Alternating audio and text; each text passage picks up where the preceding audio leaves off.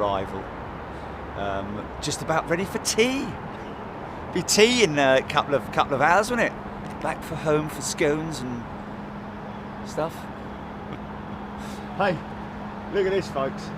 Let me just check it again, Jenny, just make sure I'm actually. No, I'm not going to say it.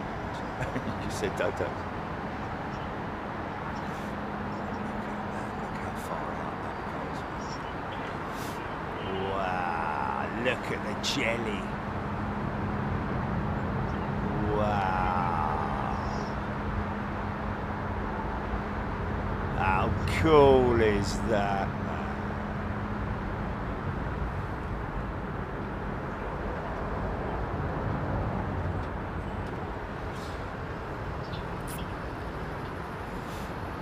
What was that fella and his son in ARD? So many people in ARD yesterday. I've run out, but forgotten all the people I've got to give shout outs to. Steph. Aziz, he was there, wasn't he? Who else was there?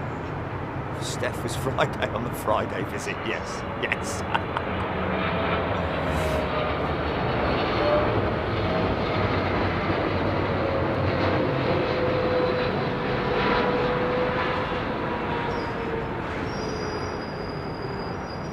Nailed it. Straight down the middle. So yeah, interesting, isn't it? That if you read the news, aviation news from Simple Flying and all that mob, it's basically the two that I do. Well, what I actually do is I go onto Google.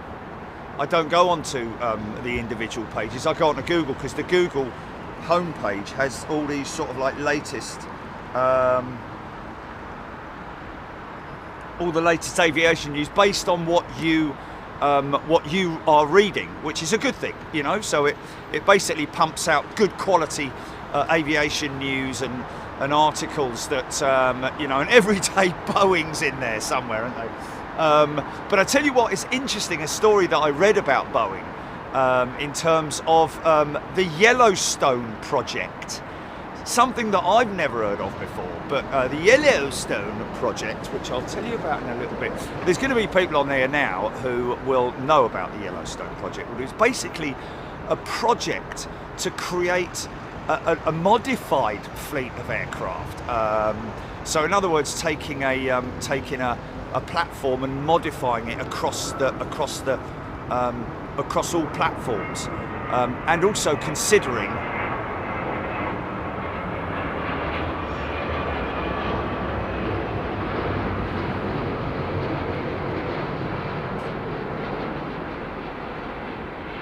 And within that Yellowstone was, I believe, a clean sheet aircraft, which was the Dreamliner.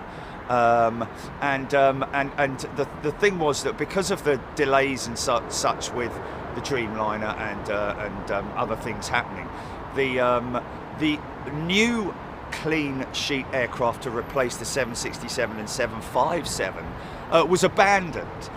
So what they did was they just went to improve and update the 737, and later, so it was abandoned until literally recently when they announced the 797.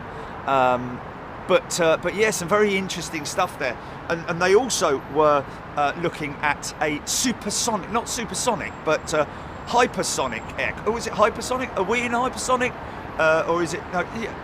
It was basically it would take about 2 hours off the average long haul flight, you know. I think we're hypersonic, subsonic. We're cybersonic, hubsonic. Hubsonic.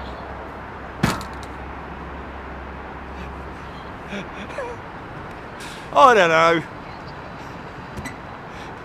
Yeah, Sonic the Hedgehog. I think we're subsonic.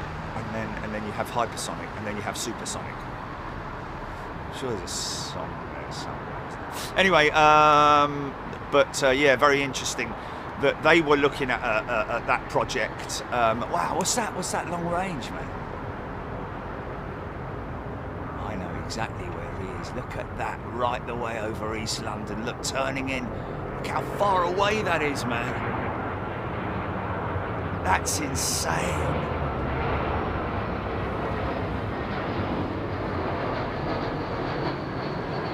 Oh look, Mr. JCB in it. Is that JCB's? I'm pretty sure it is. I haven't seen him for a while, and now we're seeing him literally every weekend.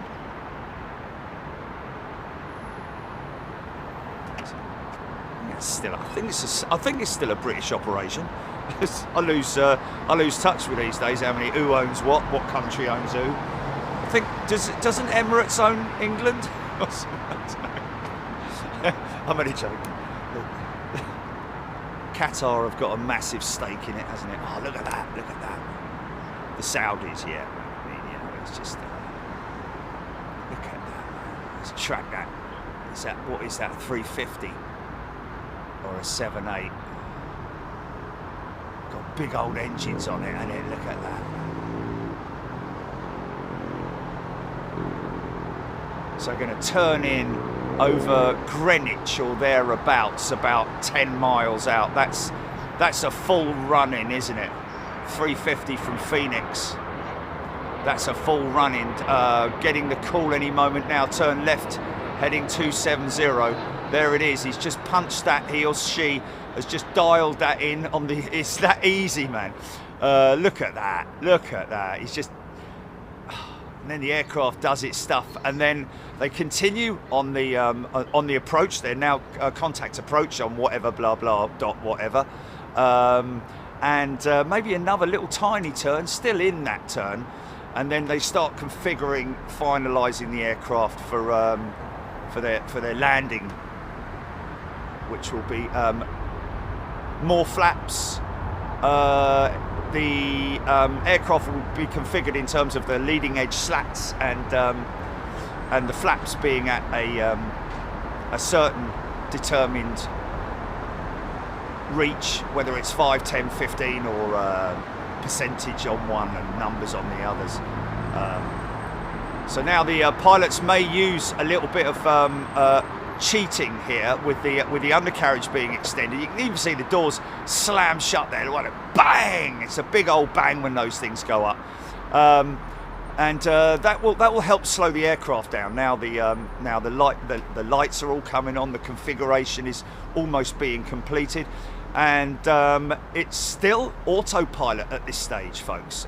So it is 270 direct, and it's on the sort of like. On the glide slope. Look, there's another one coming in there, man. It's the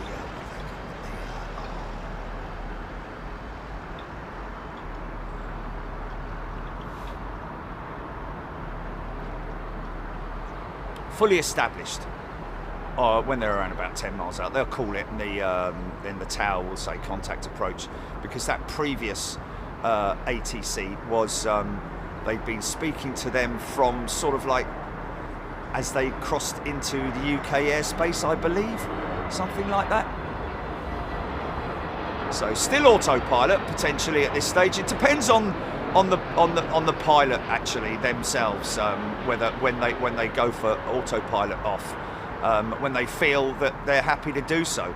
Right till now, but now if you're on a narrow body jet, and even if you're all the way back in the fuselage, you can hear the bloop bloop bloop well, certainly on the Airbus autopilot disconnect. So now the pilot has full control over the aircraft, full manual control. Little puffs of soot coming out the back of those engines, man, just as they sort of like hands over the throttles, just resting over the throttles and giving them a little bit more. The thing with the Airbus is the throttle doesn't move, whereas on the Boeing it does, or it's the other way round when it's on auto throttle, because the throttles would potentially be on auto. Speed brakes set, spoilers set, should I say, ground spoilers, everything goes auto. Once the wheels are on the ground, the boards will come up, slow the aircraft down, reversers will open up, and all manual braking. Could be auto brake actually. Followed that all the way in from 10 miles, man, that's crazy. Watch the boards come. I see a little bit of aileron being used there, and up they come. Look at that, nice and smooth. With big carbon boards as well, man. Everything there is carbon.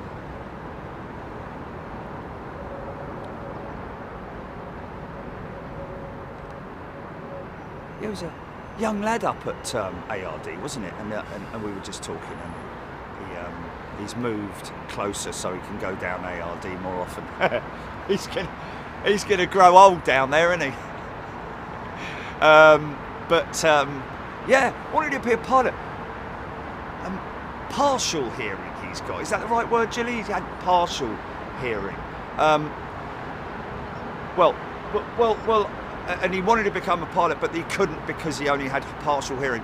And I did genuinely say to him, well, you know, surely these days with the modernised headsets and aids that you have, obviously you take your better ear, so to speak, unless it's balanced completely the same. But you know, with these headsets, they're highly sophisticated, and with the modernisation of aids, then hearing aids, should I say, then would they not consider that?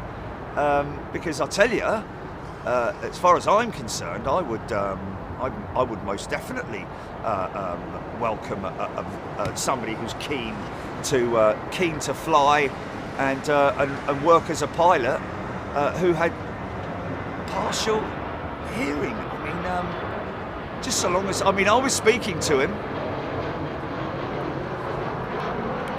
from about 7-8 feet away, and I was talking to him normally, like, at this level, and he was hearing me perfectly. So it's not like he's going to be sitting in the right hand seat and the captain's like, I told you to pull up, like shaking him and all that. It's not like it's that in any way like that, obviously, jokingly, but and he laughed about that. But in all seriousness,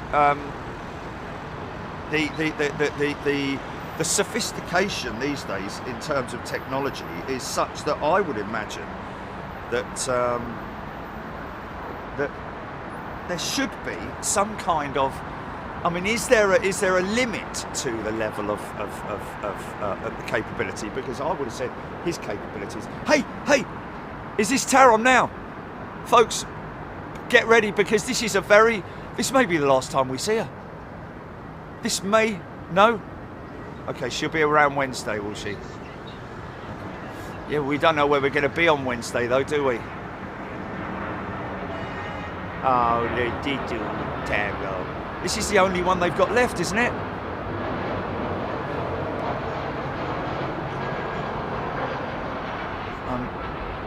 I'm shifting over to London City, these guys. They're going to leave Heathrow. If you leave Heathrow, you take away the very heart of me. Ooh, Taron, please don't go. Start up. Where's it? Who's it?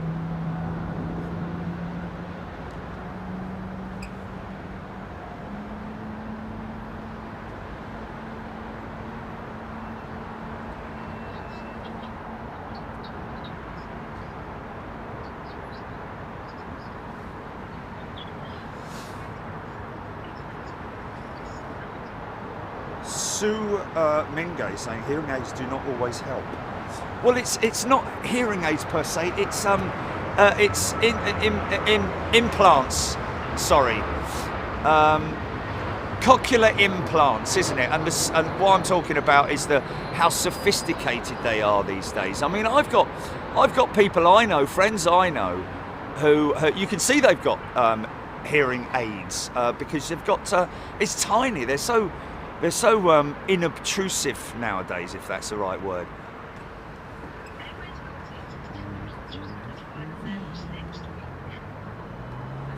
So they plan to retire it next week, but the news is a little bit blurry at the moment, folks. Blurred, sorry, should I say.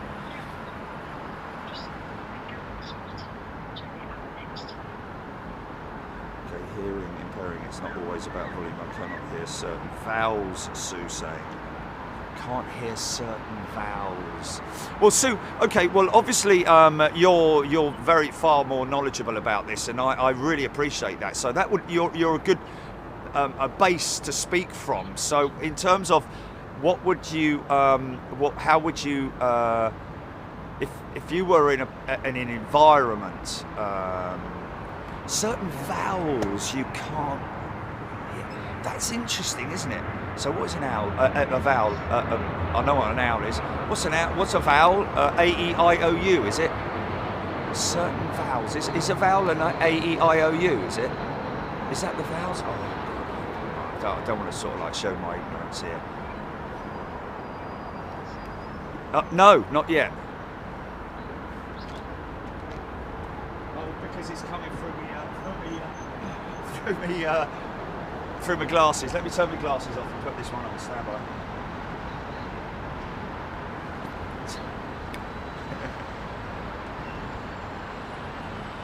Yeah, I wouldn't recommend listening to music on those glasses, that's for sure.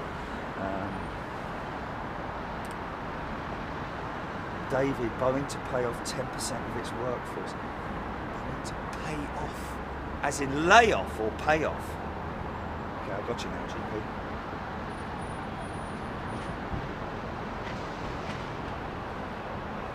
Great, A-E-I-O-U and a bit of Y. Sophie, thank you. Stu and the crew. Sandy, hungry.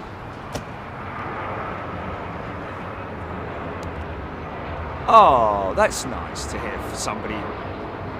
Okay. Okay. Oh. No, that's nice to hear that there are, you know. But let's be honest, folks. Conflict is generally between factors and stuff like that. There are genuine, lovely, humanic and peaceful people and plane spotters. And I know. Sorry, I know.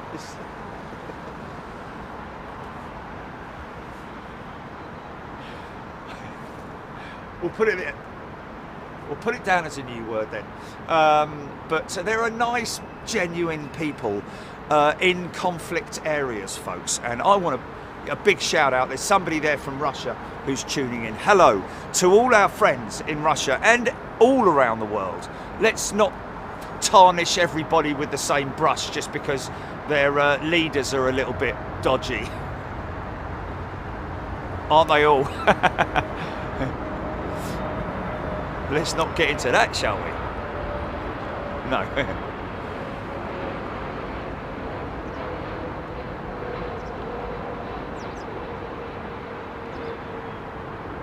Yes, screaming at you. Hugh and the Manic.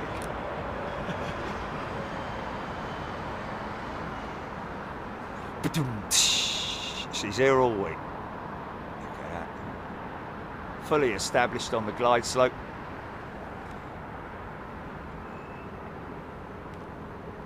Hey, is this BEA? It isn't. Oh, look at that. Aziz is going to be watching this going, Jenny, you got it right. You got it right. He knows exactly what I'm talking about as well. Oh, no. He's not Scottish, by the way. Yeah, sorry, Aziz McDonald. That was Aziz's Scottish cousin, Aziz McDonald. Jenny! You got it, right? It wasn't like that. Oh no! Oh, easy then. Arif, yes, I did do Arif, yeah. But you know what? I've got to be, in all seriousness, I've got to be,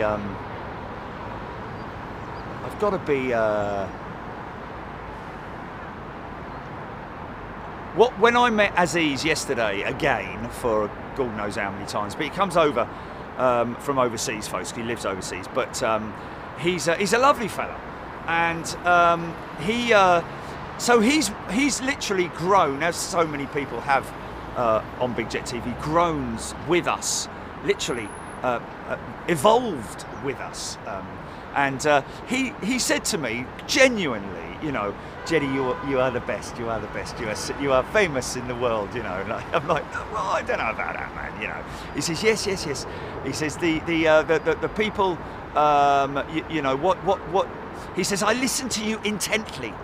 The whole thing, I listen to you because you talk engineering, you talk about the planes, obviously, you know, the different news and all the different stuff that's going on, and you know, I'm just like very humbled when things like that happen. I don't like to harp on about it, folks. You know, I try to avoid it as much as I can, but you know, when somebody who I've known for so long now and who has evolved tells me that basically we've got it right, we've got the right sort of platform, and we're very lucky, obviously, to have the community that we have. And that's why on the tweet I put revered community.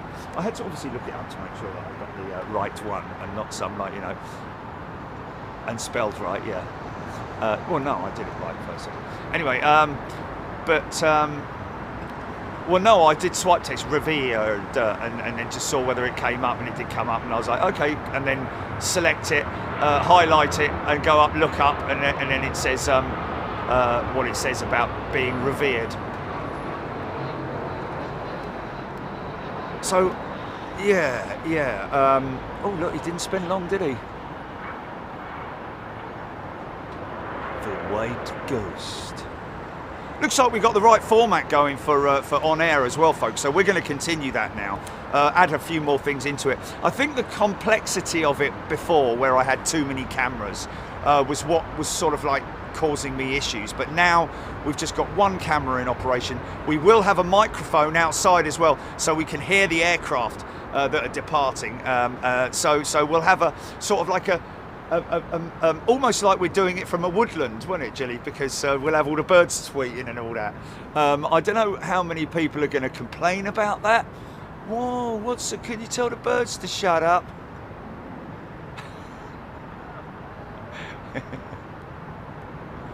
It might not work. We could potentially mute the mic while I'm talking, but you know, yeah. Well, I'll let you be the judge actually, because of how many people say because don't want to sort of like have too much going on. Yeah, down at ARD yesterday, I had to.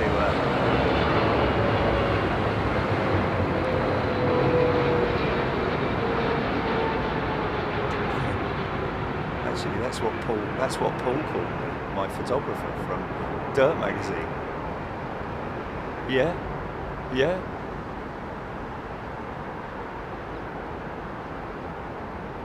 It's always nice when you have people that you respect as being an intellectual, but also in their field. Like when I get pilots, you know, retired pilots and engineers talking to me as if, based on the fact that, you know, they know that what they're saying is being understood, and it's always just a wonderful thing. Anyway. Interesting stuff that I read also about with that project Yellowstone was the kind of the way it morphed into about the 777X, which, as we all know, not everybody knows this, but the 777-9 or X, whatever you want to call it, was developed. Was originally conceived as a direct competitor for the A380, because I think when the 777-9 was conceived, was the 350 out? Was the 350 out when the 777-9 was conceived? Just have a look at that, Jenny, would you? Because, you know, once it was through its sort of like initial design phases, or the 350 came along, but I think that it was no, not the fuselage assembly. No. The first. When was it conceived? I think 2017, 2016, something like that. And at that stage, I think the 350 was just about coming on stream, wasn't it? But the 380 was out. So I think it would be safe to say that the 777X was developed and designed and brought to the table as a direct competitor to the 380, not knowing at that stage, back in 2017, 16, 17, that the world was going to literally come to a grinding, bleeding halt. There we go. There we go. Okay. There we go. Yeah. So 11 years ago, are you sure? 2013? Yeah, you're right. Yeah. So 2013, it was originally conceived and yeah. I think that was yeah.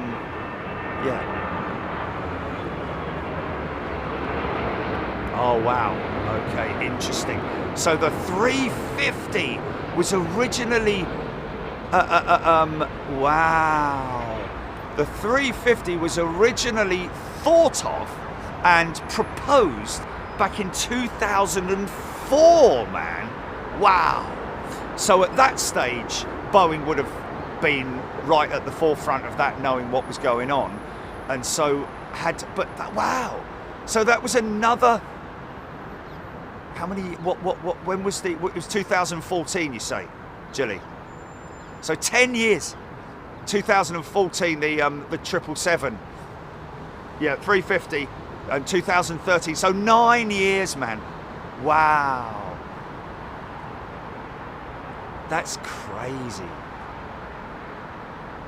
So yeah, the 777-9 would have been because by the time 2013 came along, the A350 was more or less.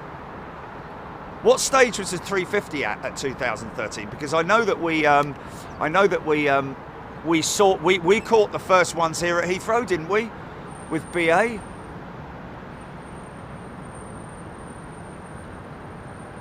Wow, June 2013 was the first flight of the 350. That's interesting. Wow.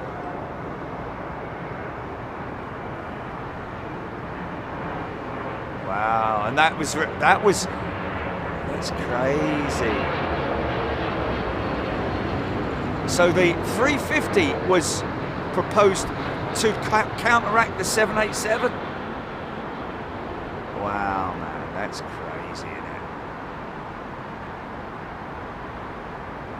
So now, obviously, you know, the 777, when it was originally in its concept stages and also in their early stages, right up till sort of like 2020, really, I would say, before COVID came along, and the A380s were, because there was no mention of the A380s being, well, at that stage, I don't think, of being disposed of, but it's very interesting to see and read the numbers of orders of the 777-9 is somewhere around about 540, is it? Is it 540? Let's just have a look here, because it was.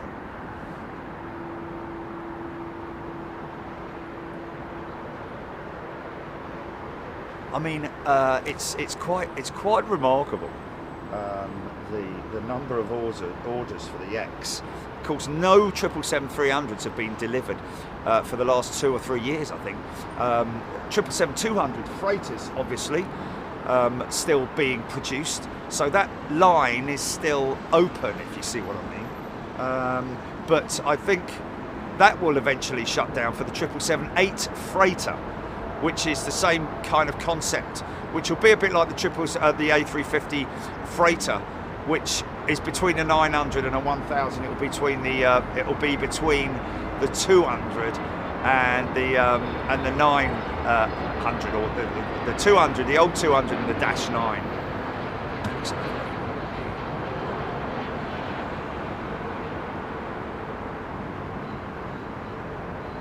But it is amazing to see the numbers of orders for the 777-9. I think it's Lufthansa we were discussing. I think Lufthansa is going to be the launch customer. We certainly saw when we were at Payne Field, we saw evidence of I think it was Emirates 777-9s that are on the FAL. Pretty amazing when you look back at that video and see the amount of aircraft that are on the field, but there were only like a dozen, maybe a few more, certainly no more than 2 dozen.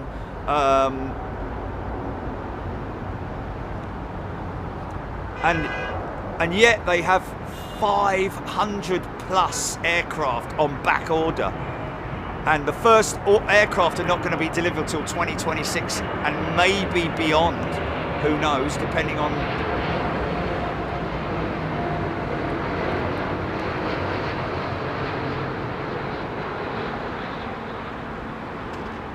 depending on how quickly they can get the aircraft back into certification flight testing again, because as we're all aware, the thrust link assembly on the 777-9, those big GE9X engines are so bleeding big. Oh, by the way, you know, we all make mistakes and errors and stuff like that. Simple Fly made a mistake the other day, which is quite interesting because they're a very revered publication, aren't they? There's me with that name again. Is it because I've been watching a lot of Shakespeare? Now is the winter of our discontent. But the that's what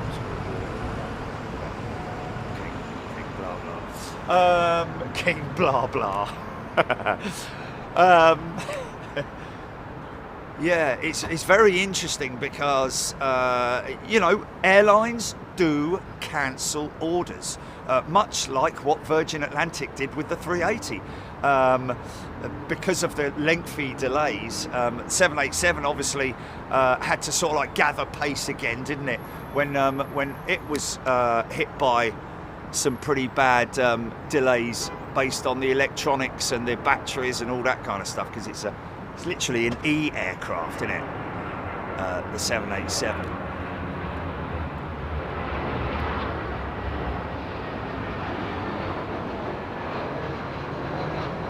But yeah, so when we see the likes of Qantas actually got, yeah, that's interesting. Qantas don't have the 777-9 in their order books. That's quite interesting. So I'm guessing that they're going to plan to keep those 380s flying for the foreseeable future, because obviously they're putting their reliability all on the 787 long haul with the Perth route for stuff like that, but also other destinations as well. But it is very interesting that none of the American carriers, you know, your Uniteds, your Deltas, your Americans, none of those guys are ordering the 777-9. The reason why is because the 777-9, like I say, was originally conceived as a direct a competitor to the A380. So as you can appreciate, United and all that mob, they're quite happy with their 777-300s, 787-10s, A330-9s, 350s, that kind of stuff. But it is quite ironic that the big American operators will not be supporting Boeing, not through not wanting to, but not needing it. They don't need a super long haul jet like the likes of Emirates 205 777-9 and 777-8 mix of, so that's going to be freighters. Are they doing the 777-8 passenger jet as well? I think they are. Qatar Airways have 94 on order. Singapore Airlines 31, Lufthansa 27, Etihad 25, Cathay Pacific 21, All Nippon 20, Korean 20, BA have 18 on order, Air India 10, Cargo Lux 10 8 freighters, yeah, it does appear that there will be an 8-passenger jet as well. Ethiopian have 8 on order. Silkway West have 2 8 freighters on order, and an unidentified customer has 12 on order of the passenger variant. So that's a lot of aeroplanes, isn't it, folks? So you can imagine that the stress and the pressure that Boeing are under to keep these operators happy, because you know we've had news of like Emirates are a big criticiser, shall I say, of, well, they criticise a lot of things. They criticised Terminal 2 and 3 here at Heathrow some time ago, saying how it needed improvements. Well, we try, man, we do a good job, you know. It's a big airport, blah blah. And look, 2 and 3, look, it's a nice modern structure there, obviously bolted onto an old structure, but you know, I think it may be the entry hall, the entrance hall maybe needs a little bit of an overhaul. How about we do that? Because 2 and 3, you know, when you walk in, apart from the Virgin reception, which is quite funky, the rest of it's very sort of like, you know, low ceilings, air conditioning pipes everywhere, old blue walls, and you know, still looking quite old, you know, and tatty. So you could modify that and renew that, I think. But you know, it's easier said than done, isn't it? People listening to me now going, yeah, hold on a minute, mate, you don't run an airport. Yeah, but, you know, and not only that, but the disruption that it causes. You'd have to literally almost make a second floor mezzanine check-in sort of thing, build that separately, and minimise the disruption to the walking public, so that you can refurbish and rebuild the lower.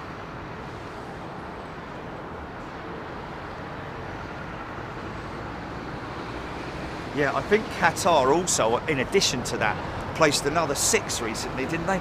Making theirs 100 aircraft on order. It's insane.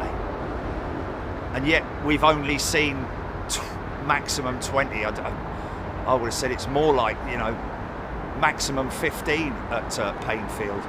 We'd have to literally count them, dotted all over the airfield in storage. They've run out of space. They can't fly them anywhere.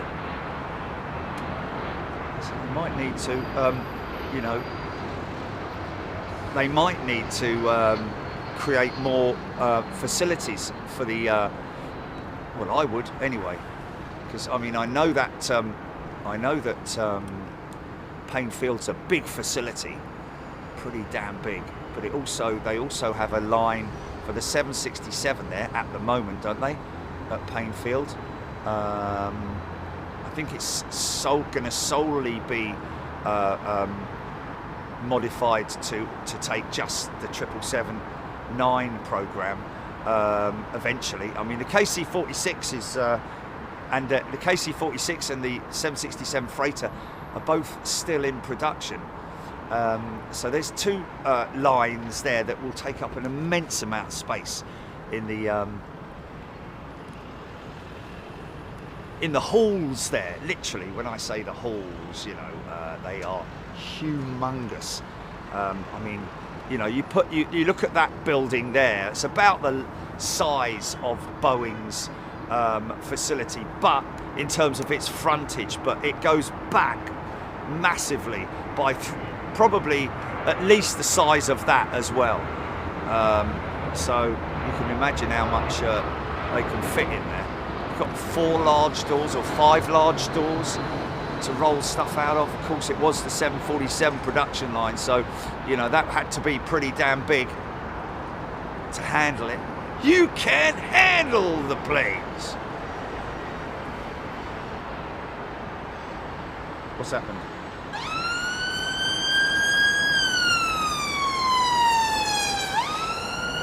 Oh, thank God for that.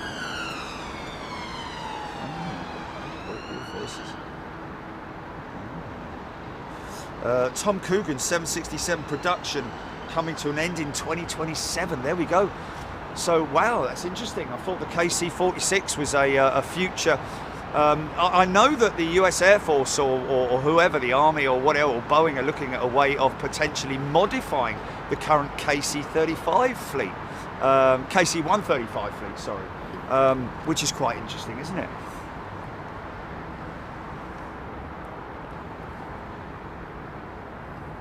As opposed to scrapping them and replacing them with KC-46s.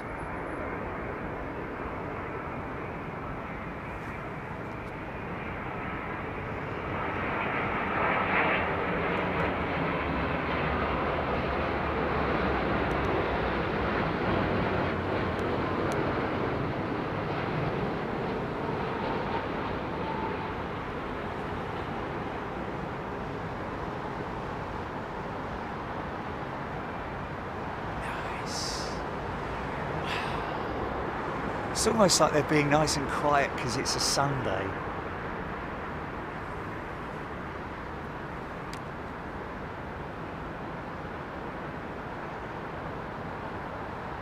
Yeah, it's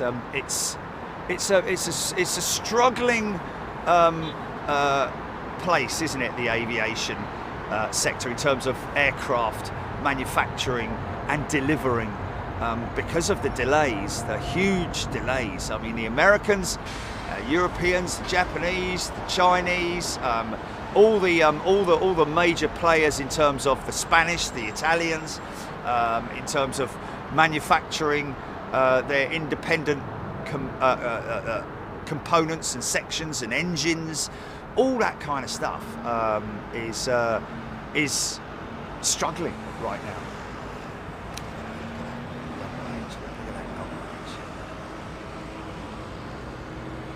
All I can say is Bernie, if you're watching, mate. Yeah. Yeah.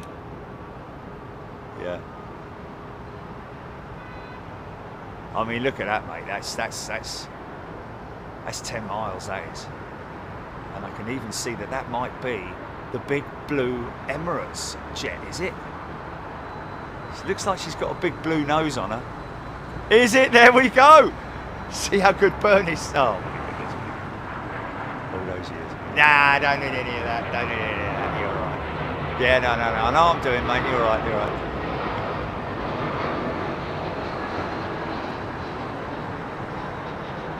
Now, Emirates are very strict on their gear extension. If they don't extend their gear, if they extend it too early, then they will get an email. Because you're creating a lot of drag on that aircraft, therefore you are increasing the fuel consumption and making it heavier. Too late, and you're also going to get a call from the governor in the morning.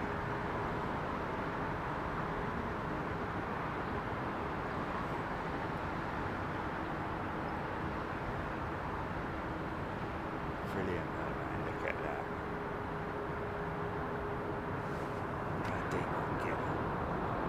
So it'll be the wing gear out first. Looks very odd with the wing gear because it looks like it's just doesn't configure right in the mind. But then once the wing gear, the outer gear are extended. Look, there's more flap coming in there. Did you see that? Wow. Once the wing gear is extended and the gear doors are up, then they can the body gear starts to drop. Here it comes. Is it? No, guys. Here it comes now. So, wing gear first.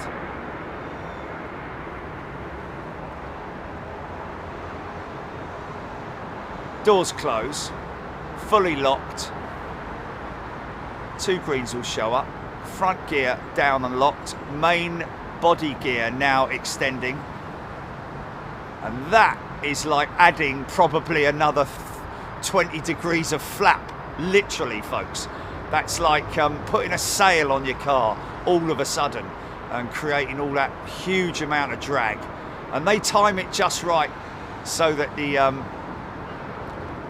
they can, utilise the right amount of fuel and least amount of stress on the jet.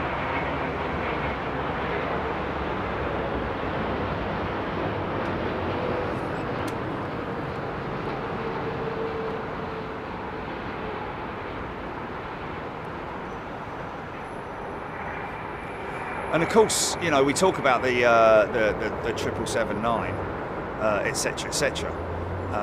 But what is interesting is that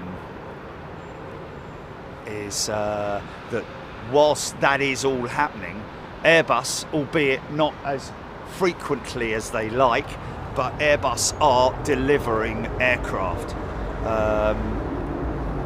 As far as I'm aware, I know there was a little bit of a problem with their Canadian manufacturing facility for the A220 in terms of like some staff disputes and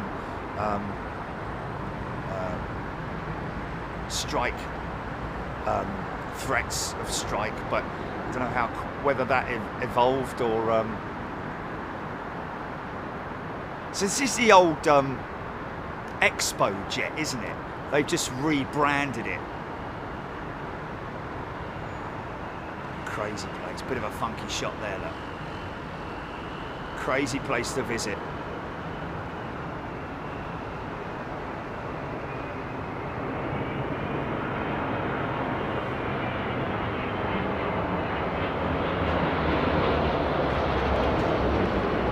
I'll tell you what, next time we go down, next time we head east,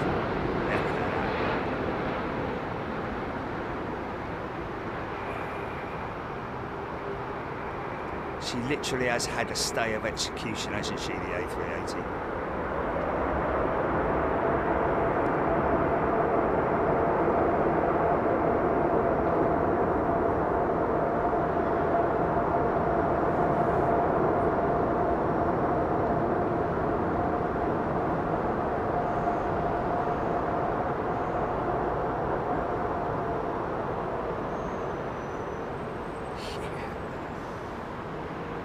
The size of the flaps on that thing, man.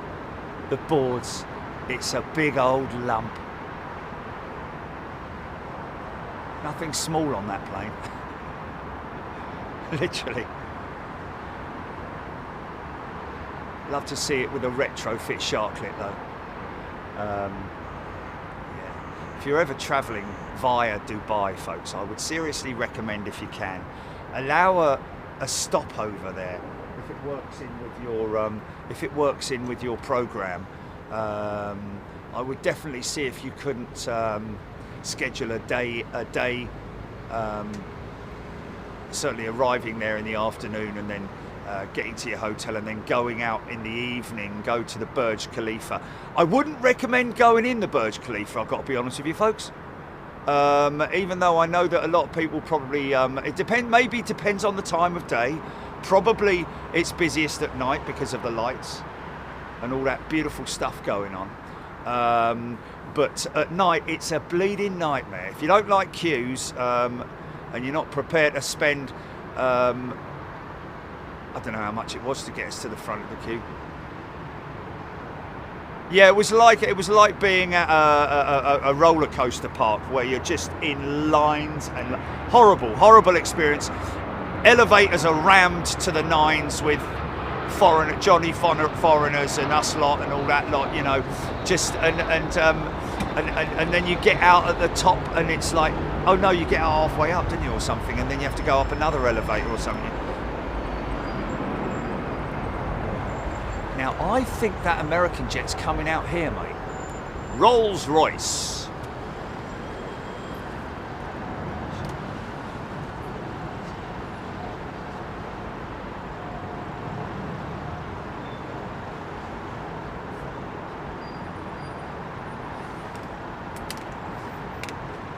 Because, you know, there's a lot of people that obviously fly via Dubai, but they never go out in Dubai, you know.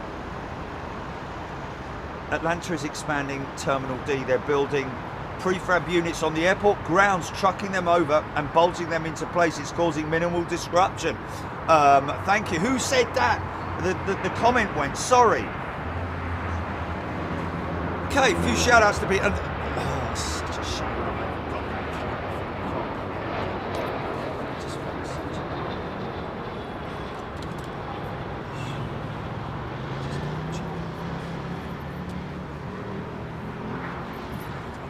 absolutely 100% sure where it is, but you'll be able to find it. It can only be in a couple of places, either on the desk. Do you know what I'm looking for? I'm looking for it's got a ball joint on the other end. It's got a ball joint on the end of it.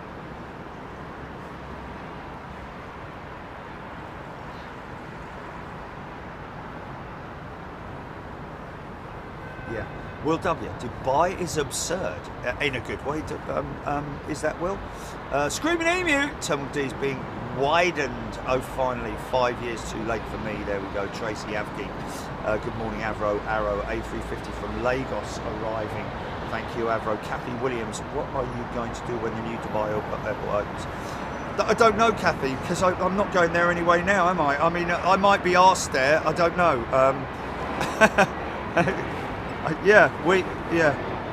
And the only thing I will say with, I mean, if it's Dubai International Airport that invites us, that's one thing. But you'll probably find that old Sam will do that when he, it's been towed to, that's not coming out at all.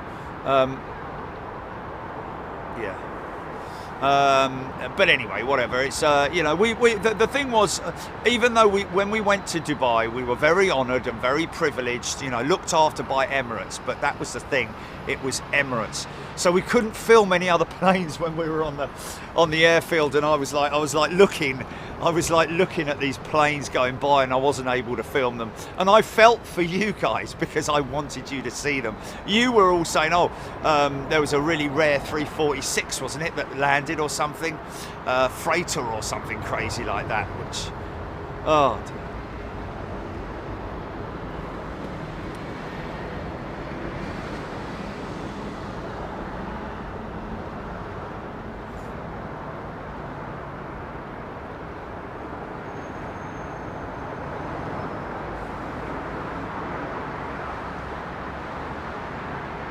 So this is the Neo. No, it's not. It's the 350. Sorry.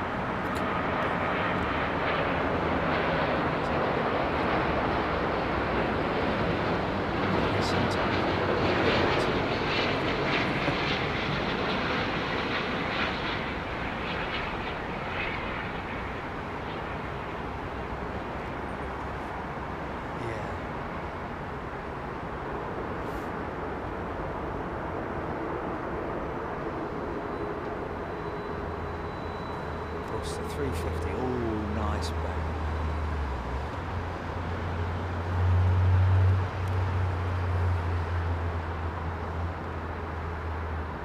Yeah.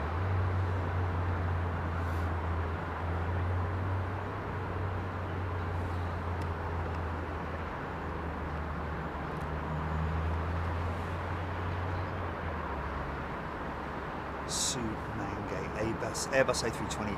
Birmingham, good afternoon to you. Nick Gray, 777 Bruiser. I would like to visit more Aaron Thomas. Adil Derby. Adil? Is that a typo? I don't know.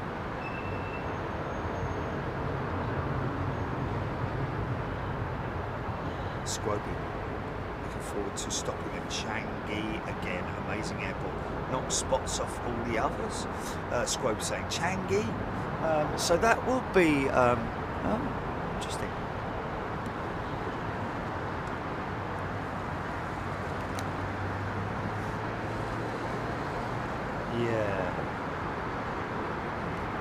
Yeah.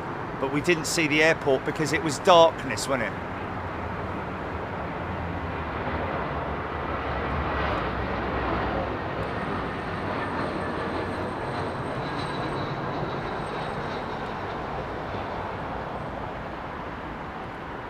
What? Where? Where are you talking about? Oh, in Changi, yeah. Is that where I went to the toilet and left my phone and the gimbal in there?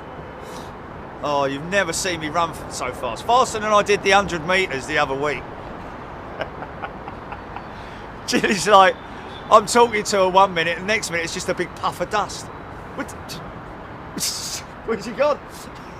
I didn't even say where I was going or anything. I just like... Hilarious, man. Deborah Speller, love Dubai, love my nephew lives there, which helps.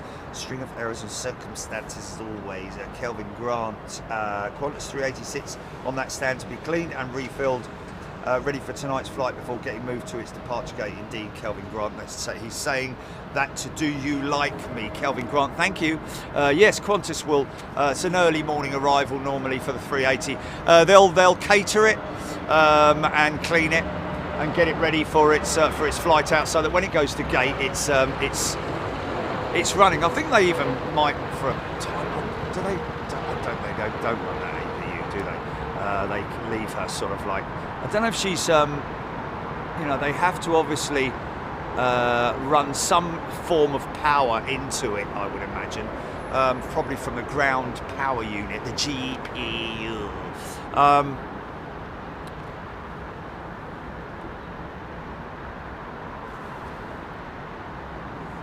Thank you, Raptor X. Raptor X is your regular, amongst others, who gives out aircraft details on arrivals, etc., etc. Eva Nirvana, there was a video on an 0707 promotional flight landing at O'Hare. It was crazy. There's a lot of those online, isn't there? And there's some really good ones, right? Especially the old BOAC ones. Look at this lovely aeroplane.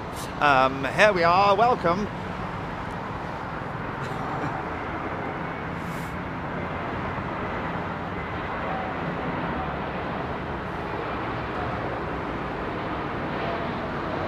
I'm not going to do that. Not while I'm live on another one. Yeah. Wow! Talk about hitting the markers, man.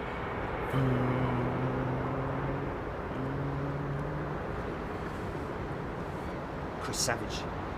My son has just, he's saying, had his BA flight cancelled due to engine issues. BA to find him another airline. Chris Savage. What was the aircraft that they were due to fly? Not 380, was it? You know, the thing is that at the end of the day, folks, these aircraft, they are aging, and so are the engines. That's the key thing. The engines are aging on these things now. The old GE90s, the old Trent 800s that power the 777, even the you know. Lots of overhaul going on with the Trent 900s as well. And there you go. There is a perfect example over there at maintenance. I know our good friends at British Airways would probably like cringe at seeing us zoom in on it, but it is interesting. It's there on show. And that is an engine-less 787 right there. I don't know if the other one is off as well, but you know, it is something that's seen regularly. But the problem that BA and other operators will have, folks, is that engine could take anything up to 6 months before it's, depending on what the problem is with the engine, it could take a long time up at Rolls-Royce, not due to the complexity of it, but just having to wait in line for it to be able to be done. When you book your car in for a service, you know, they say, oh, well, we can see you next Thursday or something like that. This is a more or less the same sort of thing, but if you have to have an engine overhaul, that's a pretty big deal. So you have to wait in line with all the other MROs and airlines. GP, are you moving or are you... Hello?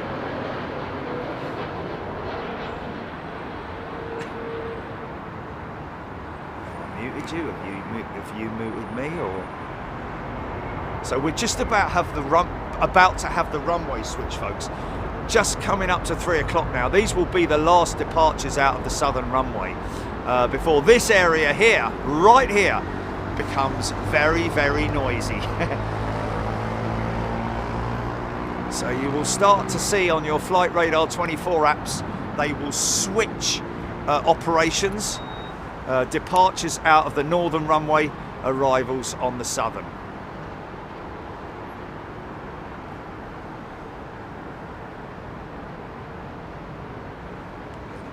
SQ308, 1 hour. 25 minutes. Well, bear in mind that we are going to be on departures, but we will catch the likes of the Singapore Slinger. I think it is the Slinger. Are you there, Chile?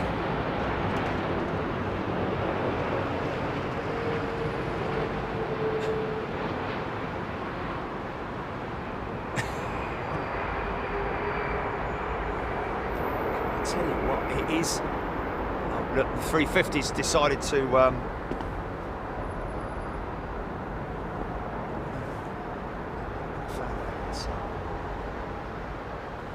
Just try and look at it for the time.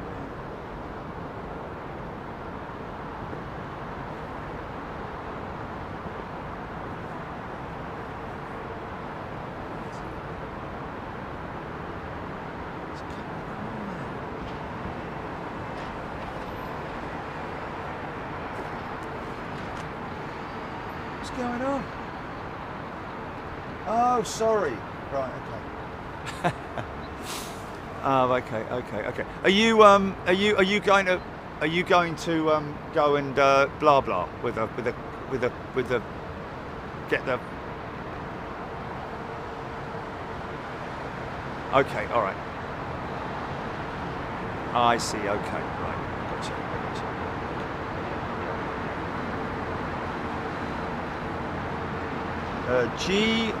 GBC and CKC wondering if Aeroflot will ever return to the skies, to London Heathrow. I'm willing to bet quite a lot of money on, not in my lifetime, because the conflict has caused a massive divide between, obviously, the Russians and, well, not the Russians, but Putin, unfortunately. I'm sure there are, just as well as the Russians who support, and understandably so, their countries. This guy's going to sit there. There are people who are not happy with the situation. Big shout out to Rudy Aramiko. Rudy is a brand new member. Rudy, what a great name, man. I love that. There's a song in there somewhere. GBC and CKC have gifted a membership, a channel membership. Thank you so much to you guys. Blackbush Aviation 1. Blackbush City. Welcome, Blackbush Aviation.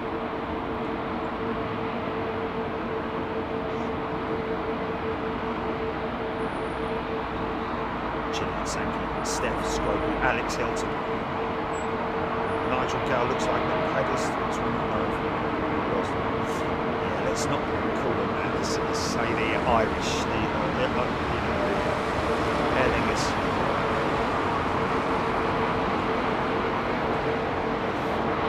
Thanks, Nigel. Then us through to Birmingham.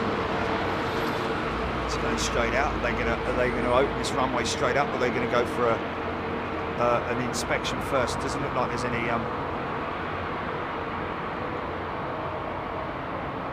it's just moving.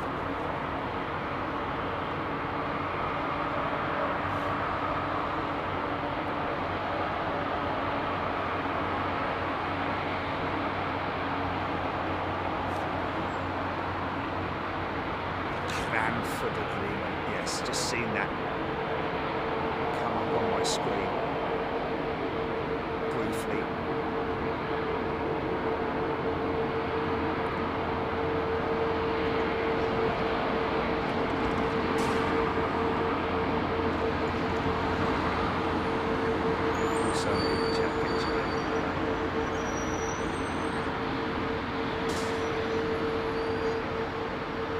Mike Weaver, good afternoon to you. See there, this is my, that's a little concern that I've got there.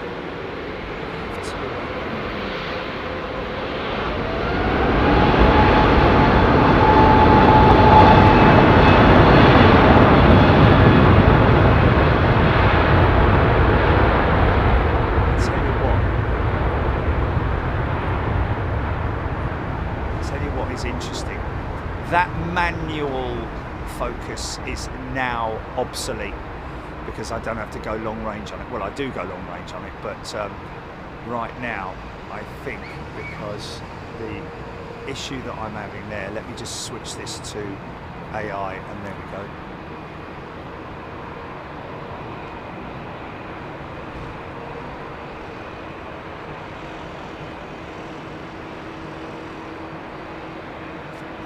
Might have a bit of thermal dynamics, or floof as we call it. I don't know though. Doesn't seem to be much moisture in the air. Everywhere I look around. Not a lot of moisture right now. I don't know what the dew point is. Anybody got any info on that, please?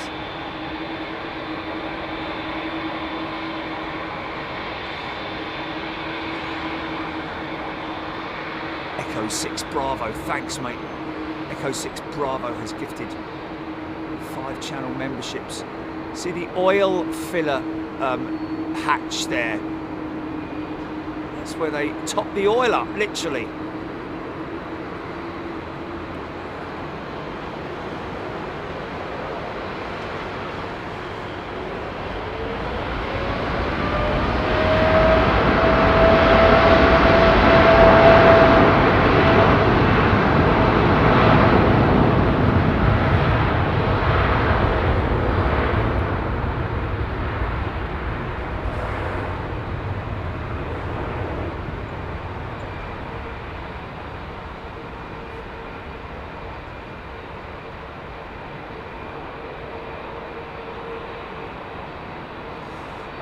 Someone give me the Heathrow Meta.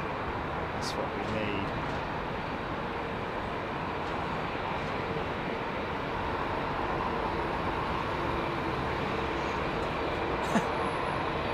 Isn't it funny sometimes? Isn't it funny how sometimes, and this is, look at that poor cloud, lost and lonely in the clouds there, look. I'll show you it in a minute.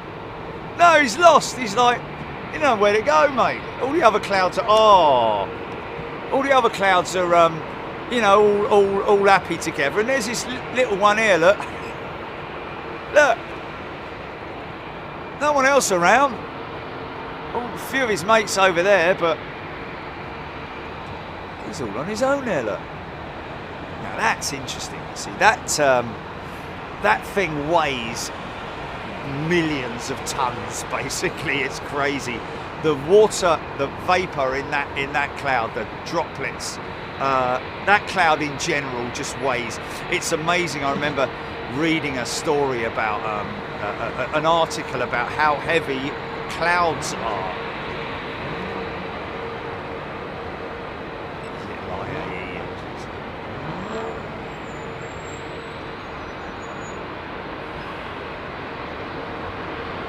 Scopey, he is wandering lonely as a cloud. He's a lonely cloud. God bless him. Shall we adopt him? Come over here, son. Big smiley face.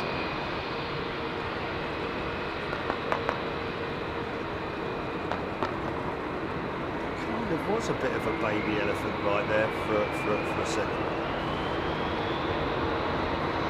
Yes, Andy, it did. It does look like a baby.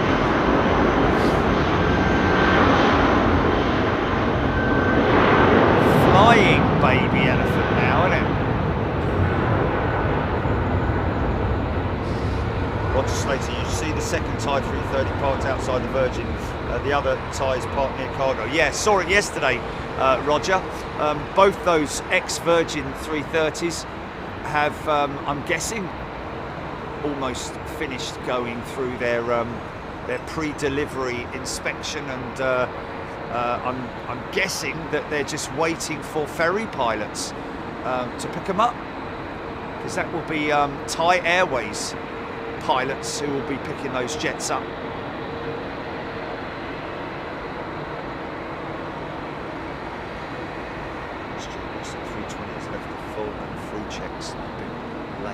Oh, did he do a? Did they say 330?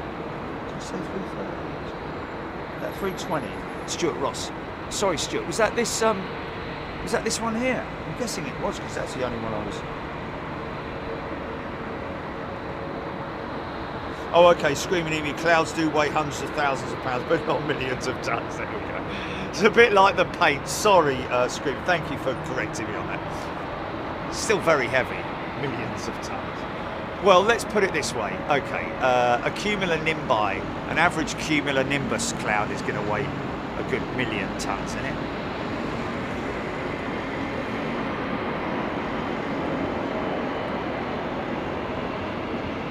Superfly Steve, 8 degrees spread Jerry, temperature 11, dew 3. Oh, okay, so you need those two elements, those two numbers to be very close together, don't you?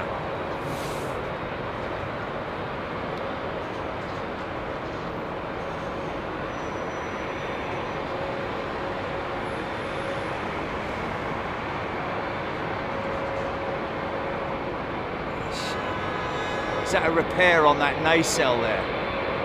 Or is that reflection?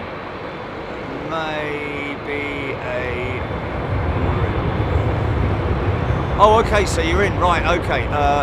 On the desk, on the sort of left-hand side of the, you know, where all the gubbins are.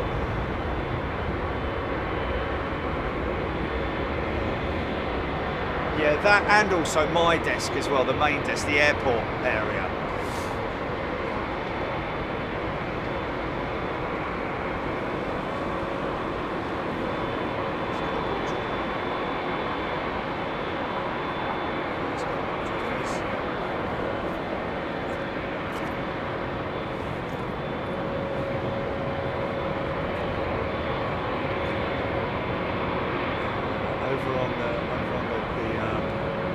Okay, perfect. Yeah. If it's got a ball joint, yeah, it's got a ball joint on the end of it. Yeah, there we go. That's it. That's it. Grab it, please. I'll tell you what. Is my rain jacket there, or is it maybe down in the van? I don't know. The orange one. Yeah, grab that one if you would, please.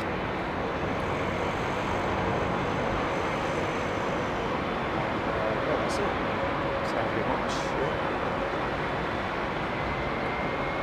Oh, he's in his hat. He'll be in his hat.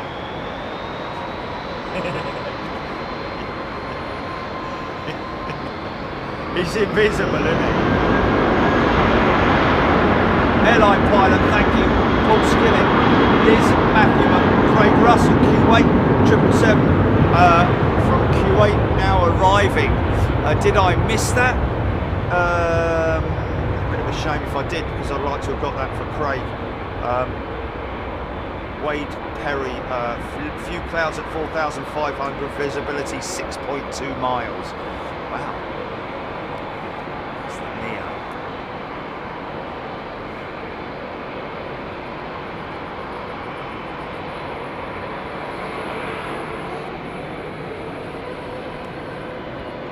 Oh, do me a favour, Jilly. Sorry, mate. Can you grab my gilet? Can you grab my gilet off the coffee table? Sorry.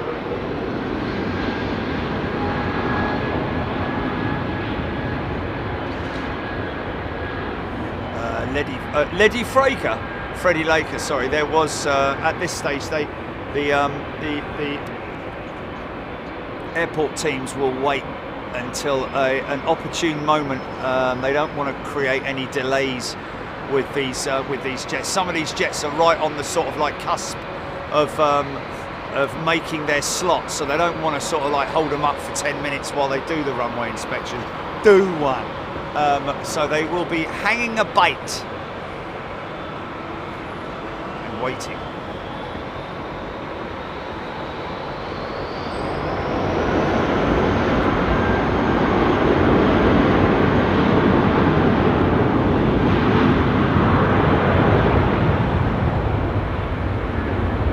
Thank you, Airline Photo. J Mank.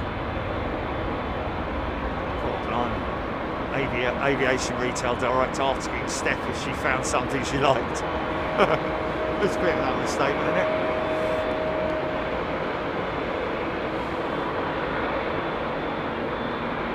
Oh, nice. That's going to sound juicy, innit?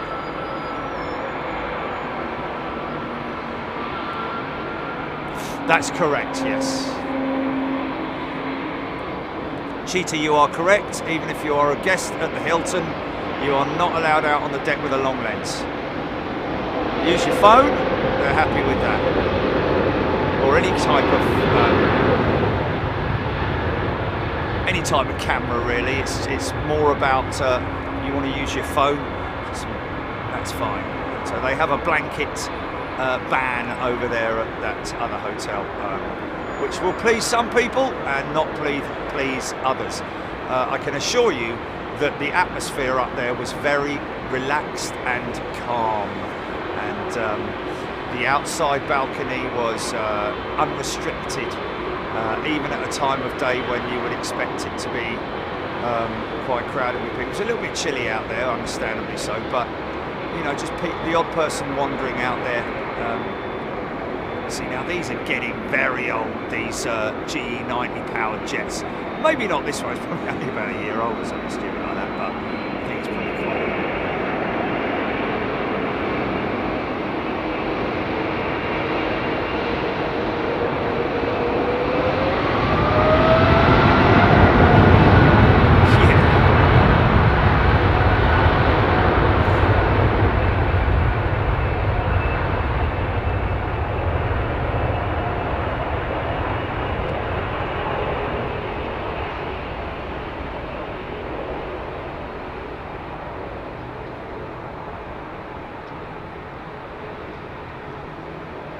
I mean, for the people who sort of like, I wouldn't say complain or maybe cannot understand why hotels have a rule. First of all, it's their prerogative, isn't it? It's up to them what they do. It's their hotel. It's their guests that are the most important things to them. They didn't build their hotel for plane spotters. They built them for guests and paying guests. If you're a guest of the hotel and you sort of like, you know, appreciate and respect that, then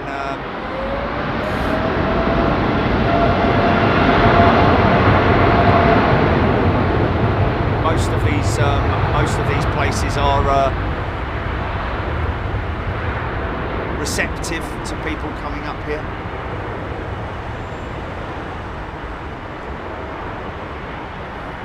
But you know, that's their rule over the road. Yeah, please. That's their rule over the road, and you know, we've got to. Everyone must appreciate it, understand it, respect it. To be honest with you, I'll be honest with you. Up there on that particular terrace, if you've got a long lens,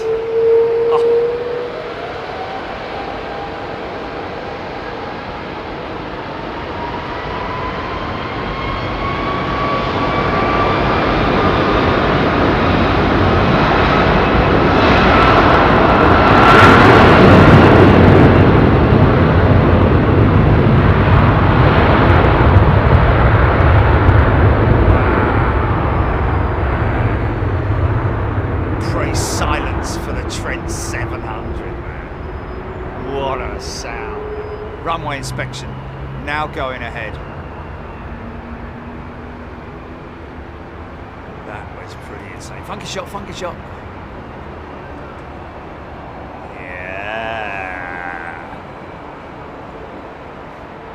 Yeah, if you're a good photographer and you've got 500mm lens or 300mm or however much it is, whatever your preference, you can get some great shots of aircraft around the airport here. Nice puff of brake dust coming off that 350. You can get some great shots of aircraft on approach, on departure. you know, you don't have to be on a balcony right up in the air. I mean, the benefit of that balcony, the benefit of this terrace, is that obviously you're looking down on the airfield and all that kind of stuff. But from a plane watching perspective, you know, not spotting per se, but a plane watching perspective, this could make a lovely noise. So I'm going to shut up now. Stand by.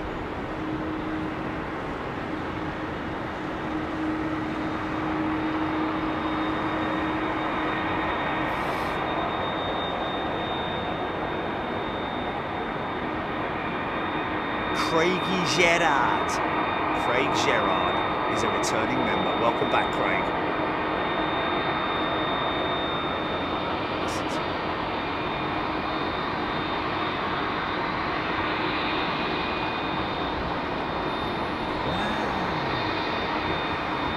Philip Perry, my apologies. Philip is a new member. Welcome. Good to see you, mate. Get involved in the chat, folks. Don't be shy. Please. I know how you feel, because I'm a bit like that, you know, when we've got loads of people that all know each other talking amongst each other. But trust me, you're talking to me.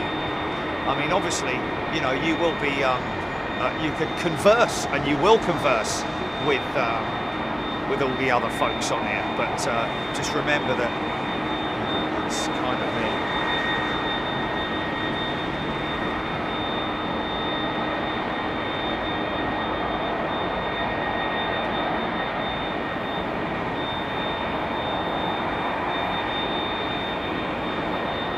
Airbus 320 Birmingham. Daft question. Nothing's a daft question. Thank you, Airbus A320 Birmingham.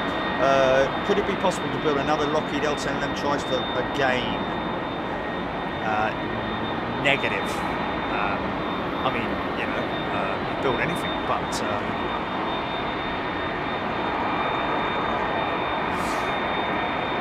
no need for it. Twin engine. Wow, he's very close to the back end of that triple, isn't he, man? Wow. Easy on your pitos, son. You know, the super twins, as I call them, are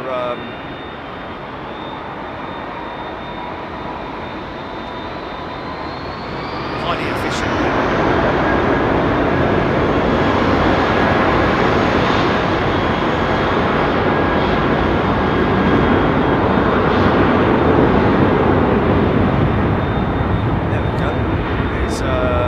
Someone who appreciates it. He's a non-member, but I'll give him a shout out. Mark Knight. We stayed at the Hilton where you were, Jerry. I would highly recommend it for aviation fans. Just and agree, respect the rules. Brilliant. Just sitting there, having a drink, watching both landing and takeoffs. Yes, because they have a big, open, glazed frontage on it.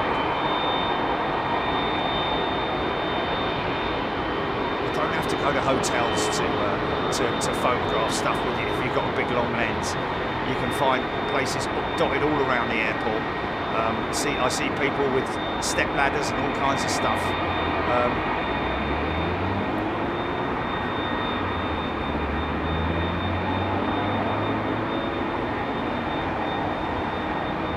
Lowlander has gifted a membership. Thank you, Lowlander. So that Emirates jet, looking at its competition, not so much competition now, but in the future with the 777-9. Imagine that lined up there, a big old 777-9, wider fuselage, interestingly enough, on the 777-9. I think that's it's got a double reason for the extra wide body of the 777-9. That is to accommodate the huge wing assembly, but at the same time gives it about, I think, half a metre extra width, 250mm either side. It's not like they're going to be able to fit extra seats in there, but they are going to be able to make it more comfortable in terms of the width of the seating. Fire it up!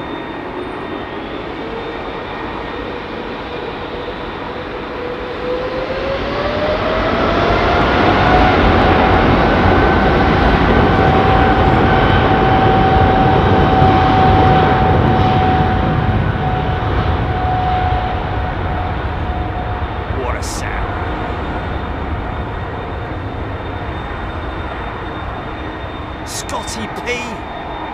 He's a brand new member. Welcome, Scotty.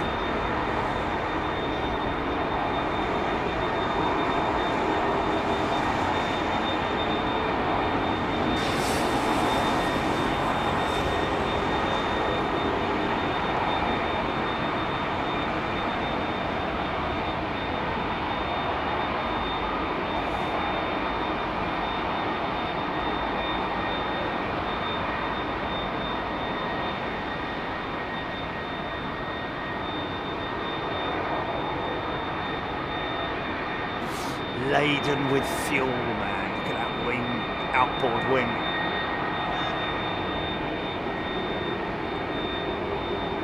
Don't look it, but trust me, that is almost the size of a bleeding barn door, that wingtip, man.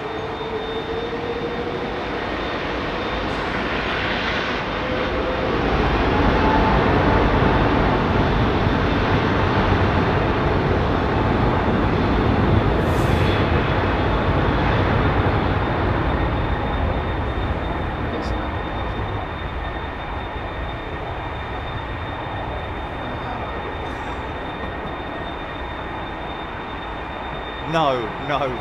Oh no, you shouldn't have said that.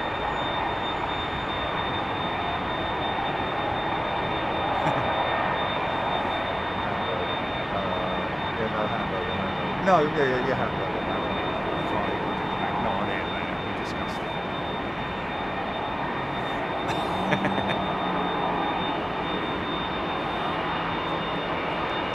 Temperature 11 degrees, dew point 5.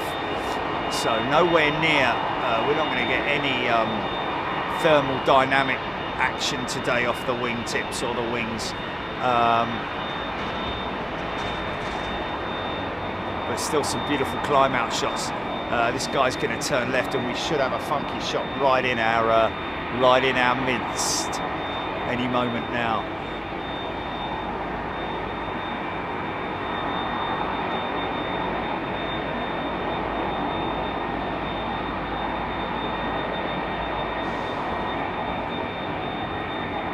Here it comes. Crazy how that thing turns on such a...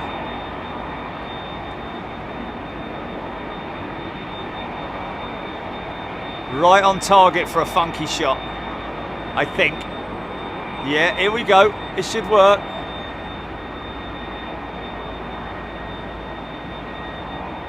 Yeah, man.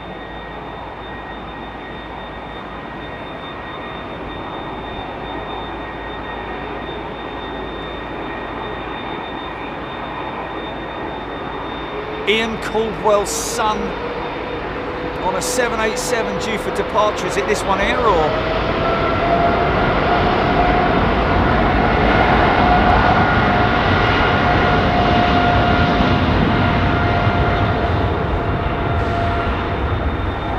Scropey, how's our cloud? He's gone. He's gone. Oh no, he's got a few more mates. Sorry, Gilly. Ian Caldwell, 787 on this 787 for departure.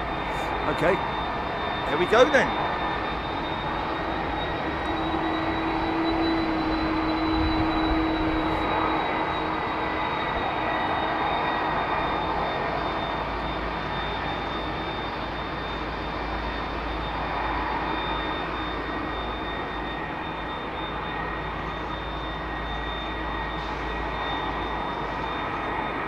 Beverly George, that Manila jet's probably a 380, isn't it? In coming back from maintenance, I would imagine. Storage, 1 or 2. LEH. That's a 380, isn't it? LEH with BA.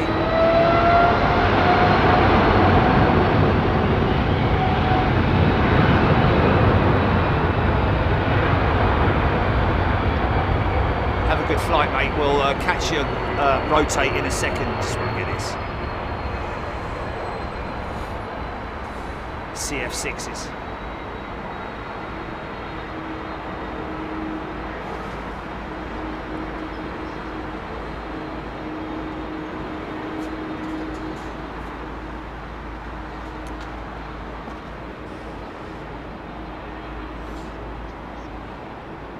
With what?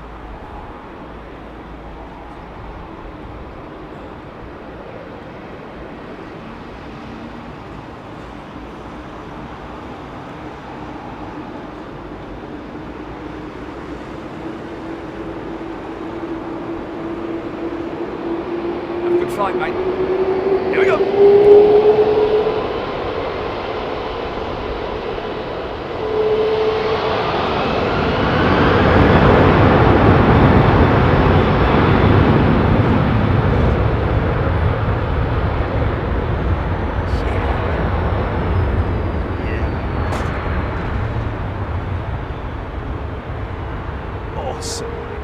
Awesome.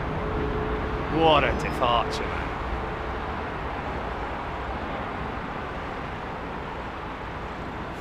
I mean, these aircraft, whether there's an option to re-engine these aircraft in terms of modifying them in the future, or whether they're just going to be scrapped and,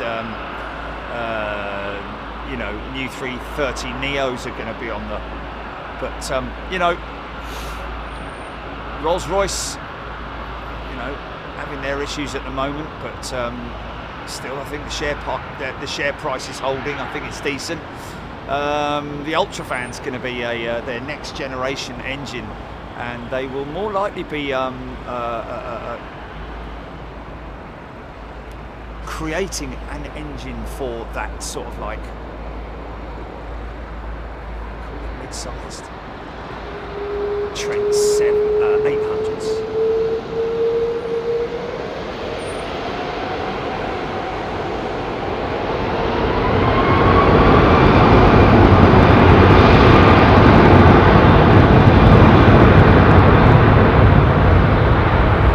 Tiny wizard.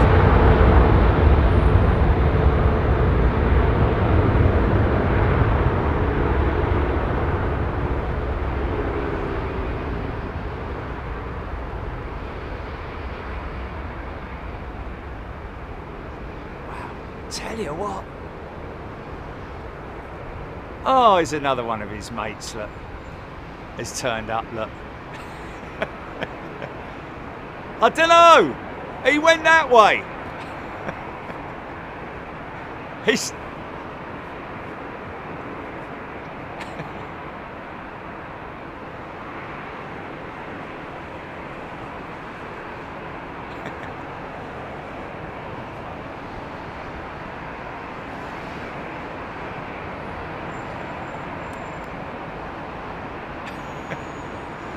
Where's Steve?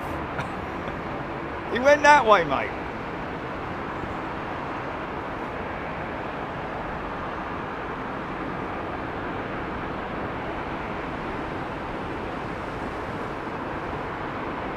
Kind of like that. I think that somebody should do a biofuel.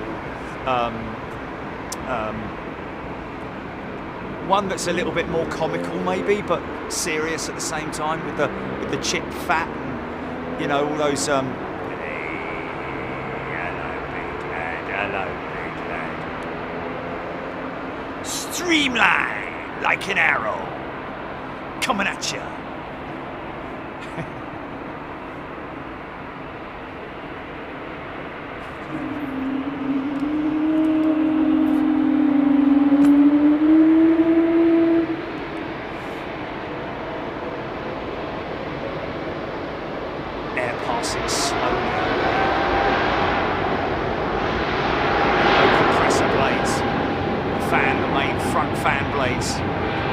Build up speed. It's like we've done an example of it, of like blowing over the neck of the top of a bottle when it's sort of like half full of water, and you get that noise, which is kind of replicates it in a funny sort of way. Get your fill of this, folks. The Taron 318.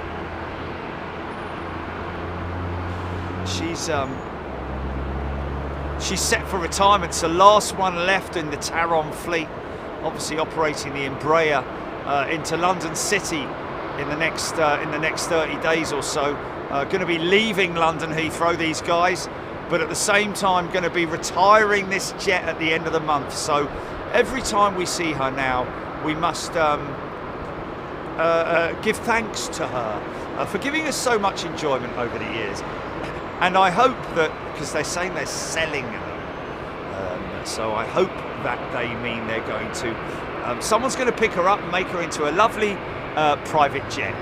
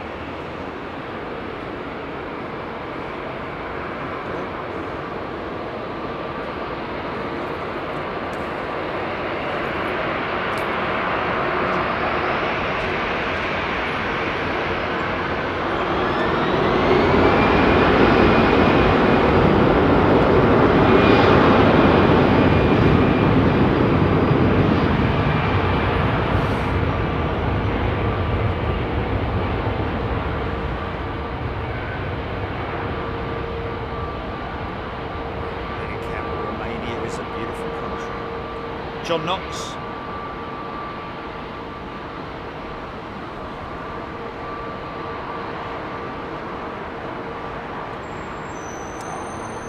.318, folks. Lots of people who don't know, but the tail on the 318 is taller than even the 321.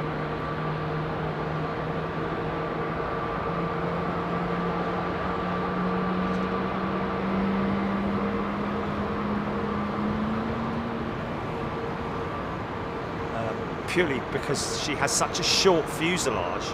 To compensate that with control of the aircraft, stability, should I say, they had to have a taller tail on her. So that's why she looks like a little plane with a big tail. Photoshop plane in a funny sort of way.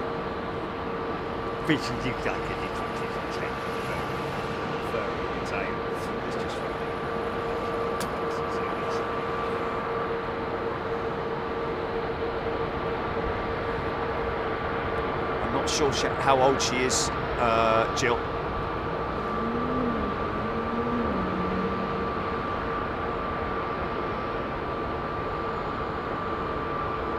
Oh, you're over at Hat?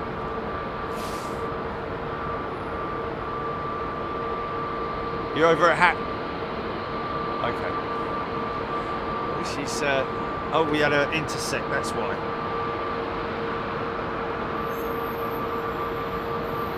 Rohit Parkel, the tower remains almost the moment he begins. It is tiny, isn't it?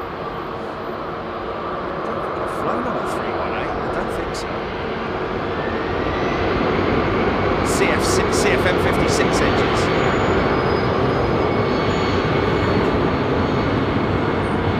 Power to weight ratio on that thing,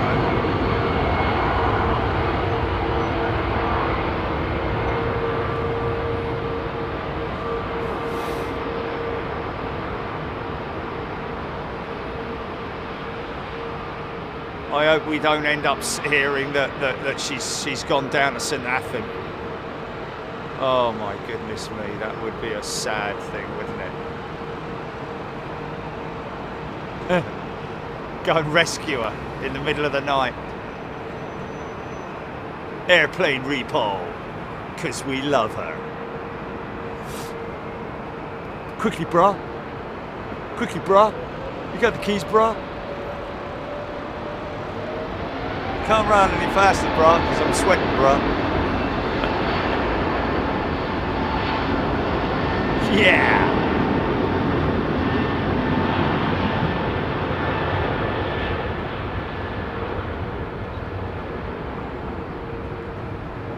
Nice. We all love a 76. Oh, he's bought a couple of 767-200s in the Kuwait retro livery yesterday. Well, they're not in the Kuwait, they're in their standard livery as they were at the time, which happens to be the Kuwait, which happens to be the retro livery. If you see what it is.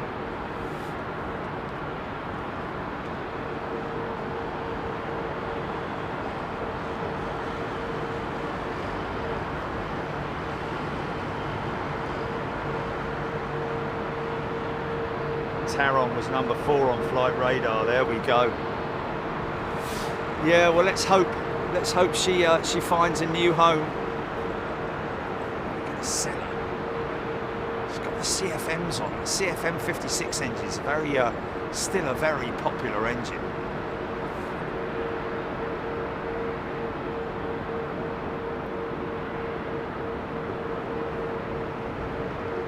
Even the 737-100 is a huge tail for its short fuselage. Okay, the 1s and 2s had a large tail as well today. Short fuse, large tail.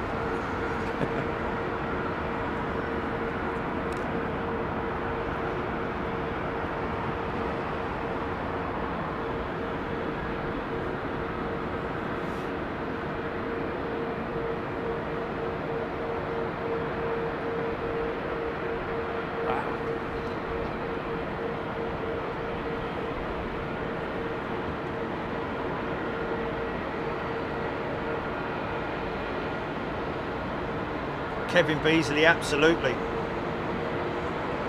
Craig Russell, thanks for that info. Matt Gred.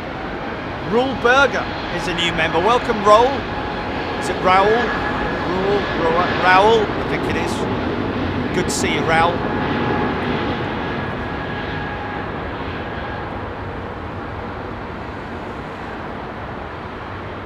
Campbell giving a little bit more information. I think we read most of this out earlier on. Romania's Taron slated to retire its single remaining 318 by the end of October 2024. Registered as YRASA, the aircraft is scheduled to operate through October 26 per aero routes. Yeah, we are seeing a little bit of sort of like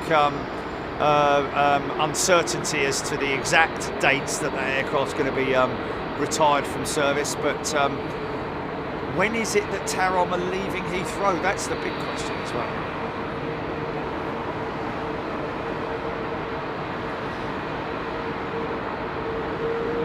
Save the Taron 318 GoFundMe page.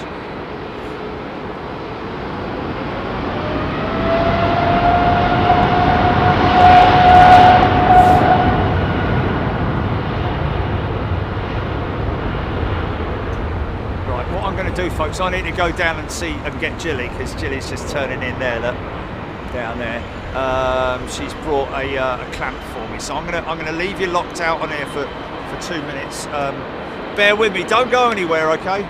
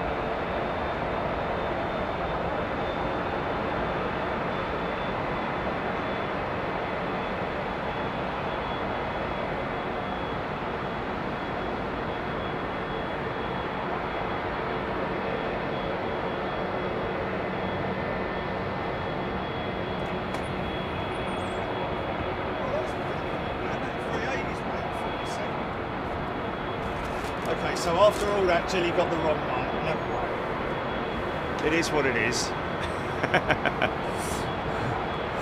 Yeah, I know. Sorry, folks.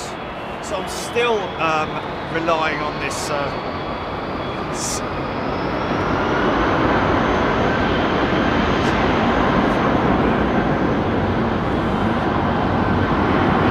If I can adapt something here. Sorry, folks.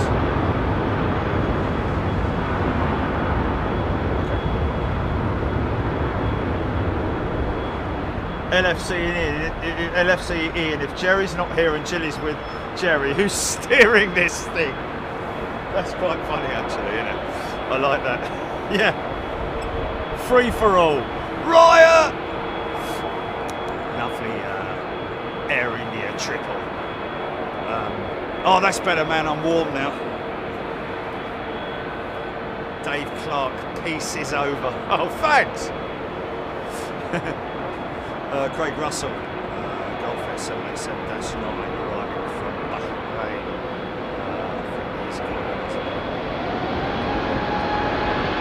Molly, at least we weren't put in the trunk. You love the road trips, you lot.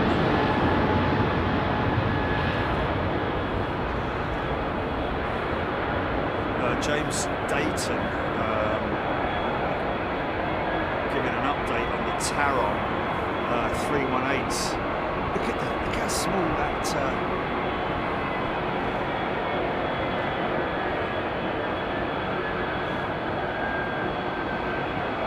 that 767 looks against the humongous 777.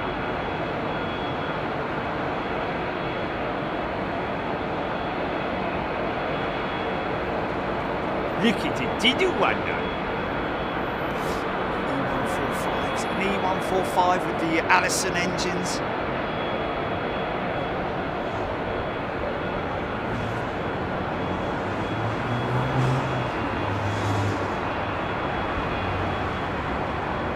Gavin Smith.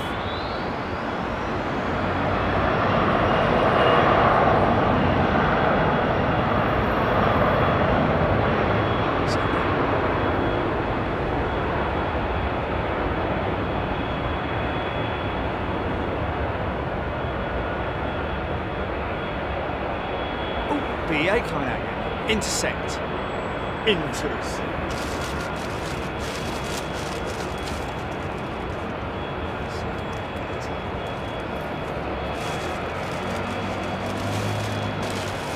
Nice. It's an easy one, isn't it?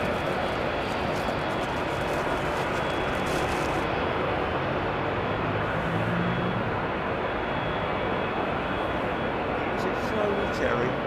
Stop it now.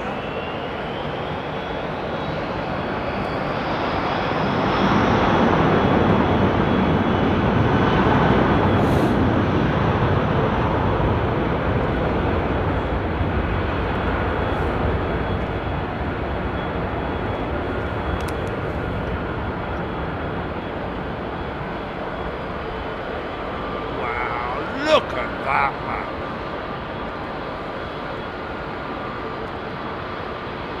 I mean, that is a big jetliner, that 767, man. Look at the comparison.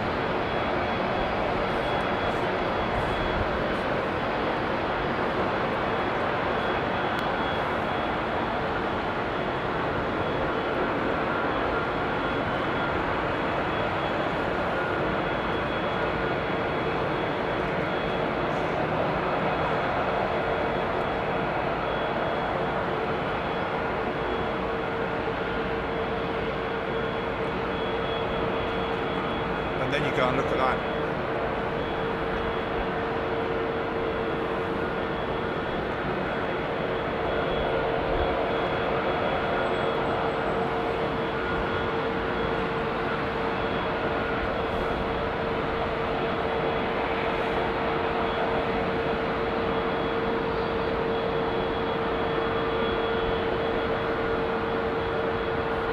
Wow, miles behind on the chat, folks, and I do apologise.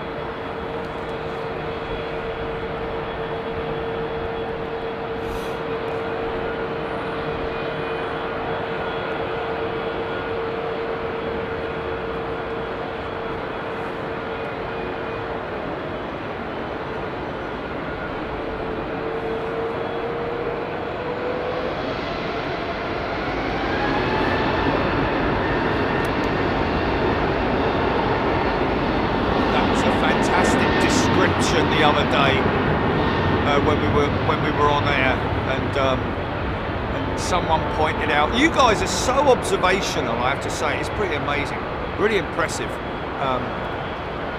Somebody pointing out the noise, the noise that the observant. What did I say? Observational.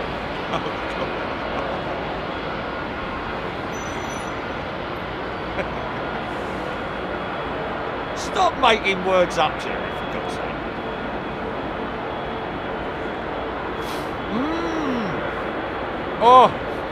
Oh, what a smell. What a smell. Yeah.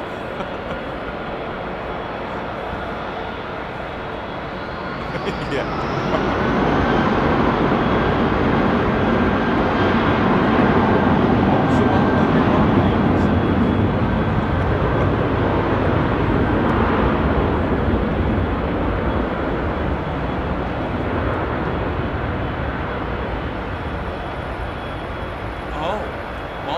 Saying Jet2 retiring 3 more 757s next month, but 1 more to stay flying for the time being, and that's Alpha India.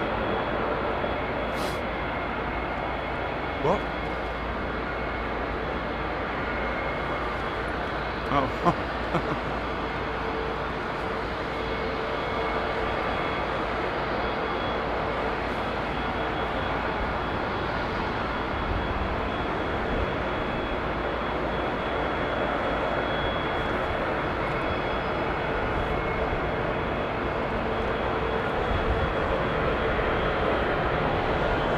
I wonder.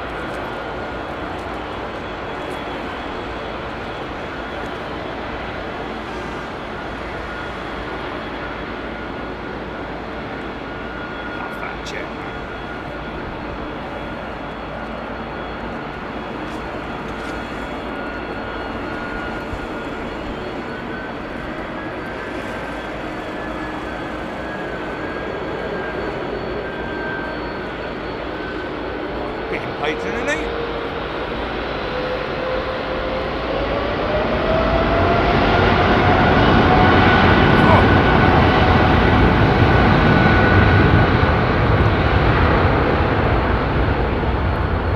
Pelted with a few stones.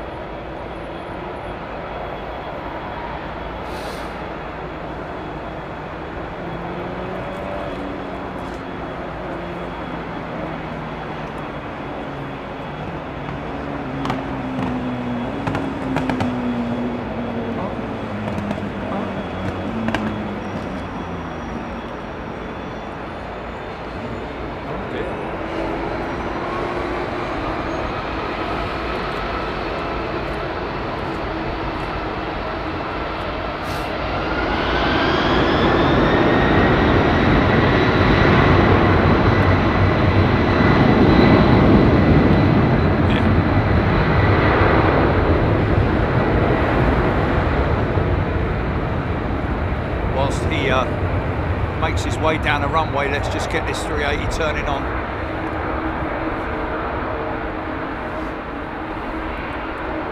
Fly SSC wondering what United's financial situation is.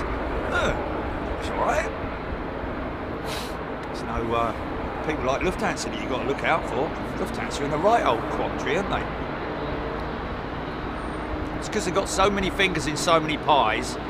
Of the Lufthansa group, that and not only that, but they are suffering financially because of the patching on that those, isn't it weird, man? Always makes me wonder why they are.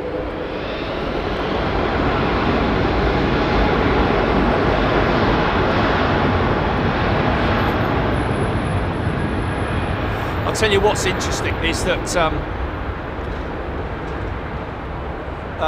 sort of like noticing the or monitoring the what the kids like, you know, in terms of the models set, you know, and it does seem that our, you know, love for the jumbo jet, the younger generation are now growing up with the A380. How long they're going to be able to love this aircraft? Certainly not as long as what we loved the 747 for that's for sure. But it's interesting to see that a lot of the kids like the 380 as a model. Just an observation.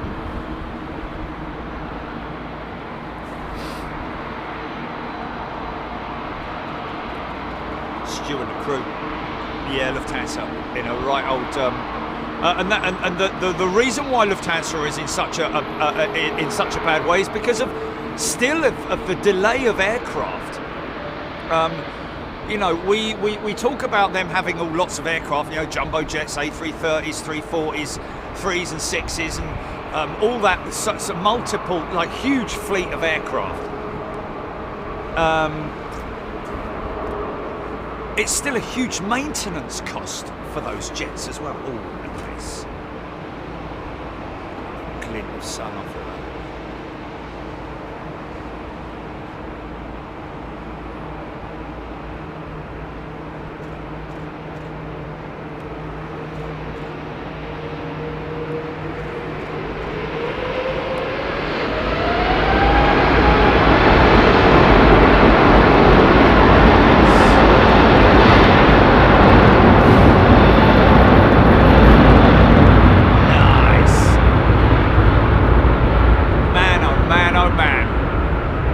Sitting on one of those things over the wing, you feel that you literally are thrown back in your seat ever so slightly on the 350 at full tilt, and you hear it as well.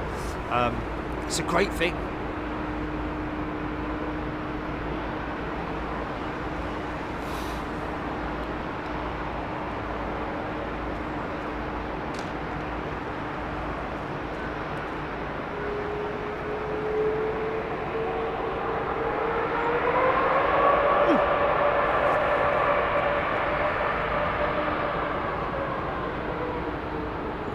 Was that triple? I think that was the triple winding up, wasn't it? Nice.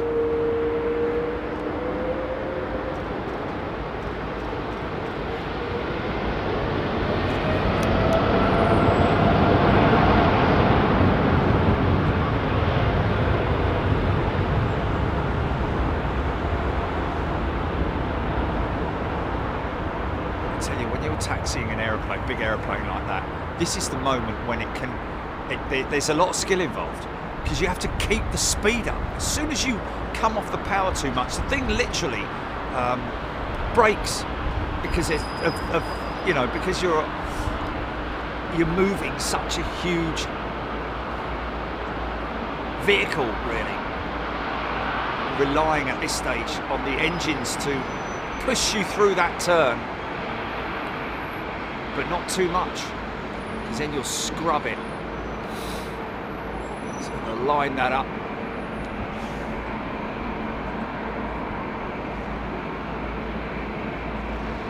That's for the lettering and numbers on the undercarriage doors is for the ground maintenance teams. Go to Stig Aviation, he'll give you some information.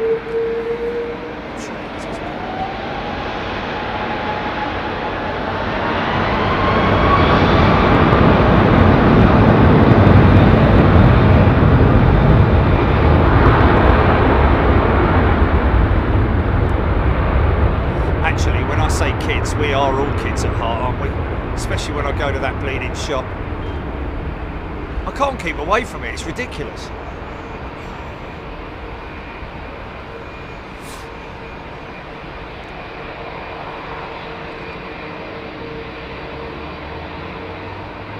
Chili's like, you know, morning, yeah. What was ARD? Yeah, all right then. Any excuse. Yeah, I've got a model here. I've got to take it back.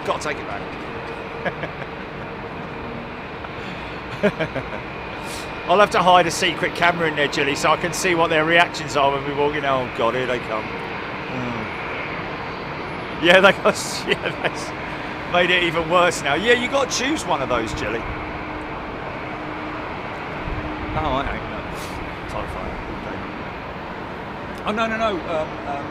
No, it would be the other one, Luke's. Yeah, definitely Luke's, because there's a little Luke as well in there. The land speeder. Yeah.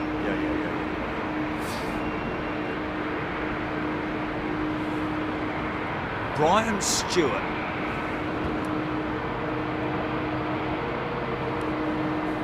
Strange to think that the final delivered 380 was to Emirates in December 2021, while the last 747 was delivered to Atlas in the January of 2023.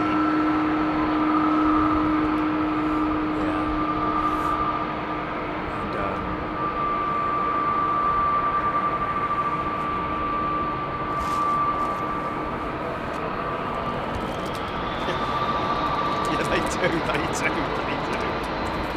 There's a shop next door that's empty, isn't there?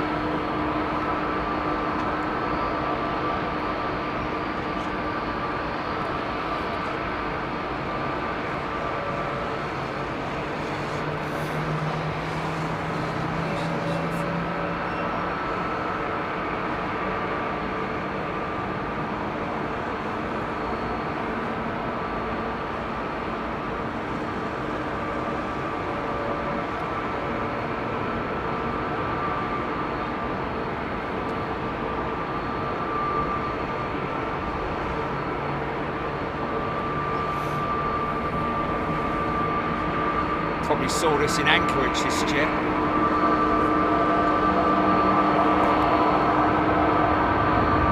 Listen to the engines on that A330.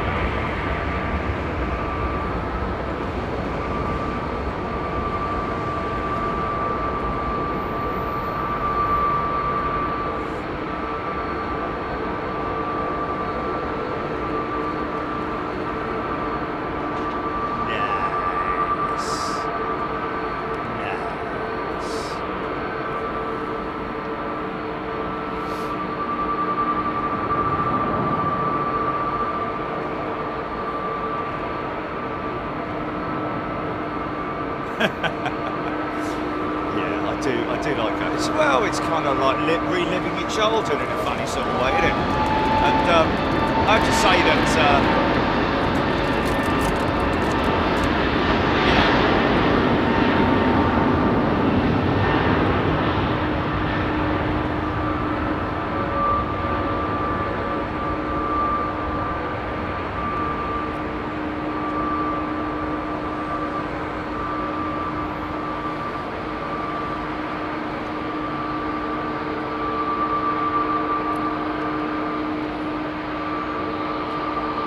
Paul and So Sharp and Mark and Jordan and the team up there, and Paul and Shoshar's kids help out in the packing department as well. It's a very family run orientated sort of like, you know, business model, but what's funny is like that room, the back room where Shoshar sits down and does some of the orders from, it's getting more and more enclosed with boxes, and one of the towers of boxes the other day was like leaning over, literally. It was insane. But they do a great job in keeping everything fresh as well. Whenever you walk in there, there's new boxes, new models, new displays. It's just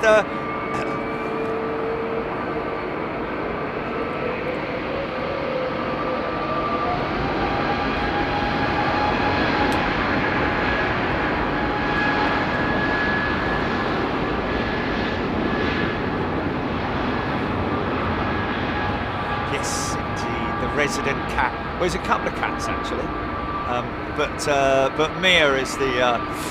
She followed us all the way round when I said she had a little trot. She had a little trot, didn't she? They've been operating this jet into Heathrow. Oh.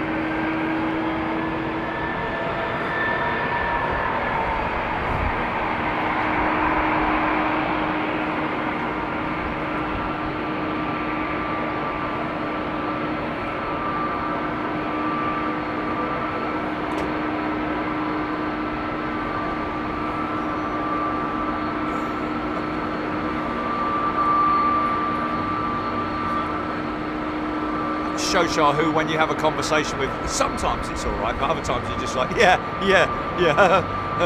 and then she laughs at the end of you, go, yeah. Bless her. She talks very fast, this Shoshar. Find your icon too.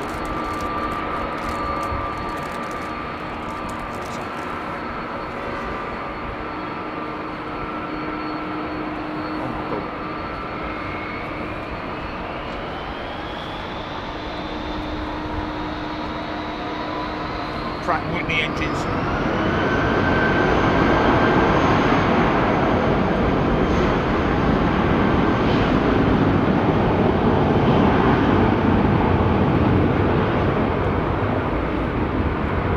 I didn't realise actually that American Airlines have their own engine overhaul facility.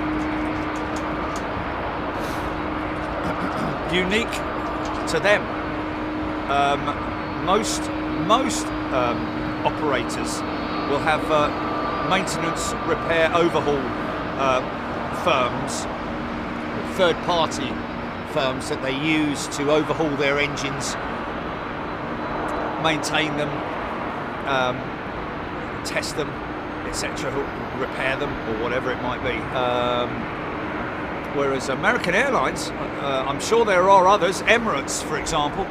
I know Emirates have obviously got their own huge maintenance facility at Dubai, both at Dubai and also at the other Dubai as well. Dubai and not Dubai.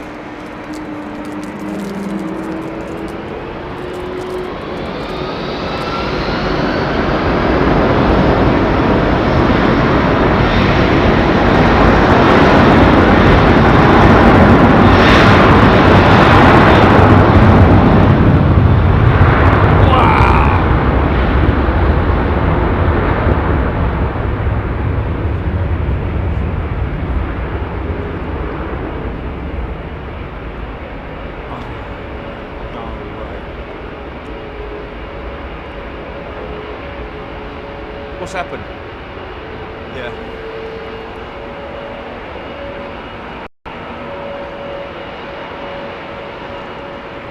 Right to the middle of what? Oh my God, you're kidding me, mate. Mind you, wouldn't you do that if you had half a chance?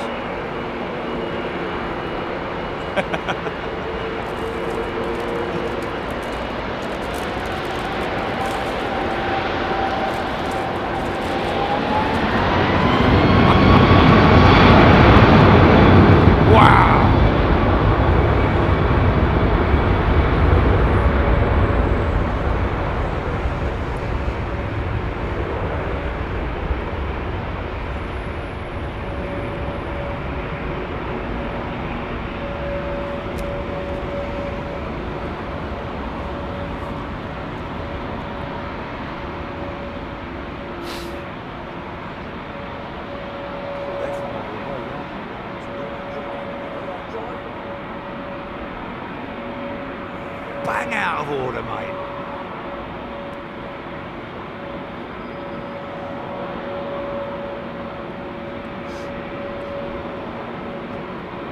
Paul Hooper. I think by the sounds of it, I've met Paul up at ARD. I do meet people quite regularly there, you know. Dad and his son yesterday.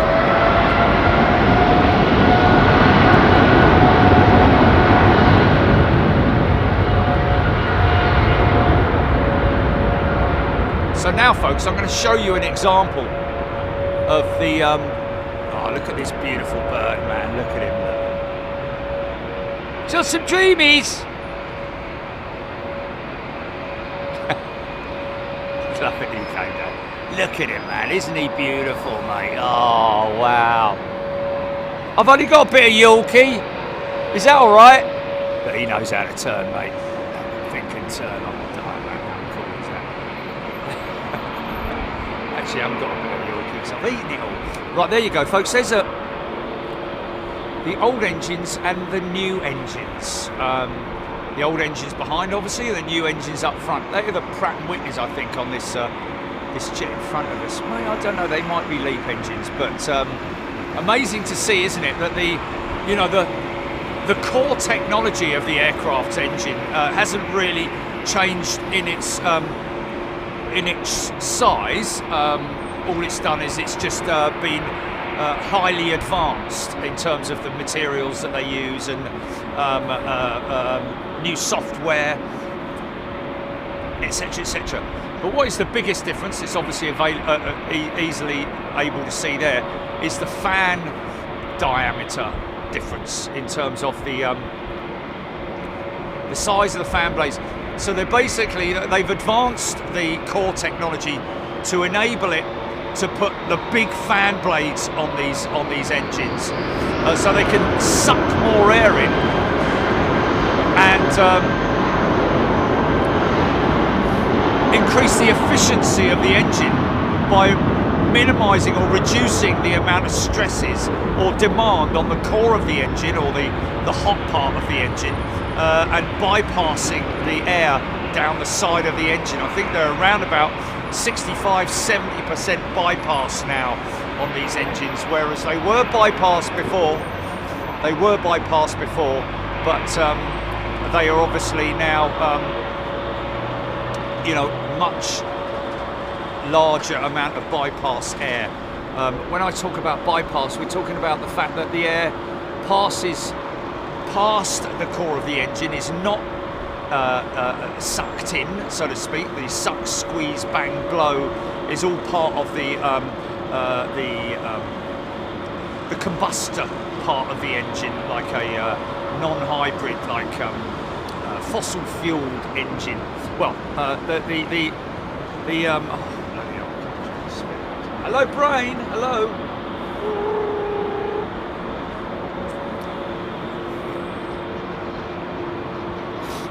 No, lost that one. Student crew prefers the old. Look at the old ones. New ones don't look quite like big stupid wheels on the front. Oh, I don't know, man. I quite like them. I think they look pretty cool.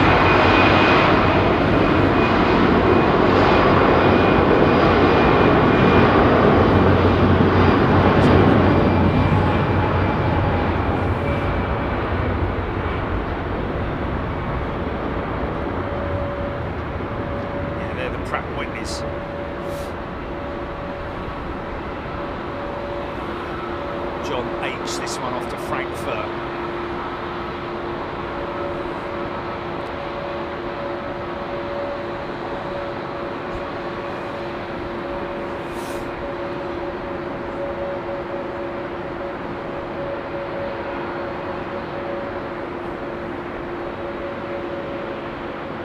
Kathy Williams slinging just past her house in Greenwich.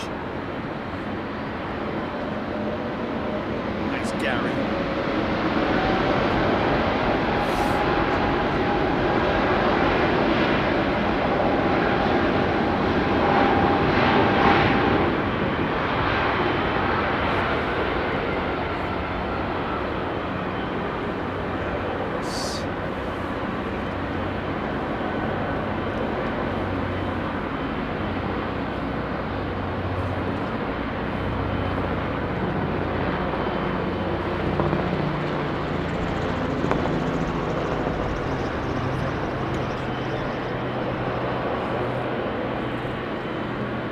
No show planned yet for this month, folks. We are going to jump on that tomorrow, literally, because we need to plan it. I think we've, if you check the planner, We will always put it in the planner now on the app. If you go to the app and look at the planner, you will be able to see what's going on there. So if it's not in there, we haven't made any decision yet.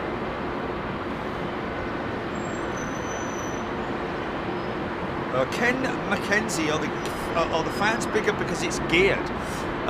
Well, only the Pratt & Whitney engines are the geared turbofan, the GTF, which is where the gearbox is mounted to the shaft of literally the shaft or the spline, or not so much the spline, but the spool, the engine spool itself, which is why Pratt & Whitney are having problems as well. The LEAP engine is the gearbox is mounted externally well, not externally, but on the outer casing of the engine. So it's a different system, and that's not why the fans are bigger. The fans are bigger because they've developed the new engines to be able to do that. They've basically looked at the design of the aircraft, the way that the aerodynamics work. They've obviously tested it. I'd imagine that was probably one of the first things that they did was to look at some smart Alex come up with the idea, haven't they, that why can't we put a bigger, more efficient engine on the A320 model, and they've gone to the likes of Pratt & Whitney and General Electric and said, look, can you make the engine bigger and more efficient, but something that we can still continue to operate this aircraft? So it's a modification, just basically a new engine is all they've done on that, and they did. This is the result.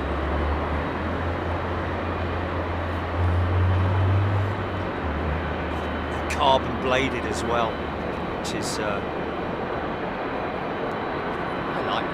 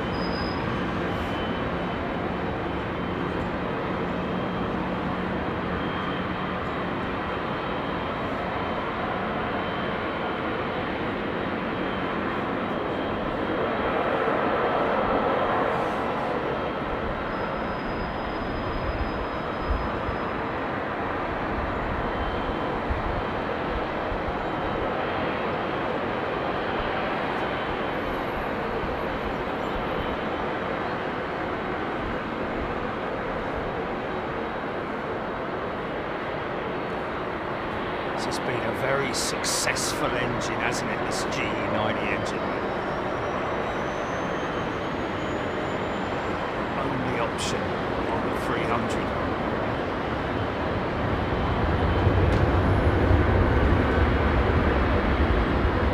Look how smart that Air Canada jet looks, man.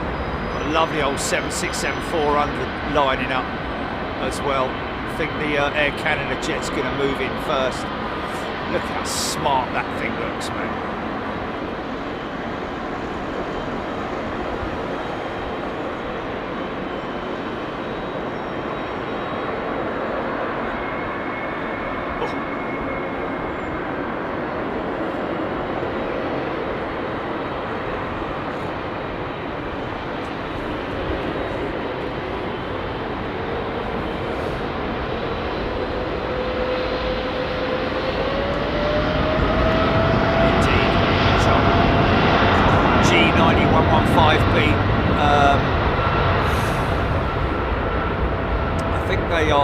I think they're all not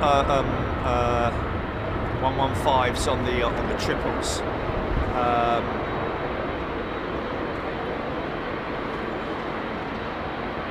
Oh, we've got somebody's family on board this jet, folks.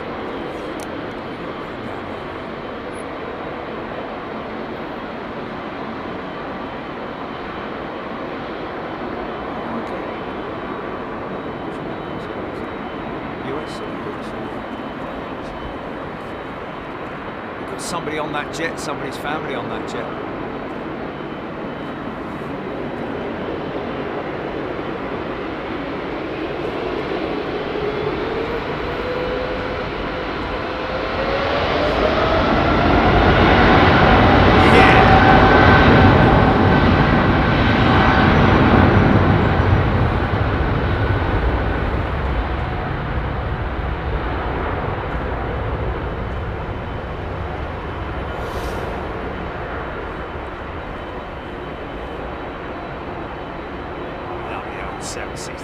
lined up to go out.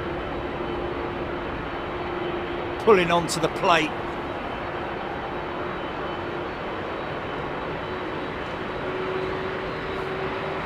Let's grab that.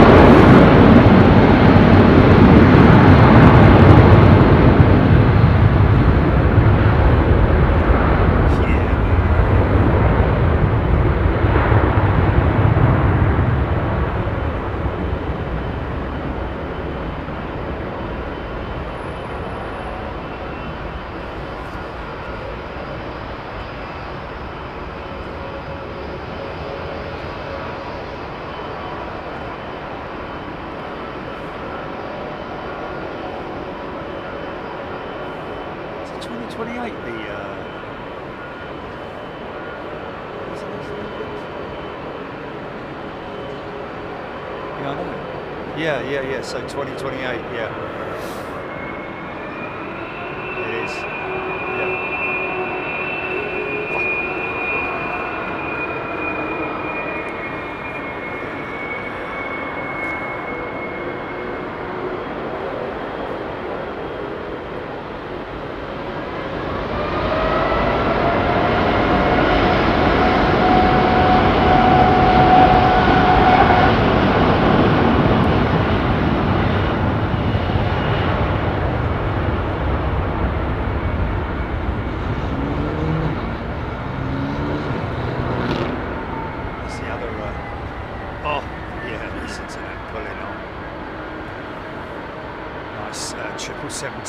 United 777-200 being pushed back over there with the Pratt & Whitney PW4000 engine in it. The other option, American Airlines using the Rolls-Royce package. These guys using the Pratt & Whitney package. Saudi's jet lined up.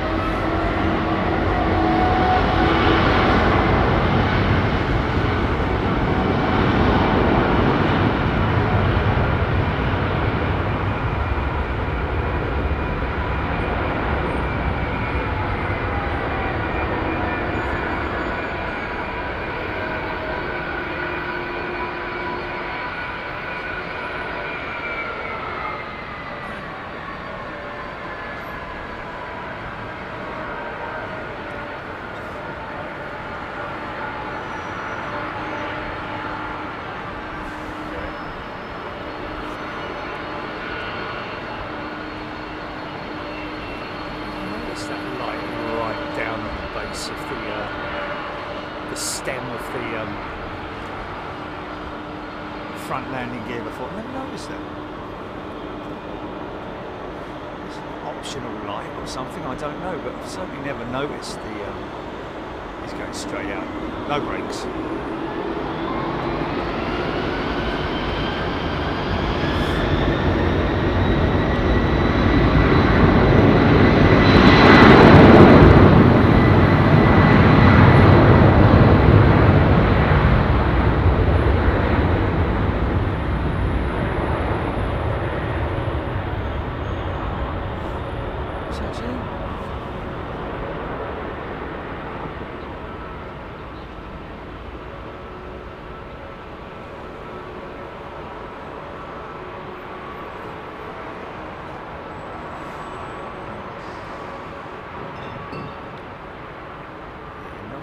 Sell thousands of them, are they? That's why you have to look at minimum runs and stuff like that. But we were looking at, folks, the opportunity of that bird of prey just meandering around. That was brilliant. We are looking at the possibility of having a die-cast A380 model created. We've sort of been looking at that idea for quite some time. Got some numbers the other day from Paul, which were, doable, but, minimum run, say 250, something like that. We wouldn't make these things in by way for making money. So we put a bit like our merchandise. We just put a handling charge on it, literally. Not even that, because they would be sold through Aviation Retail Direct. They'd obviously need to have a little margin themselves just to cover the administration, and I think the postage as well. I'm not quite sure how that all works out. If somebody orders an aircraft from overseas, that's obviously you have to calculate that in, and then you're given an overall price, I'm guessing, something like that. But they know what they're doing. Know their stuff about shipping overseas, I can tell you.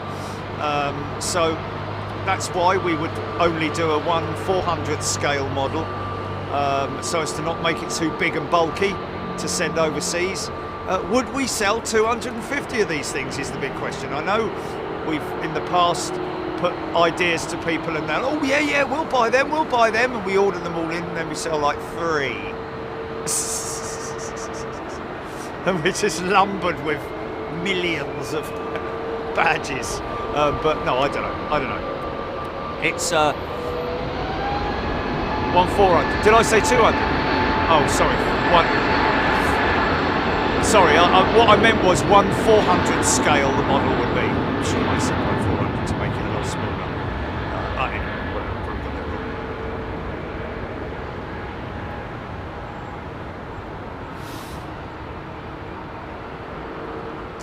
Yeah, so obviously, you need to consider the amount of time and effort that you put into doing something like that, and whether it's all worth it. Because ultimately, at the end of the day, we're a live stream aviation channel, but people like the sort of like memorabilia and things like that, and knowing how much people like their models, like I do.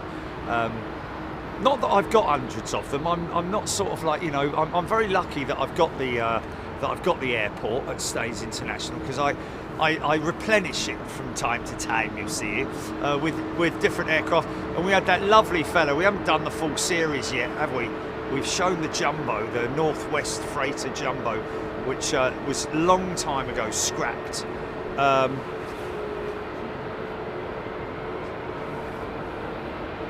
Craig in Honolulu, who very kindly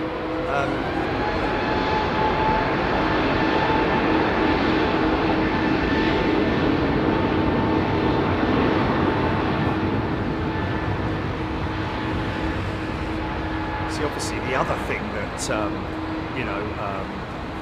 Airbus or the engine manufacturers and the airframers are able to boast about is the fact that they've got so much more fuel efficiency with these modern engines, somewhere in the region of 25% more fuel efficient than their predecessors, which is really impressive. Jam Sani 26.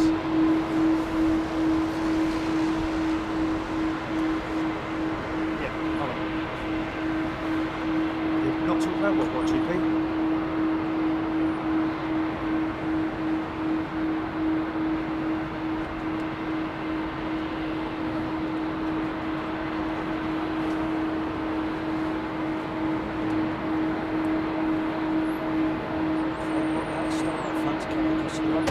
No, we don't want a start-up fund and all that kind of thing, folks. We dip into our own pockets, you know. The company, we're very careful with our money.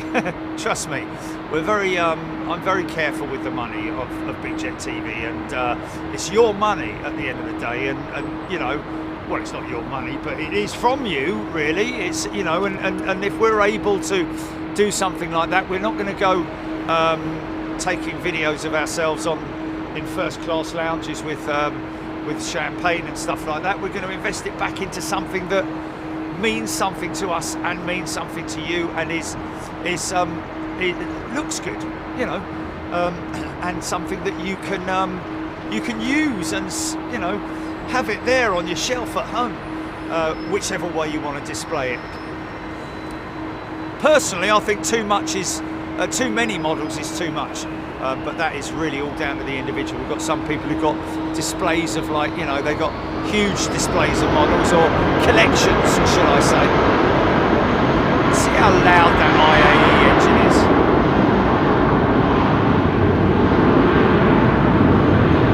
And like I said, you know, we've got the I'm a big fan of a diorama myself. I like the old airport, you know. Whenever I show someone my airport, they're like, wow, look at that, because of the background and all that kind of thing. And it's because, you know, so if you're able to do something that brings people a little bit of happiness, and do it. Put your money to good work. It's,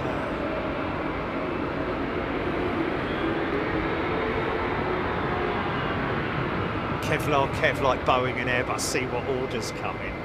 Well, actually, Kevlar Kev, you're right, because that's what we, Jilly actually suggested, to get a pre-order book to see how many people would actually buy it. And again, like I say, we're not going to charge anywhere near the full retail or even the recommended retail on something like that. We just we're not into making any money on it. We would just cover the cost, obviously, of the model, and any administration fee that goes with it, and postage.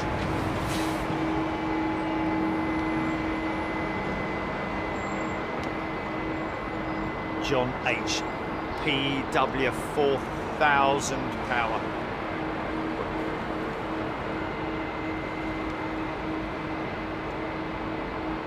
Tony Bruce. Yeah, and Andy, I've got to be honest with you, mate.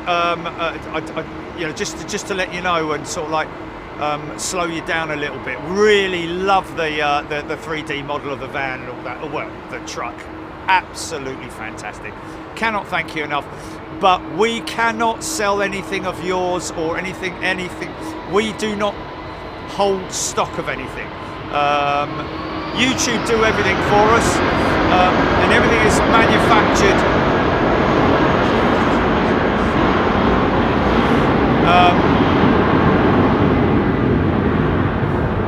Well, they're buying it from Spring, but they're buying it through YouTube. It's all relative, isn't it?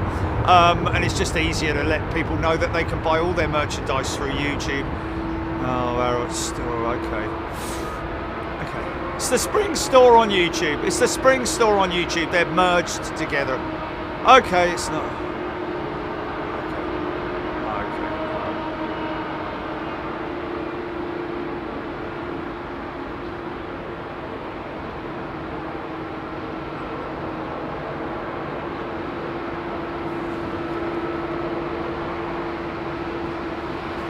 But isn't that just an easier way to put it though, Jilly?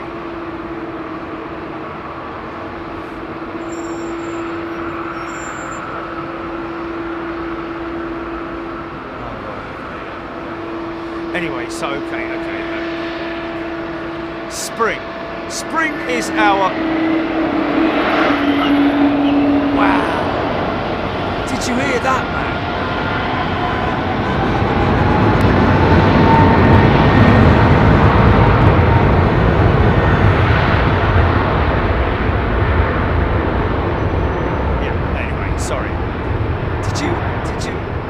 The store is hosted by Spring. Okay, so we don't stock that store other than what we literally people themselves individually order. We don't have any stock.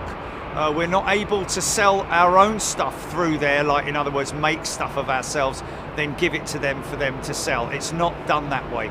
So Andy, even though we really appreciate everything you've done, by all means put them on your online store. And if you want to put them up there and sell them up there, we're more than happy for you to do that. Maybe donate a little bit to charity or something like that, if you can. If you've got a margin there to do it. But as far as us selling them, it's something that we can't do.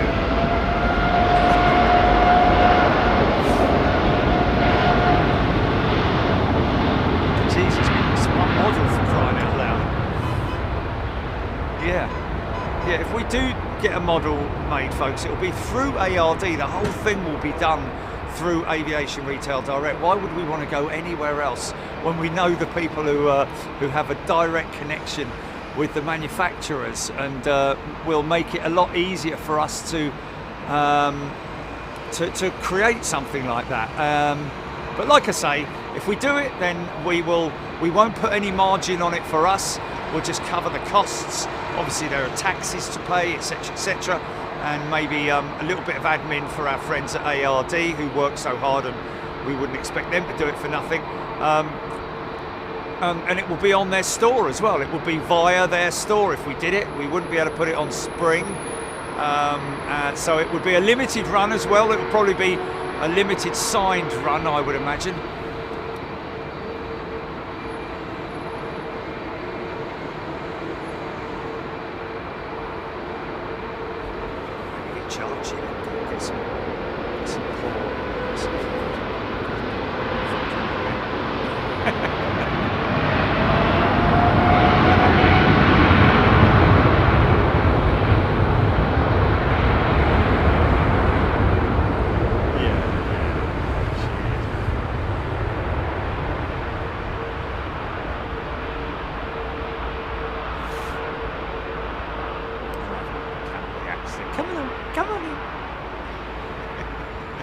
Obviously, their own maybe.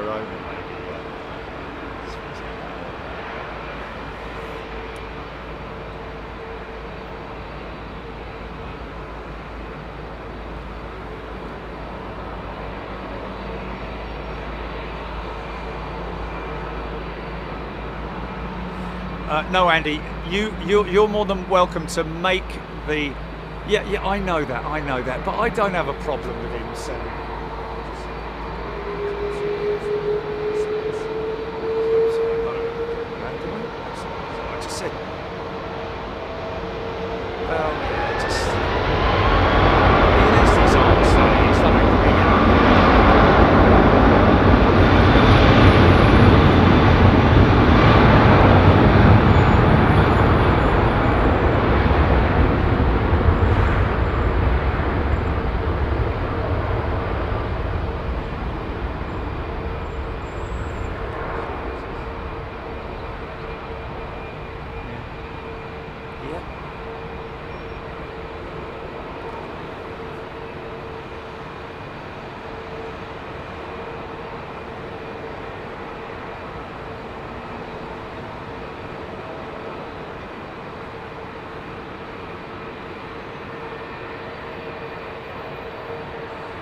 I thought that was the only time it was going to be, Jilly. And that's why I didn't have a problem with it when you explained it to me. But yeah, we'll jump on that. Yeah. Raptor X, that 787 off to Cincinnati.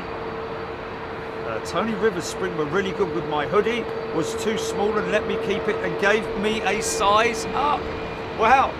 Well, I hope you've, Tony, donated that smaller one to a young child or a small adult. But that's, yeah, that kind of like does reflect on how good the folks at Spring are. You know, they do have a voice, so to speak.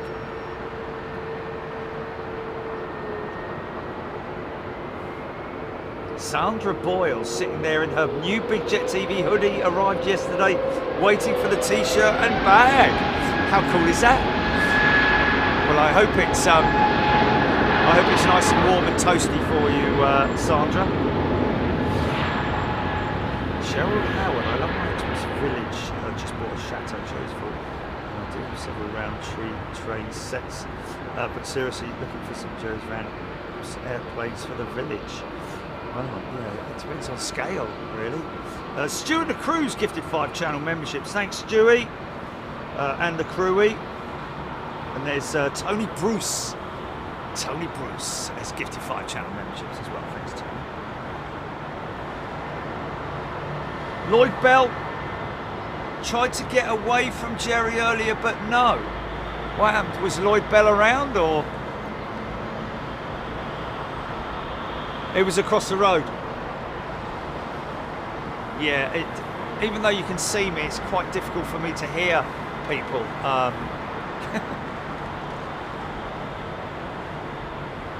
Let's just see.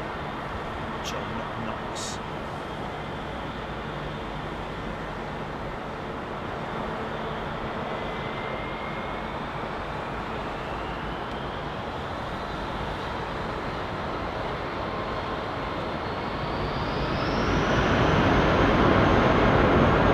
ARD cats are wonderful.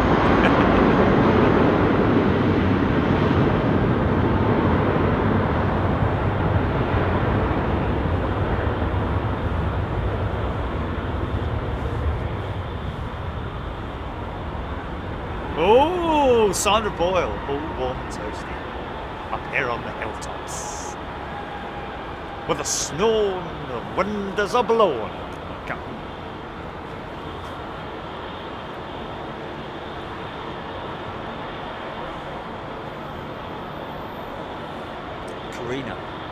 Daniel, my husband, wants one so bad.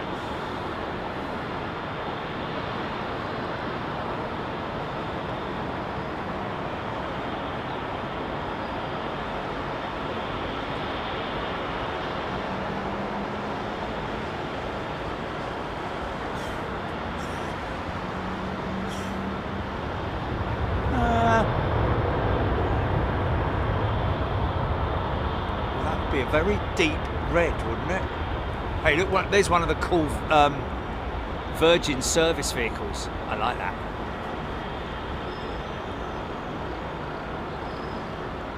Blimey. Who's that? Russell, did you say? Oh, Wadders still got his old Justin Waddington, yes.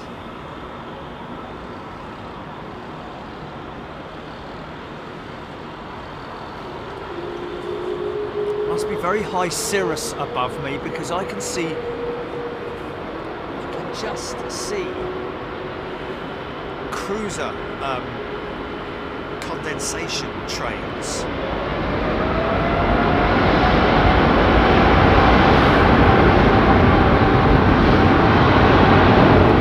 Helen Clapp, does the merchandise change from time to time? Well, if you mean new designs and stuff like that, Helen, then yeah. But you know, does it change from time? Change from time? Yeah, you sometimes on Mondays you can buy a 3-armed T-shirt, and Timmy Two Hats has you know, if you.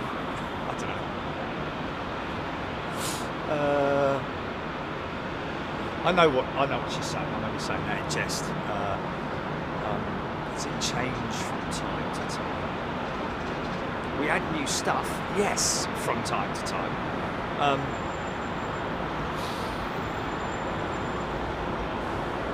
it is a shame that they don't do some of the stuff that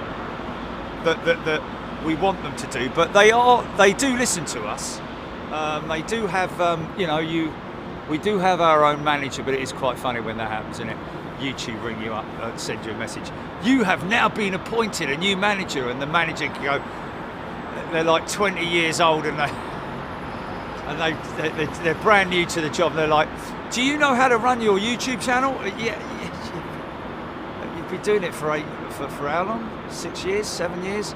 Have you thought about doing this? Yeah. You're all right. Hey, listen. I tell you what, here's a great idea. Go and take a long extended lunch on us. Tell your management that we're really happy with our channel, and go and help someone else. Yes, hello. We do from time to time, not new stuff per se. Although, you know what we should do?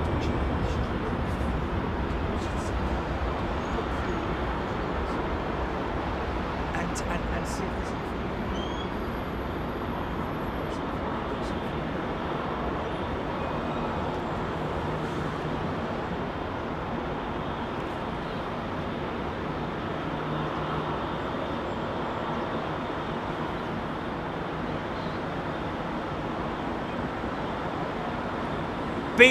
bigjet.shop is the blah blah, is the URL.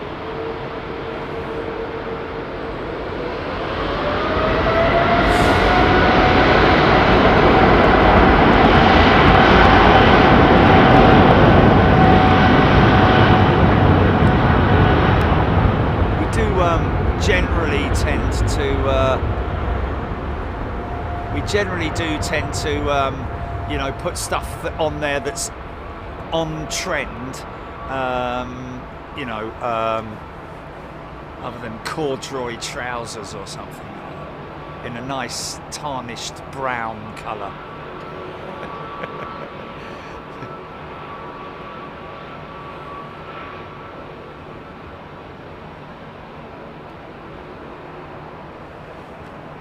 Feel that corduroy.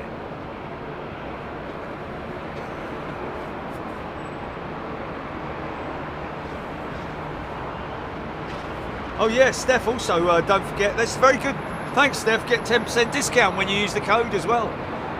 All members get a 10% discount in the store as well, God bless you.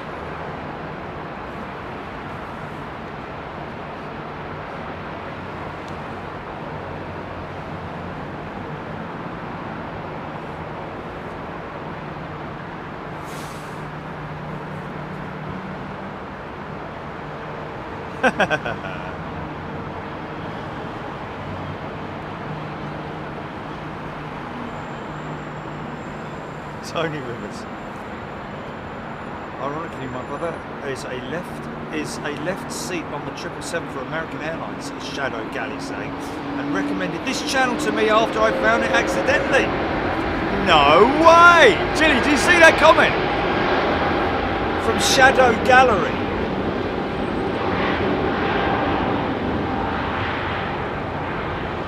Oh, that is fantastic. That is. He's a left seater. He's a captain on American 777s. Shadow Galley. Does he Does he come into Heathrow? I hope he does. Yes. After I found it. Yeah. No. His brother said, "Hey, have you seen Big Jet TV?" Yeah, I was watching it. Yeah. After he found it.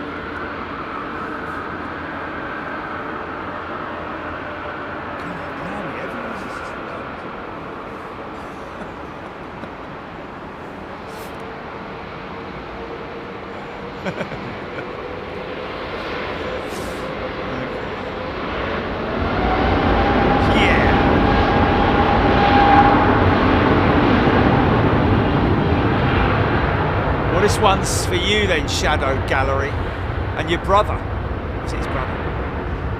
Not this one, obviously. The American triple lined up. Yeah.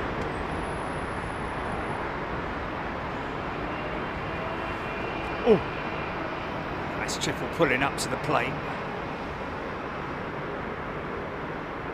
Appeals to his love for aviation. That's always good feedback, you see. And his brother, who's a captain with American Airlines, recommended the channel. How about that, man? Nice bit of brake dust off those triple set of wheels on the 350. Well, this one's for you, Shadow Gallery, and your brother.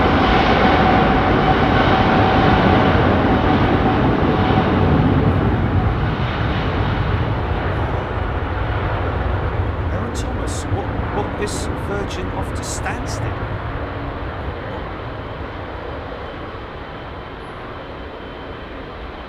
Oh, it's doing an NFL flight, is it? Oh,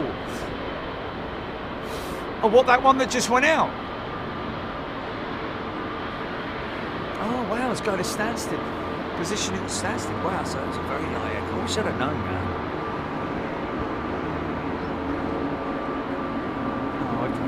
Well, I saw somebody, I heard you say that somebody said that they were at standstill waiting for the 350. Yeah, it was it went in me brain, but I sort of like didn't process it properly. I thought maybe it was a 350 coming from somewhere else, but I didn't realise it was this one lined up. Like I said.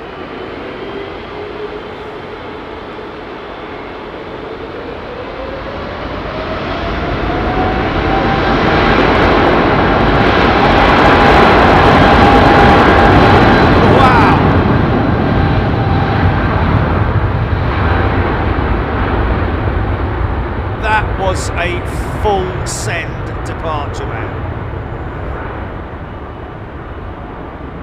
No, and never accuse me of that.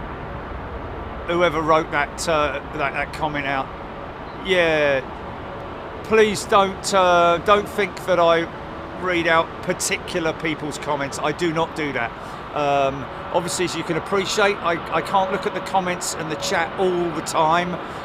So I do miss a lot of comments, as you hear me regularly say. I'm miles behind on the comments because I'm filming planes, folks.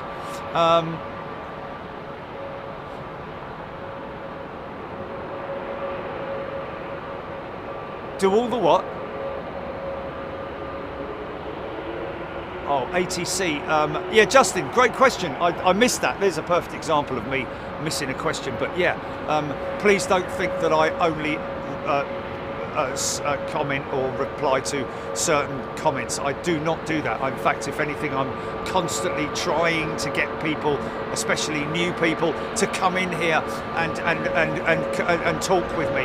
However, just in answer to your question about ATC controlling the well, there are different levels of ATC. There's the ground teams, which communicate obviously with the tower themselves, but there is a separate not building, but well, I imagine there probably is actually. But there are maintenance teams who keep an eye on all the traffic on the airfield, and yeah, if a vehicle is moving from one point of the airfield to the other part of the airfield, they will have to radio in to say this is whatever vehicle going to the Virgin hangar, for example. You know, oh, look at that. See that for a while. Wow, look at that. Yeah, so if there's a Virgin service vehicle that's moving from the cul-de-sac, let's say, and they want to go to the Virgin maintenance hangar, they will go up to a certain point. They will sometimes stop, or depending on how busy it is, they'll be given clearance to go via specific taxiways or whichever route it might be. But yes, yeah, people don't just drive across the airfield willy-nilly, so to speak. It's a very well orchestrated and controlled environment, much like the aircraft are, of course. But there are separate ground teams and a ground tower. Tony Bruce. Beverly George, Liz Matthew, Molly. Yes, I always feel a little bit defensive. I have to be defensive when people are not so much accuse me, but you know, just say things like that. It's like, you know, I'm not like that, man. I do not have it.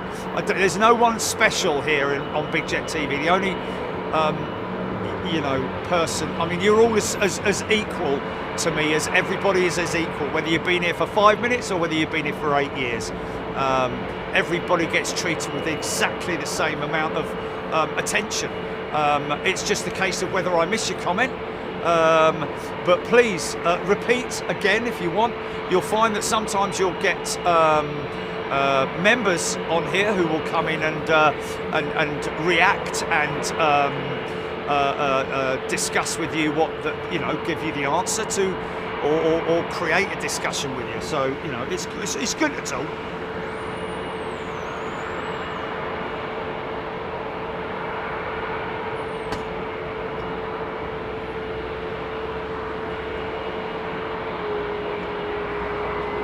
Captain Kickass. Well, you know what? Because you're not a member, but I'll read it out anyway. Anyone know why some A320 Neos do not have the black masks? Well, it's cockpit paint, isn't it? I think it's an option when they're having the aircraft painted. I think it is an option whether they have that white surrounding. It's supposed to be anti-glare, but also to you know, because one would imagine that having black would increase the heat around a specific area. If anything, it's white that you need to reflect any light, ultraviolet light, especially heat. But what's interesting is actually that I remember Screaming Emu, one of our resident pilots, telling me that if you look below the cockpit panel, the glazing on most jets, if it's white or whatever, it will be a satin veil.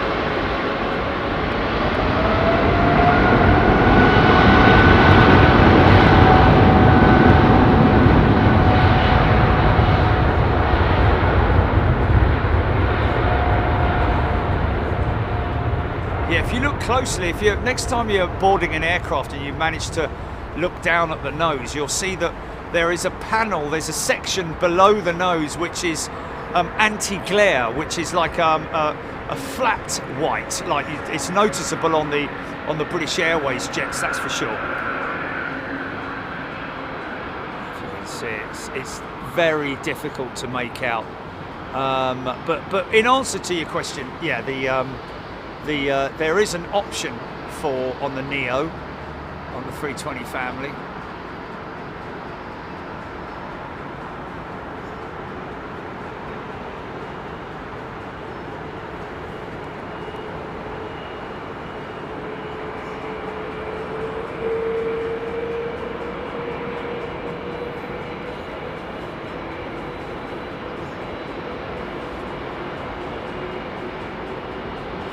Yeah, that's something that we yeah.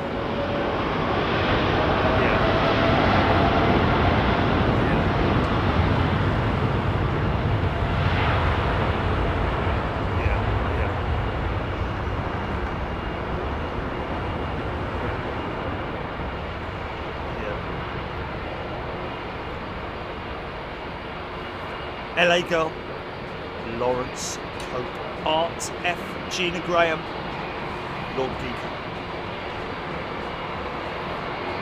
Loves planes too. Michael K.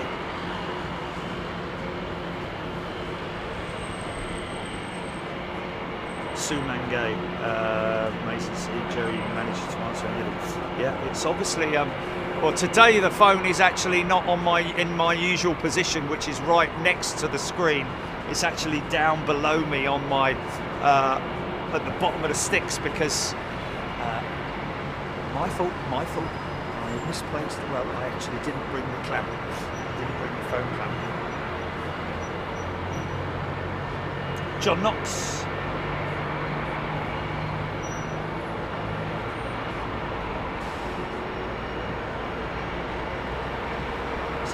Rene Corticas has gifted a channel membership. Thanks, mate. Penny Cassidy is a new member. Welcome, Penny.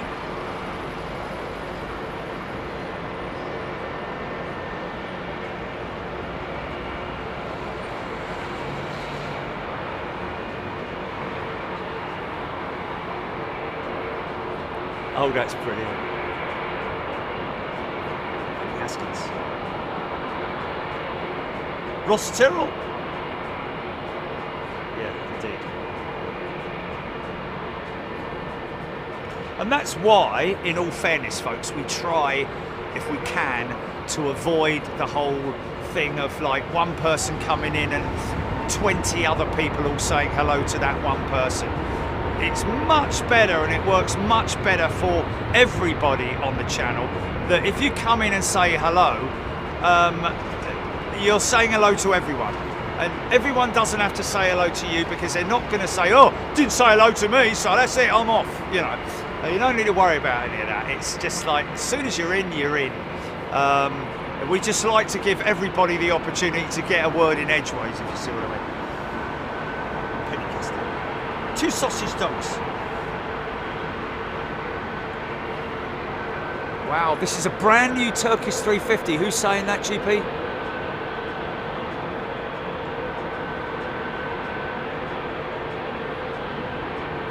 Lloyd Bell, thank you. She's a spanker. How old is she? Like, into service when? 1st of October. Oh, 12 days ago. Wow. She's 12 days. No, she's not 12 days old, but she's been in service for 12 days, folks. My job is she's already done a ton of mileage.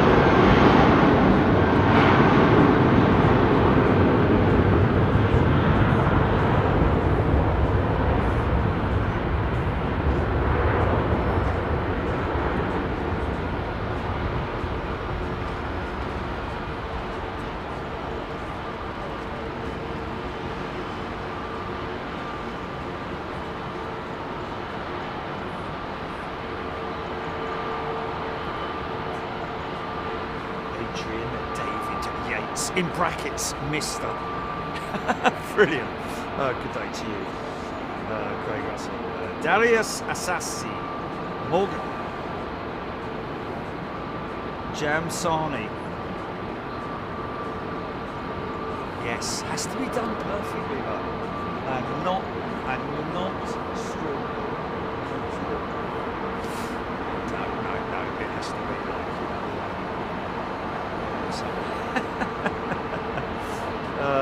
is the wind in the air on the ground same as in the air? Helen Clapp asking. Well, if I were you, Helen, what I would do is to get a more clear idea of that. I would definitely put that into Google, because no is the answer to that. Because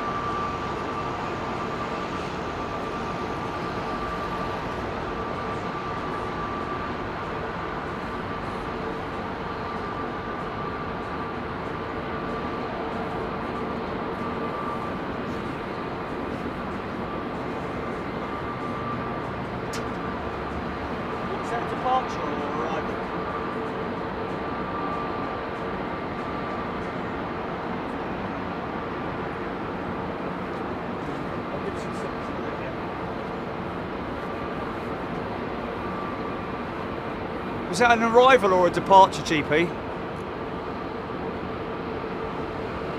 Was that arrival or departure?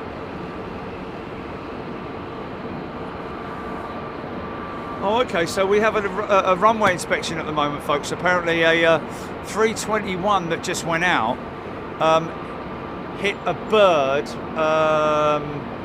on rotation. Not seeing any.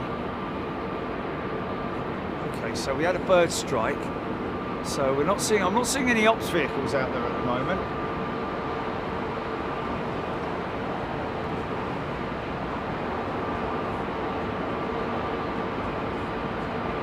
Hold on. Here we go. Here we go.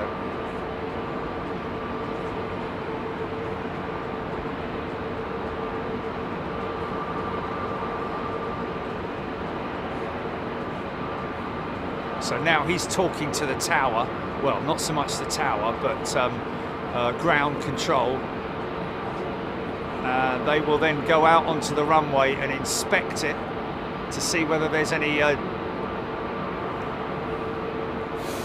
bird debris, I hate to say, but has to be a decent sized bird, I have to say, to I mean, sometimes you do get the starlings which will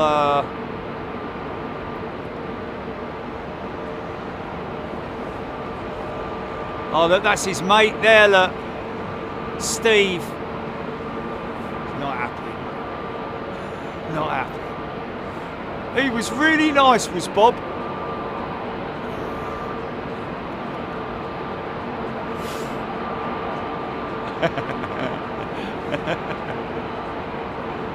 Gutted, mate. He invited me round for dinner, like, not just yesterday, mate. Now he's lying in bits of feathers everywhere. I don't think there's anything there. I can't see anything that's evident. They're at that rotate point now, aren't they? Oh, okay. Hold on a minute. Oh, hold on a minute. He looks like he has. Oh, poor old Steve.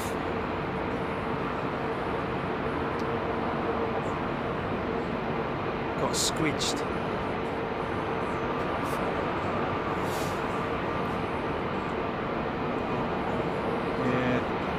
Gone in the back there.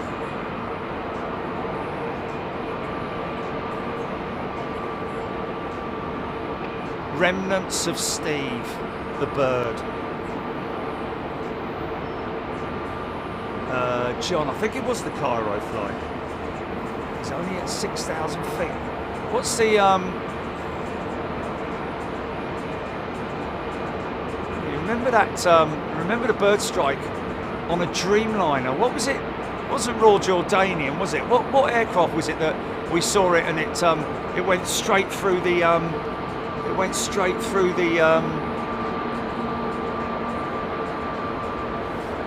the slat, the leading edge slat. And we saw it. We actually, well, we didn't see it, but somebody saw it and told us, and then we saw it. R.I.P. Steve. Kidding, PJ. Sarin 63, that's an ex-Norwegian Blue Crow, yeah. Oh, it's a Saudi jet, yeah, Saudi jet, yeah. Wonderful plumage.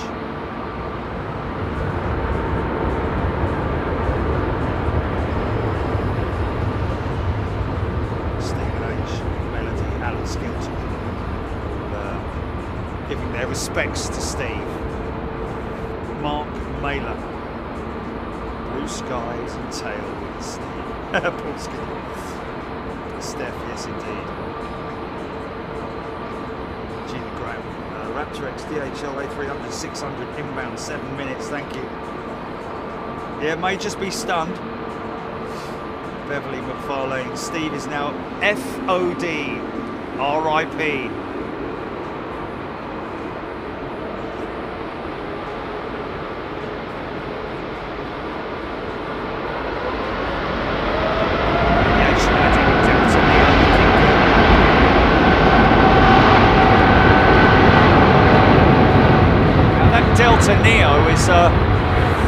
It's a good example of it's a good example of the cockpit surround paint, which is, as far as anti-glare is the only thing. But why would you're not going to get glare from above the flight from the windows, are you? I don't think it's an aesthetic thing. Although saying that, the Air Canada Bandit livery definitely appears to be an aesthetic addition, doesn't it? But as you can see there, and on that 320neo there, the cockpit surround. See how basic it looks without any paint on the cockpit surround versus that looks more rounded. It's pretty cool. It's an engine being started up. Yes, Charch is in court tomorrow. Yeah, he's very confident, folks. We're hoping that he's got to appear in court tomorrow, so wish him well. I'll be there to. Well, it's actually evidence that has come to light, folks. That basically.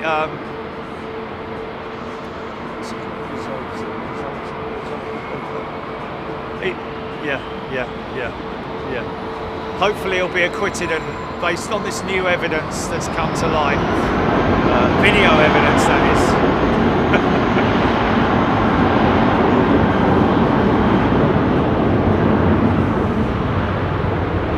Yes.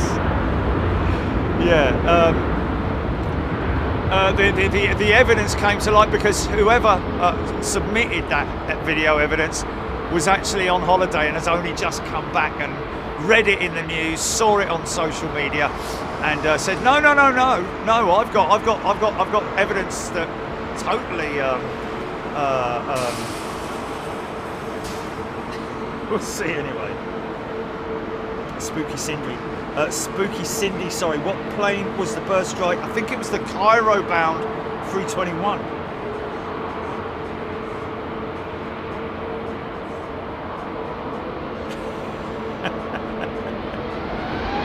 Thanks, Tony.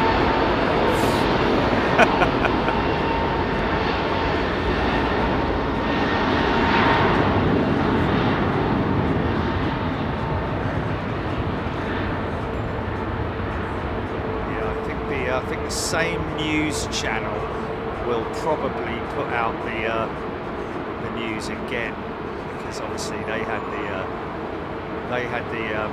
the rights to film charges.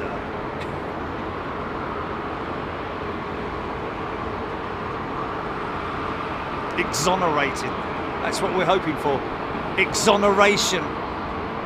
These Delta jets do look good in the A330neo, don't they? That's I wouldn't say poor man's 350, but they've given the customer the option. It's a much cheaper aeroplane than the A350 because it's a modified version of the old CEO jet. So the fuselage is alloyed skin.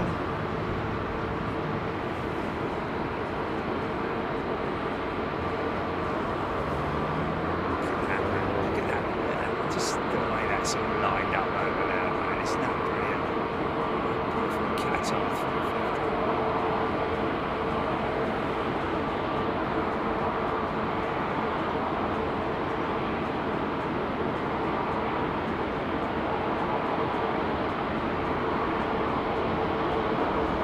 Justice Featherstone might be in a Chinook grey.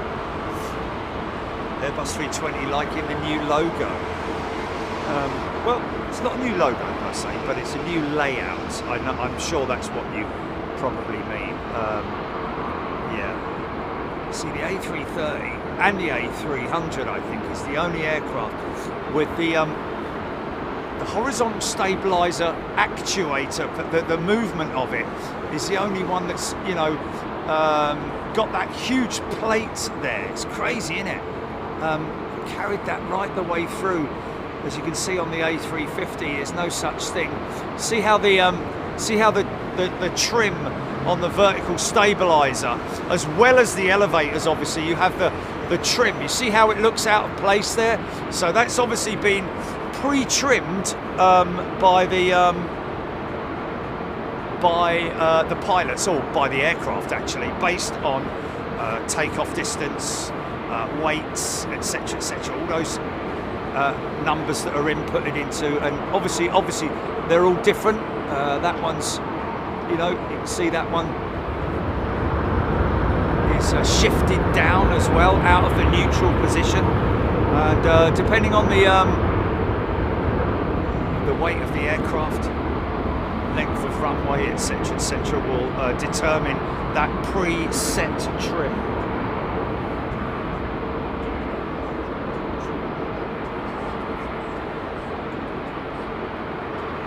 Karina, off to work my 4th flight. Wow.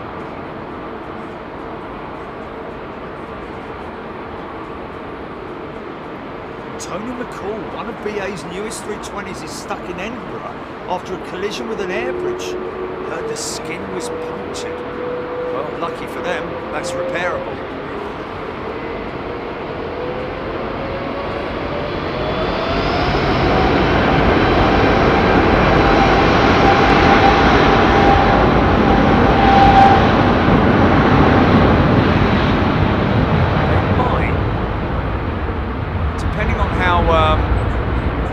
How bad that damage is, you know, they might be able to fly that aircraft down from Edinburgh to London Heathrow or Gatwick to carry out the maintenance, or maybe even down to Wales, or is it down to Bristol?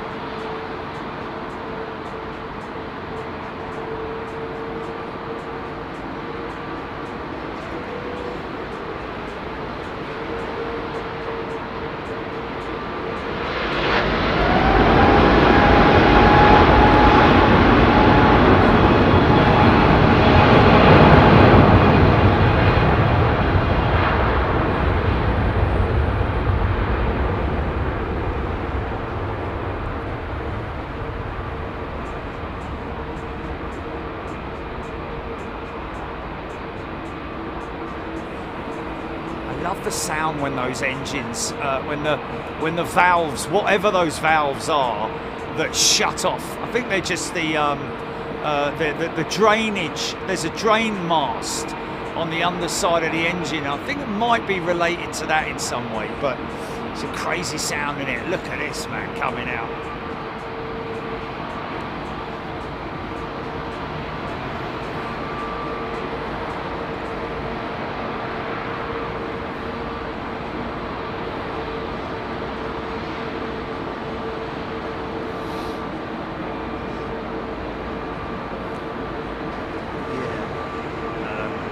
Depends on where the bird struck the aircraft, really. If it's a small bird, it won't do a great deal of damage because it will glance off the windshield, or I mean, to be honest with you,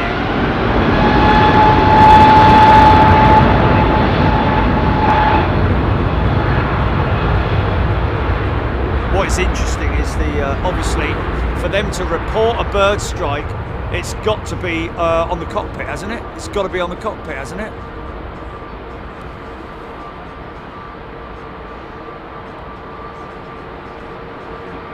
Oh yeah, it's carried on. It's continued. Yeah, it's obviously not a major, you know.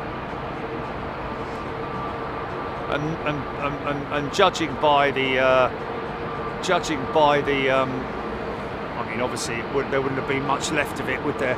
But what that ops vehicle picked up, there wasn't a great deal left of it, was there? Unfortunately, but you know, for them to report a bird strike means that it must have been on or around the cockpit area, because that's the only way they'd be able to detect it.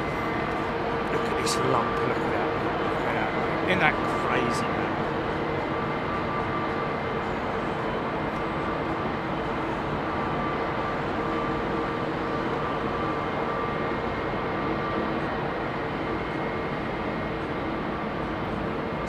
Saying next Virgin 330 Neo flight testing at Toulouse. How many has it done? Nick Gray learned yesterday that speed tape is made out of aluminium. Yes. It is a very thin and wafer thin aluminium or aluminum. Oh, he's angry, that triple. Look. Susan saying that's her favourite Emirates livery.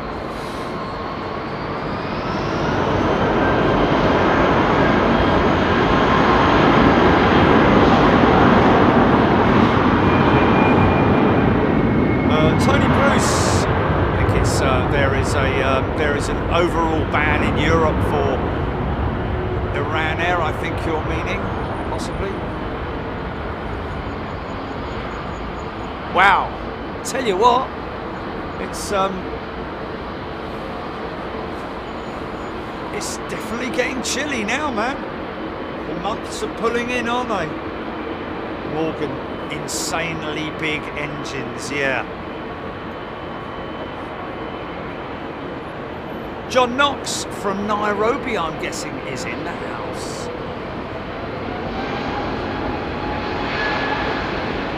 Big lineup of jets over there, look.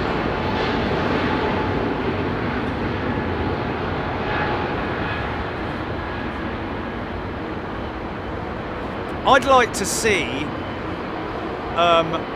one of the operators that uses the biofuel to do one like the McDonald's delivery trucks. Do you know what I'm talking about? Where they have the pipes and all the stuff going along like that and down into the fuel tank. That would be pretty cool, wouldn't it? That would really draw a lot of attention, far more than just what current schemes are out there.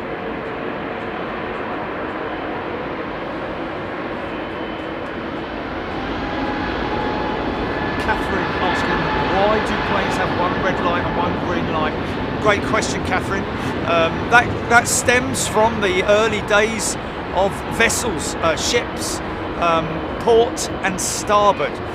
Red light on the port left side, starboard is the green light, which you can see there on the, and that is basically to give you an idea of which direction the aircraft is travelling in. If you've got something, you know, coming towards you or going away from you, basically, you're able to distinguish that. So that's why they have a red and a green light, very much like on ships and boats. Great question, Catherine. Kathy Williams. 90-minute turnaround on the 380 indeed. Very impressive. Morgan, 7 degrees there.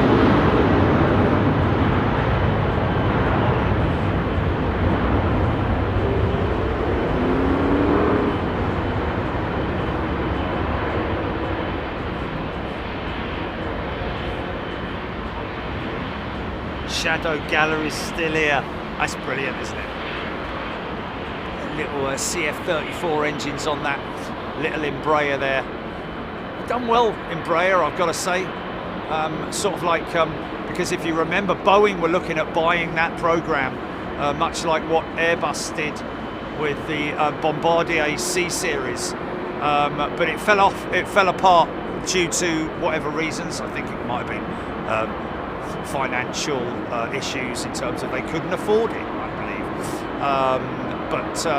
But yeah, they've done pretty well, have Embraer, in presenting and selling the E2 jet, which is the big engine with a new wing on it.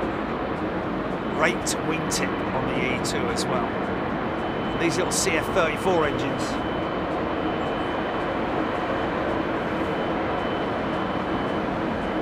Rachel Lofthouse, can't wait to see the A350F livery when that eventually gets painted. Yeah, it did change, didn't it? They also, what is interesting about the A350 freighter is the original design, the freight door, the main deck door, which is bigger than anything anyone's ever seen. They've made it big so that you can get big engines in there, because obviously they're considering the size of the Rolls-Royce.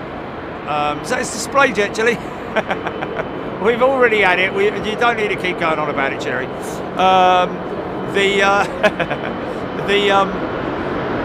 Yeah, they changed it. They relocated it, didn't they? They relocated the freight door.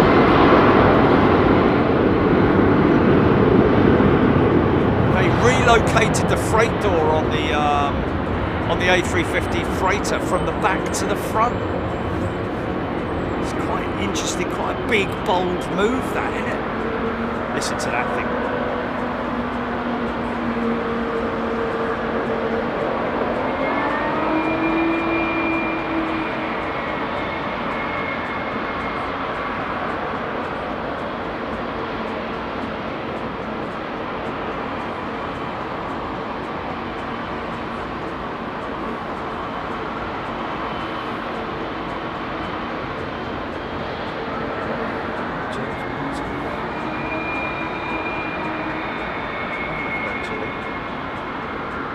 Kalulu Air Special. He's just pointing out there. Stickers, labels on the fuselage pointing to the captain's seat.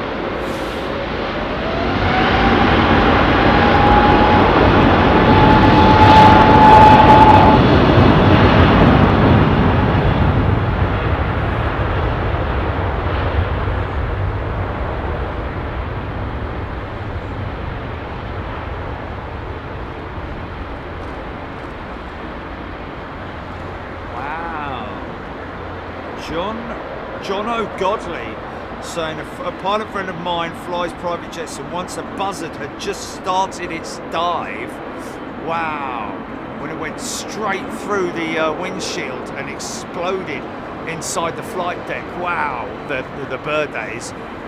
That's crazy, poor thing. We wouldn't have known anything, would it?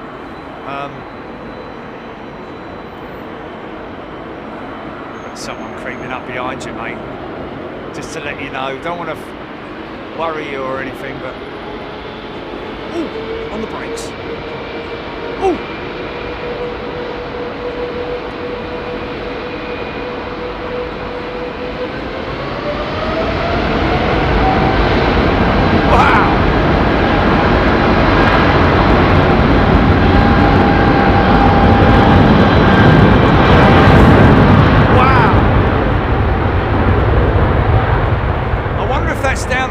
Temperatures, then they had to wait for the N1 numbers to come up, the engine pressures to be it's one for you, Aziz.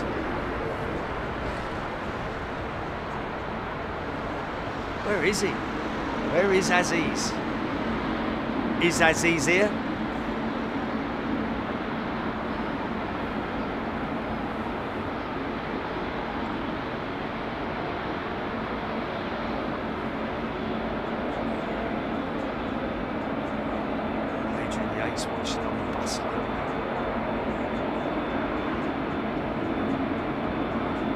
See how odd the Royal Jordanian jet looks when it doesn't have the right engine cowls on it.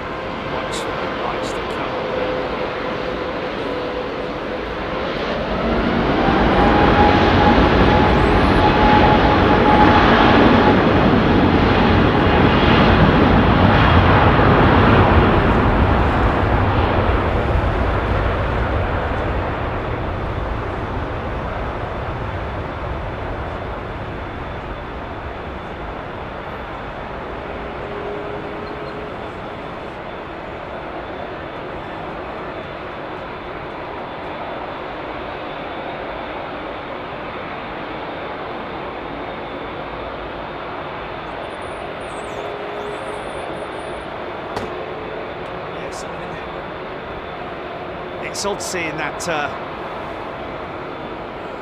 Dreamliner without its normal engine cowls. They're sort of like, I want to cut to this Super Jumbo, because when they get clearance from the tower, line up and wait behind the accompanying jet. So I think the American jet's going to come in first. He's going to get the call now, line up and wait behind the American 777, maybe.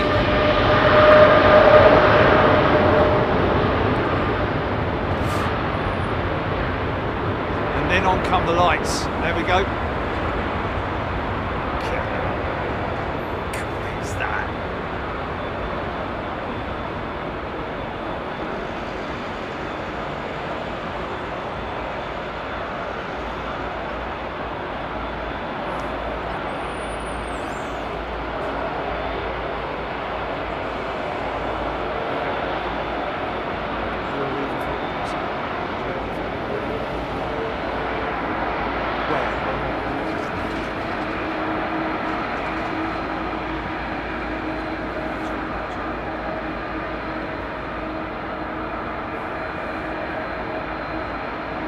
Andy Apps has gifted a channel membership. Thanks, mate.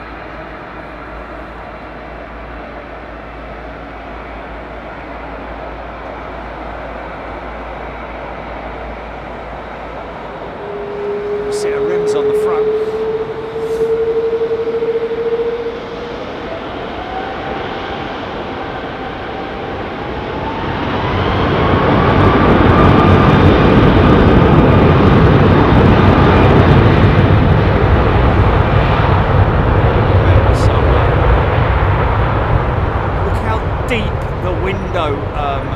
Panels are on the A380, folks. Look how almost three-dimensional they look. The windows, the passenger windows. Look how deep they are. They're at least, well, 9 inches, something like that, in depth. Because there's a lot of insulation and piping and tubing and all kinds of things. I think.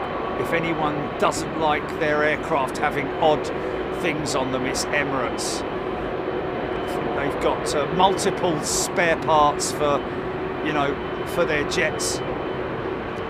They would not want to be seen with a sort of like, here we go.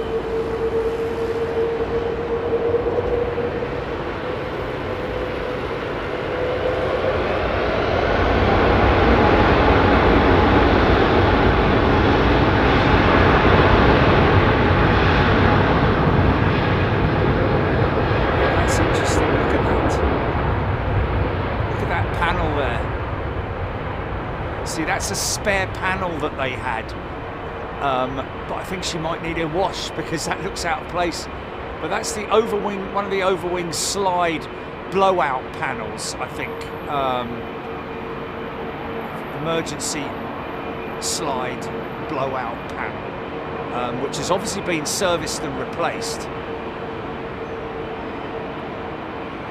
So even simple things like that have to go through servicing.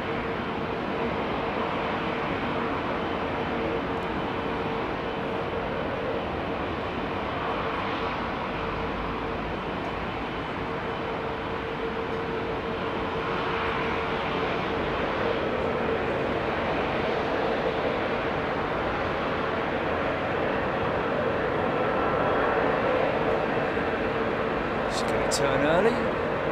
Not that early, I wouldn't have thought. She waits until she's about 1,000 feet before she turns.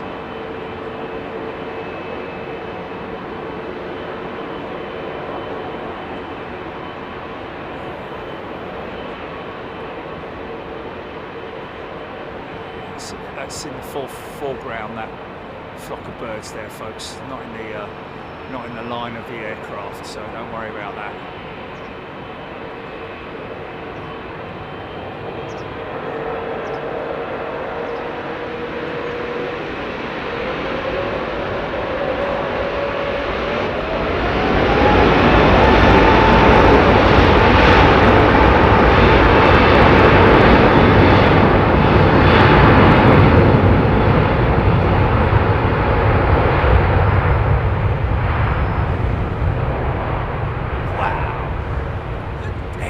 XWBs are popping and gurgling, literally, like an old set of Pratt & Whitneys, man. So here's your biofuel jet. Quite like it. I like the fact that they've put something on the engine cowls as well.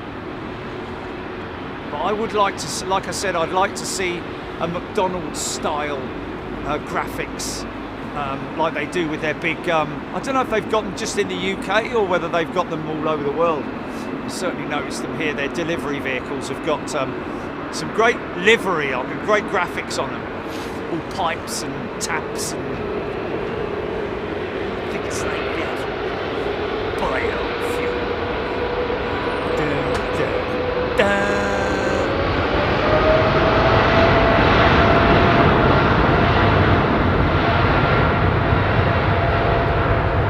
What they mean there, folks, by the way, for those of you who are unaware, because there are thousands and thousands of people who are completely unaware that the airline industry even uses such a thing.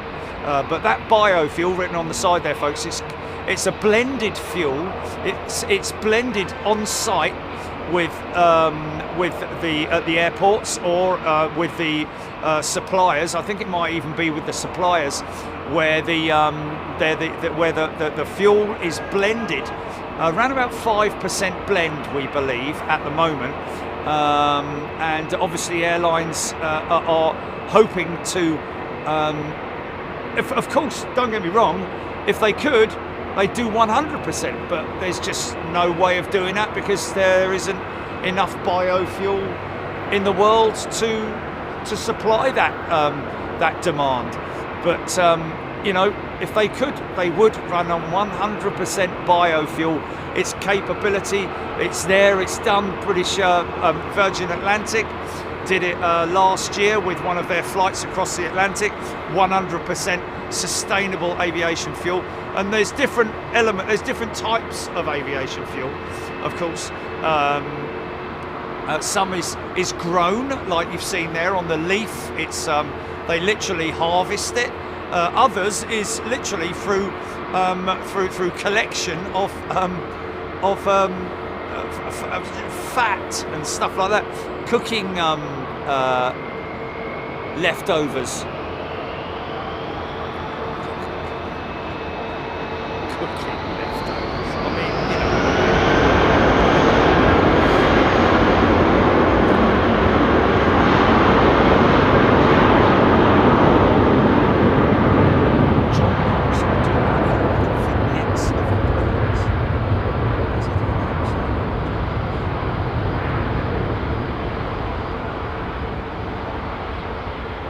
Oh, okay, I've got you. Yeah. Oh, yeah, John wants au revoir, caution mark, turbulence.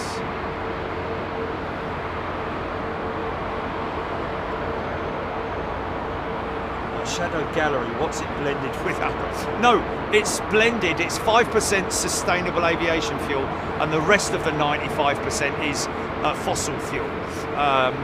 And I know it doesn't sound like a lot, but it definitely makes a huge difference when you consider that somewhere like Heathrow will go through billions of litres of fuel a year. When you consider just having 5%, yes. Oh, I've got his light, I've got his shining light. There it was, I saw it. Yes.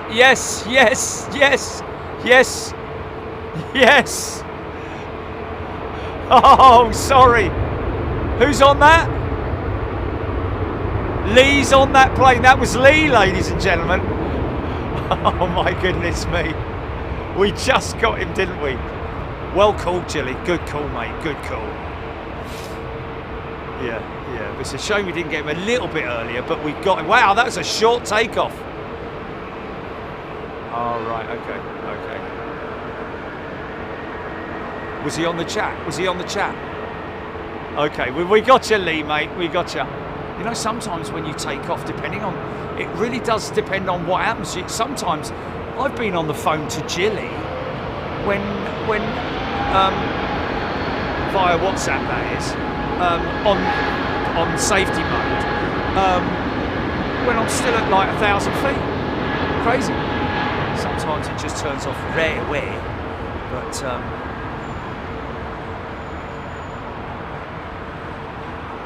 airplane. What did I say? Aircraft mode. Oh, safety. Did I? I don't know. I'll just say anything as quickly as I can so I can move on to the next sentence.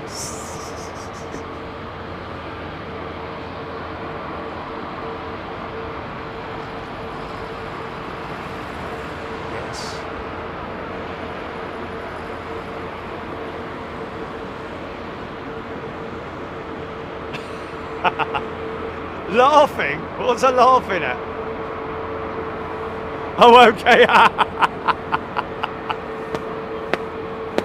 That is hilarious, man. That's how good the American satellite connection is on their planes, man. It's brilliant. The Atlantic has been conquered by the Americans, and I have to say, it's Starlink, isn't it? It's Starlink. Starlink have literally, made it. With Delta, it was literally from the moment you took off to the moment you arrived at the other end, all the way across the Atlantic, no deviation, no interference whatsoever. Maybe the odd one here and there, but you could watch whatever you wanted to watch all the way across the Atlantic, man. So well done, Starlink, and may I suggest anybody from British Airways or Virgin Atlantic look at Starlink as an option for their connectivity, because it is brilliant. Bill Odendahl. No, there's no smell. There's no odour to the biofuel, because obviously it's too much blended. It's too blended in there. So 95% is the Jet 1 fuel.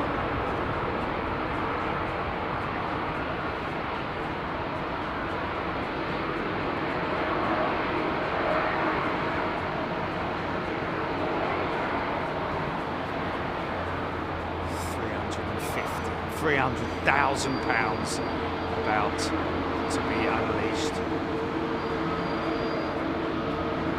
Yeah, that's funny, man. That's funny. Laughing at Twitter and scrolling through cats and kittens, silly animals and this. Stuart N. I'd watch an Airport 7%.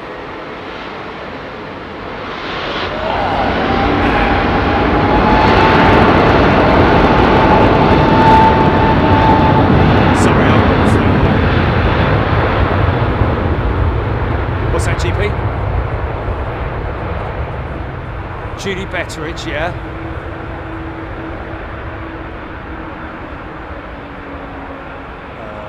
Royal Brunei.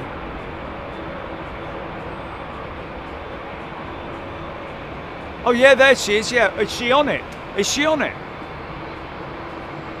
Oh, okay. Julia Betteridge has got a friend on the Royal Brunei jet, folks. Here we go.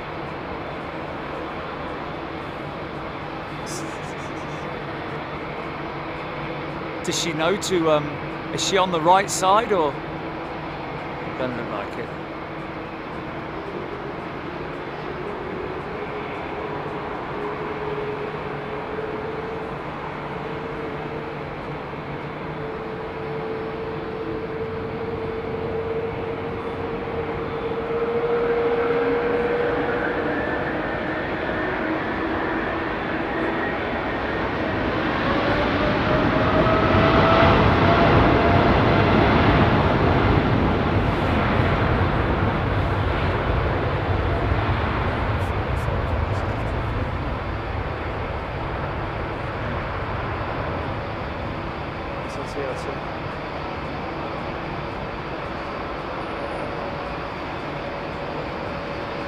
Wow. Kevin Beasley, Heathrow uses 20 million litres of fuel per day. Source BBC News, 20 million litres of fuel per day. Well, what's 20 million times, or 10% is 2 million, isn't it? So that's a million litres of biofuel used per day. That's crazy. Is that right? 10% is so 20. So 10% is 20. Wait a minute. You're not a millipede.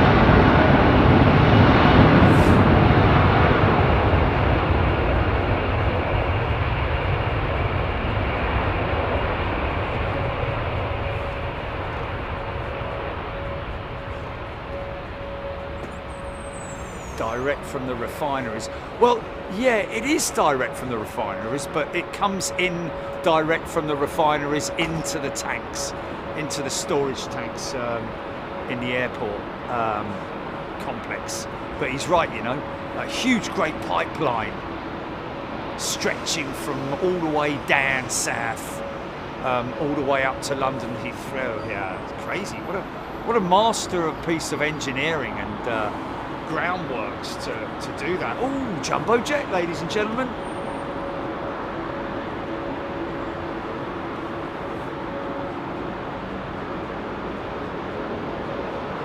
Some young lad yesterday in ARD telling me he was buying the Qatar A380-777-8 freighter, wasn't he?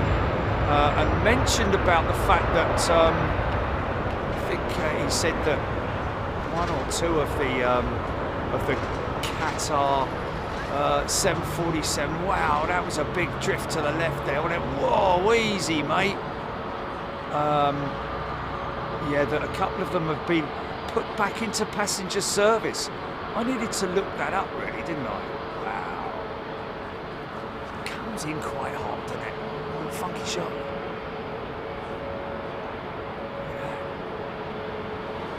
The launch customer for the A220, Air Baltic there, isn't it? Were they the launch customer, I think? Originally a CS300.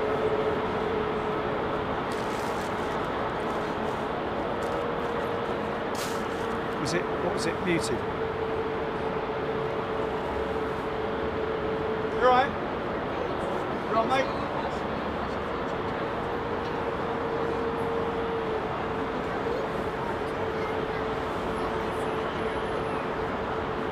Cool.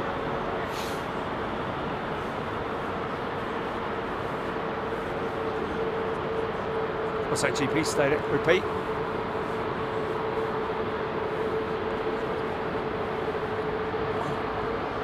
Where? Oh, right. Okay. Thank you. Oh, okay. Oh, wow. It's gone too quick, hasn't it? It's gone too quick, man.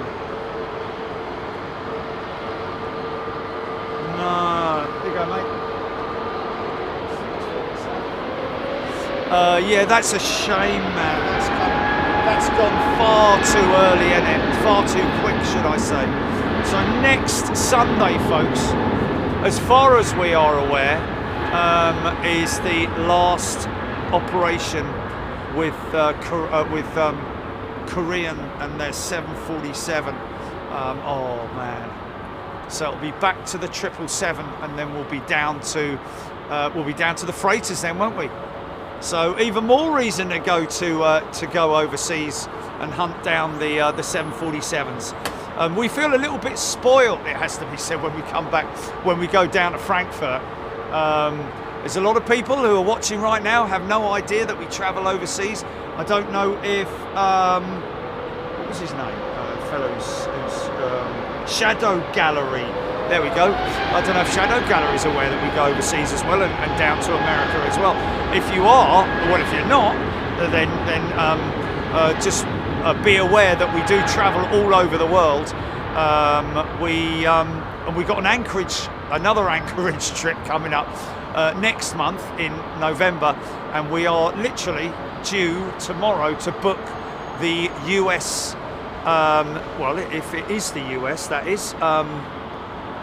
Flight for the October overseas show. Why not? We've had October's Euro show down in Lisbon. Wow, what a crazy day that was, man. If you're a member or a new member, if you've been gifted membership, go and have a look at that Lisbon, because it's literally well, it kind of is 2 seasons in one day, isn't it? Crazy winds and rain and crosswinds and aircraft struggling and amazing action on the runways, military stuff.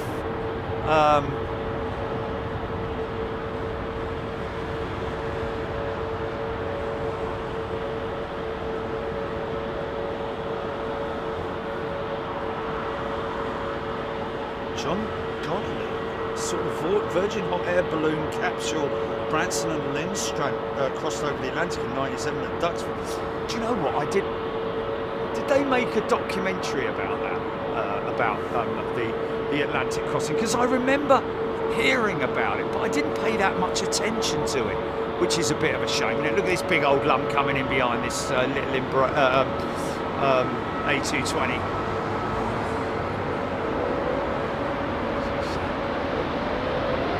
Now there we go, ladies and gentlemen, big brother, little brother, or brother and sister, or whatever. How much does that look like a big A350 and a diddle A350? I rest my case. That's the first time we've ever had that shot, GP.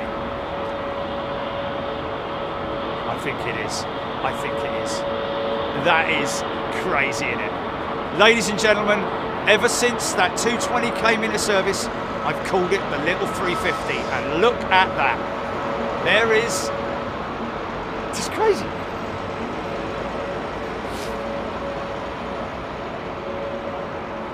I mean, almost like the big ones, like, what time are you going to be home for dinner?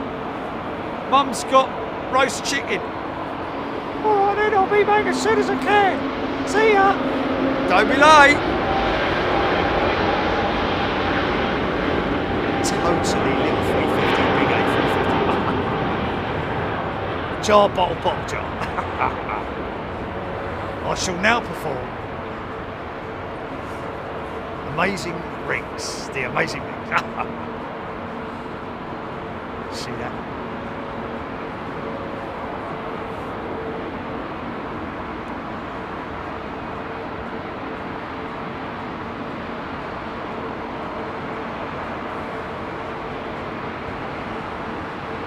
Wharf 2000, watched Lisbon the next day on one of the Portuguese streams. Oh, okay.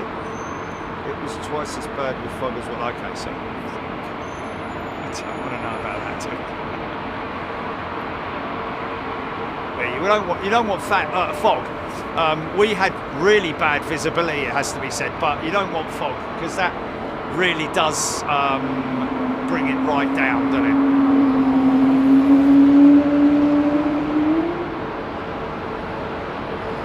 Harris is literally just carving up the roast chicken. Oof, sounds a bit.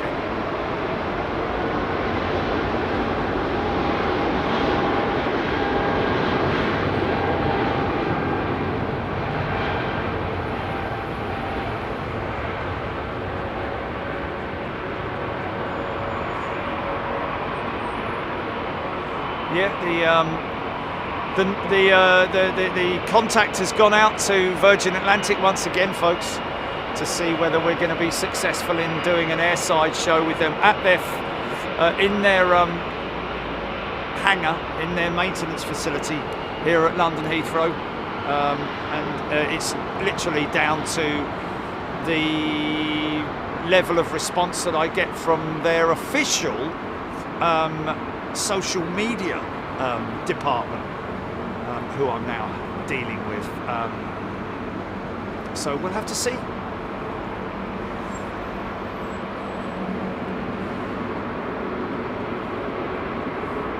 Les Donaldson just caught up with Lisbon. Absolutely mental day. Ooh.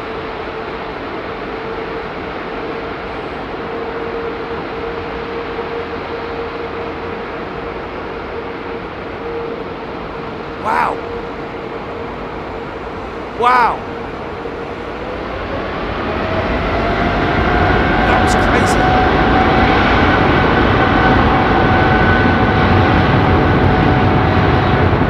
Craig Russell, this jet off to Boston, thank you. Did you hear that, folks? That was really interesting. I think that's the cold ambient temperature that's got something to do with that aircraft sitting on the brakes and bringing up the engine temperatures, or the N1 temperatures. That's cool, man. Literally like flipping AN225 on the brakes. Next one that does that, I'm going to go deep in on the linkage, the front brake linkage, because you'll see the aircraft literally lurch backwards. Seems to be on the old GE90 engines that are doing it. Cathay Pacific's 350-900. Carbon plastic aeroplane, ladies and gentlemen. 70% carbon. Crazy. Maybe even more than that, I don't know, but straight out.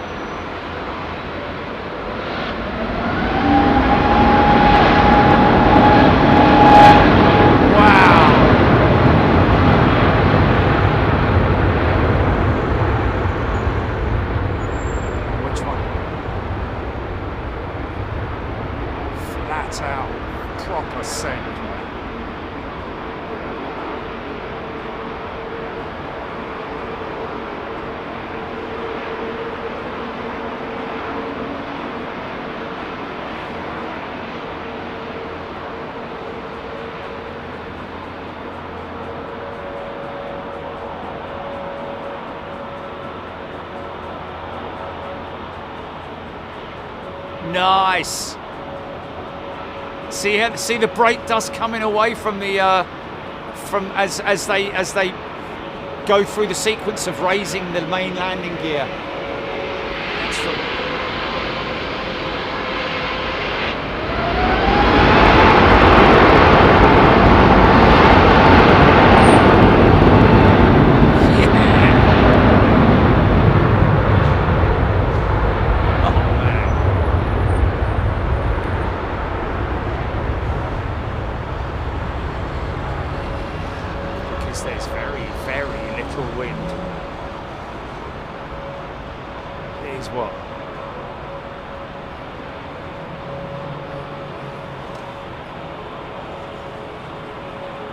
What's that?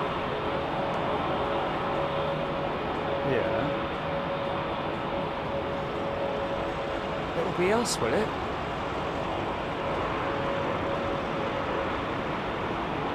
Oh, really? That's crazy.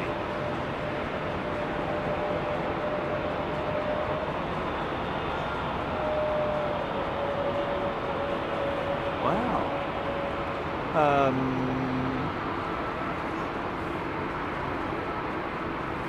Morgan loving the close-ups. I'm glad you guys like the close-ups, because I like going deep. You know, there are some people who are not big fans of it, but it's nothing better than inspecting an aeroplane, is there? These engines, man. It's like a race machine, isn't it? Starship.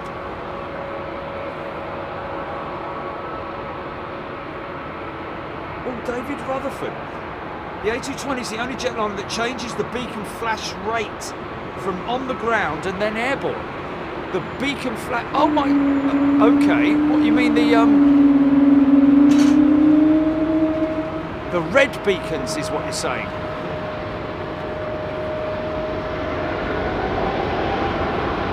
Interesting. We'll have to look into that.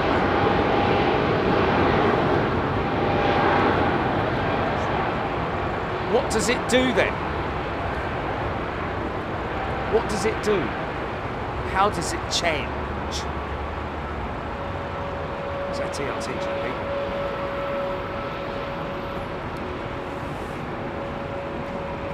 It's up. So, airborne.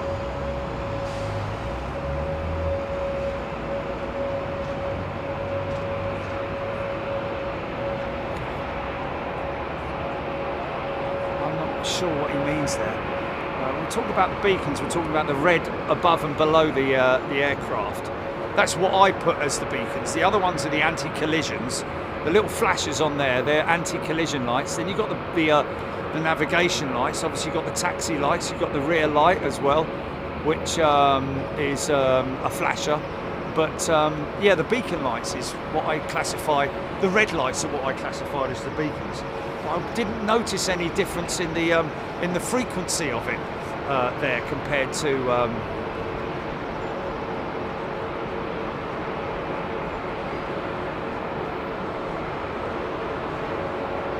Looks like she's heavy, man. That aeroplane looks heavy. Wow, it's almost like she's back heavy, look. I know she's not, obviously, but it just looks like someone's put a load of concrete in the back. Excuse me, sir, would you mind turning the engine off and literally bring it up to the... take it up to the weight stand.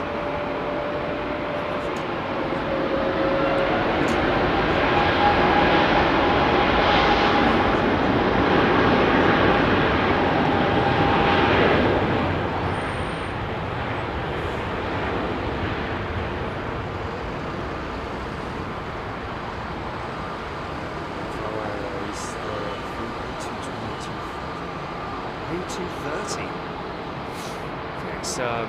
That's a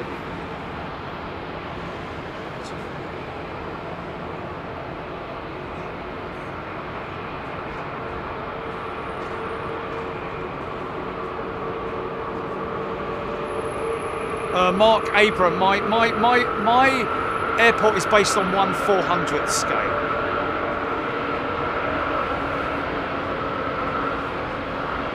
Gareth, Lydia, take care.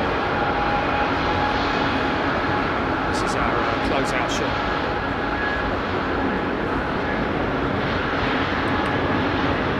GP.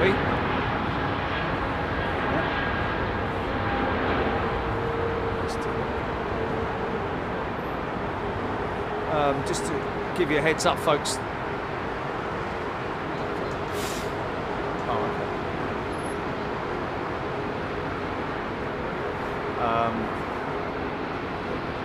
Interesting that no, just to let you know, folks, that we were really happy with the format for on air, so we're going to carry on now. I'm ready for it. Almost want to do another one very quickly because I'm so into it now. So it's going to become a regular feature on a Friday night, ladies and gents. I know other people have copied us. Yeah, it's always the case. Abby Garvey's uncle is on Yankee Foxtrot, taxiing to the runway from T5. Where's that going, Abby? Yankee Foxtrot. What's the flight number? And what's the destination?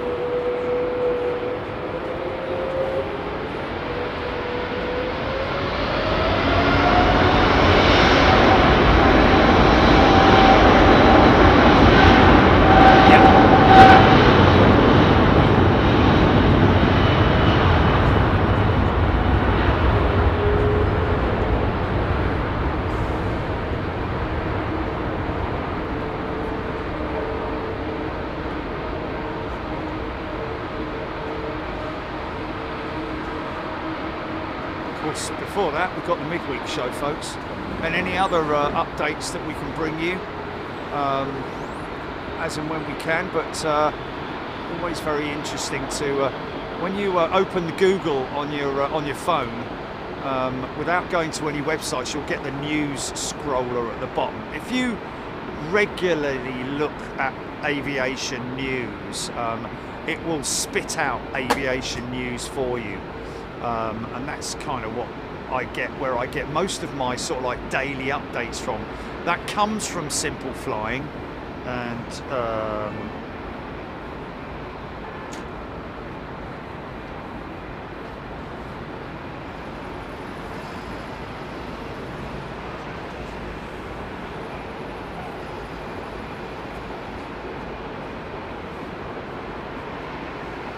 comes from Simple Flying and the other ones.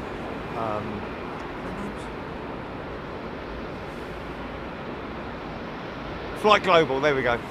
Chili's always at the rescue, isn't she? Always at the rescue.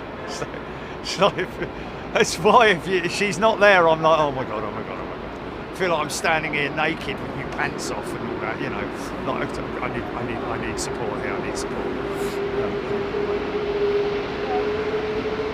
Light on the field.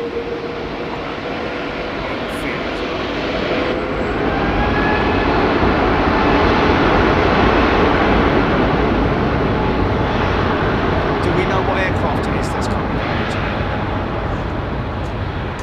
Oh, is it? Okay.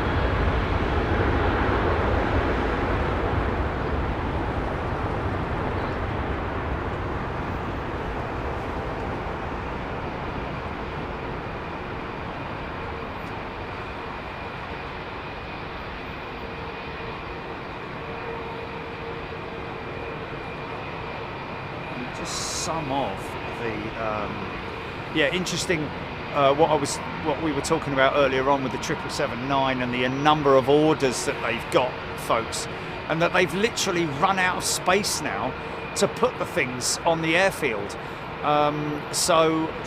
You know, there's only so many 777-9s you can park at Payne Field, and they don't have any other option, literally, unless they build some kind of like a ramp system where they can go and park them off in other fields or something, but they just don't have it.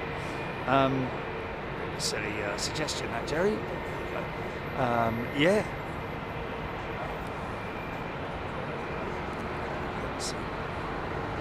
Replacement nacelle. Well, a repaired nacelle. Look at that.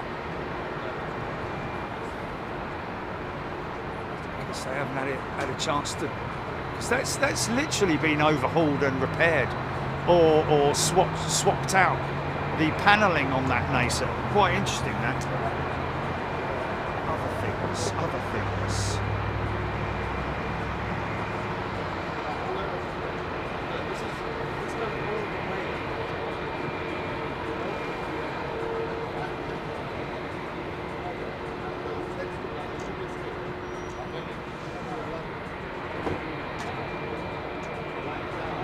Interesting to see how the 797 gathers speed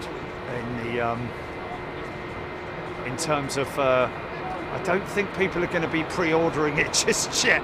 I think they're going to be like, oh, come on, hold on a minute. Let's wait till the 777-9 is in full flow. That's what we really want, isn't it? Full flow 777-9, man. Interesting to see that 767's been pushed back and facing the opposite direction. So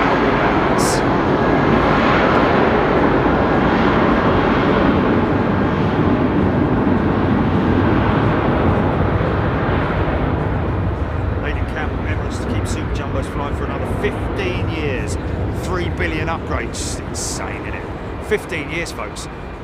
You know, and let's face it, if they're going to do it, I'd imagine that the other operators are going to do it, because they've got no other aircraft to replace their 380s with. Korean are probably going to keep their 380s and 747-8s in service for a lot longer. I'd imagine that Lufthansa will do the same. What's that, GP? Oh, they're switching to 09s, folks. This is why. So that is it. There we go. I did actually look at the SAC, and it did look like it was kind of, well, it was fluctuating between that and that. Yeah, a bit of a tailwind they're taking off into and landing in.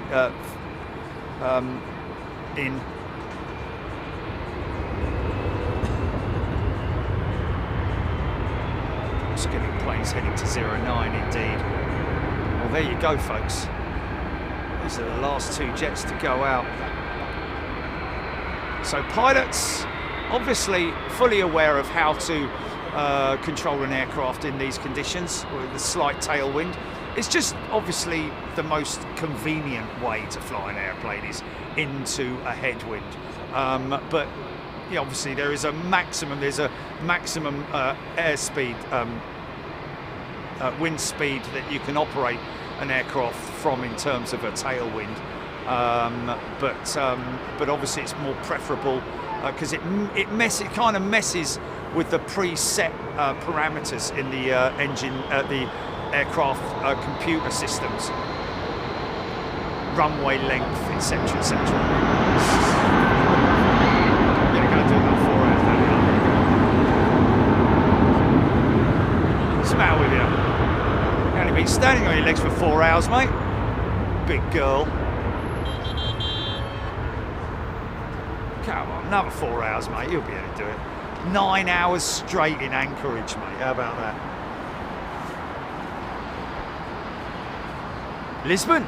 All day at Lisbon. Yeah? That was 9 hours, wasn't it? 9.5 hours in Lisbon with no lunch break. Thanks to Marco and his team bringing me a he bought me that's where I fell in love with the thing again, wasn't it? The Big Mac. No, it's not.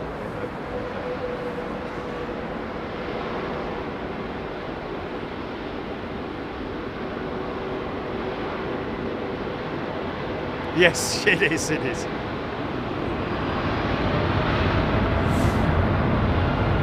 Wow.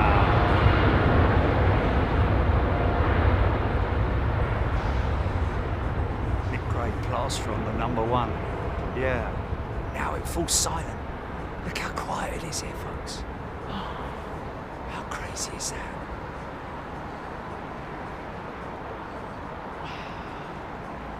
By the way, can I just say before we go that the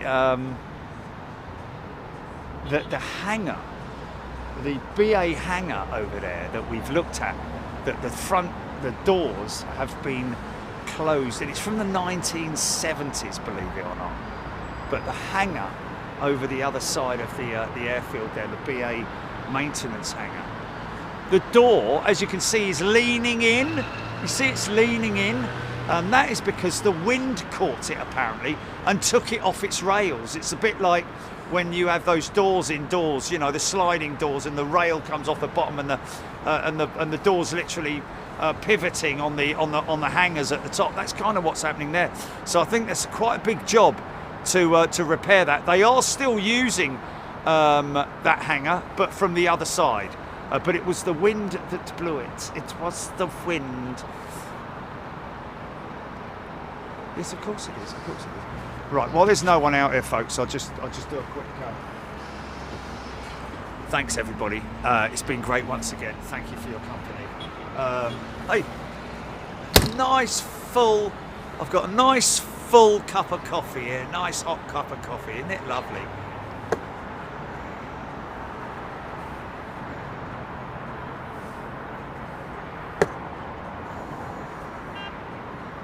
That's not full, is it? And especially if you're trying to act and you're going like, you know, like when, you know, actors, know your thing and do it properly. Earn your money. Don't pretend, if you're being asked to pretend that you've got a cup of coffee and someone hands it to you, go like that. Oh, cheers, mate. Thanks a lot. Oh, okay, yeah. Oh, I'll tell you what, that's going to be nice, that is. Hold on a minute. Oh, it's a bit hot. But I'll tell you what, I'll put it down there if that's all right. And I'll let it cool off a little bit. Not like this. Yeah, cheers. Thanks a lot. Yeah. Anyway, I was telling what was him over the other time. It was like full cup of coffee. This. Yeah. I honestly, I just couldn't understand it. He was all over the place like this. Anyway, hold on a minute. Thank you. Anyway, cool. Yeah. I was just, and anyway, I'll just put my coffee down. If there's any, what are they, Julie? What do you call them again? The prop managers or crew, prop department. Know your stuff about stuff like that. You're getting paid far too much money if you can't even fake a cup of coffee. Anyway, I've finally done it after all these years. Folks, look after yourselves. We'll be back on Wednesday. Don't know where. But we will see you then. We'll put a post out. Any other stuff that's coming up, we'll let you know. Download the app. because that has been updated recently, amongst other things, and we'll probably do another trip to ARD in the coming days. So we'll see you later. Bye-bye. Thanks, Jilly, by the way, and Steph. We appreciate your company. Trish, sorry, Trish. Yes, sorry, Trish. How many years has it been? I'm still... Sorry, Trish, man. She knows, doesn't she? She knows. Hey, is that the jet with somebody's taking off now, Jilly? No. Okay. All right. Okay. Well, then let's cut the feed. Thanks, folks. See you later.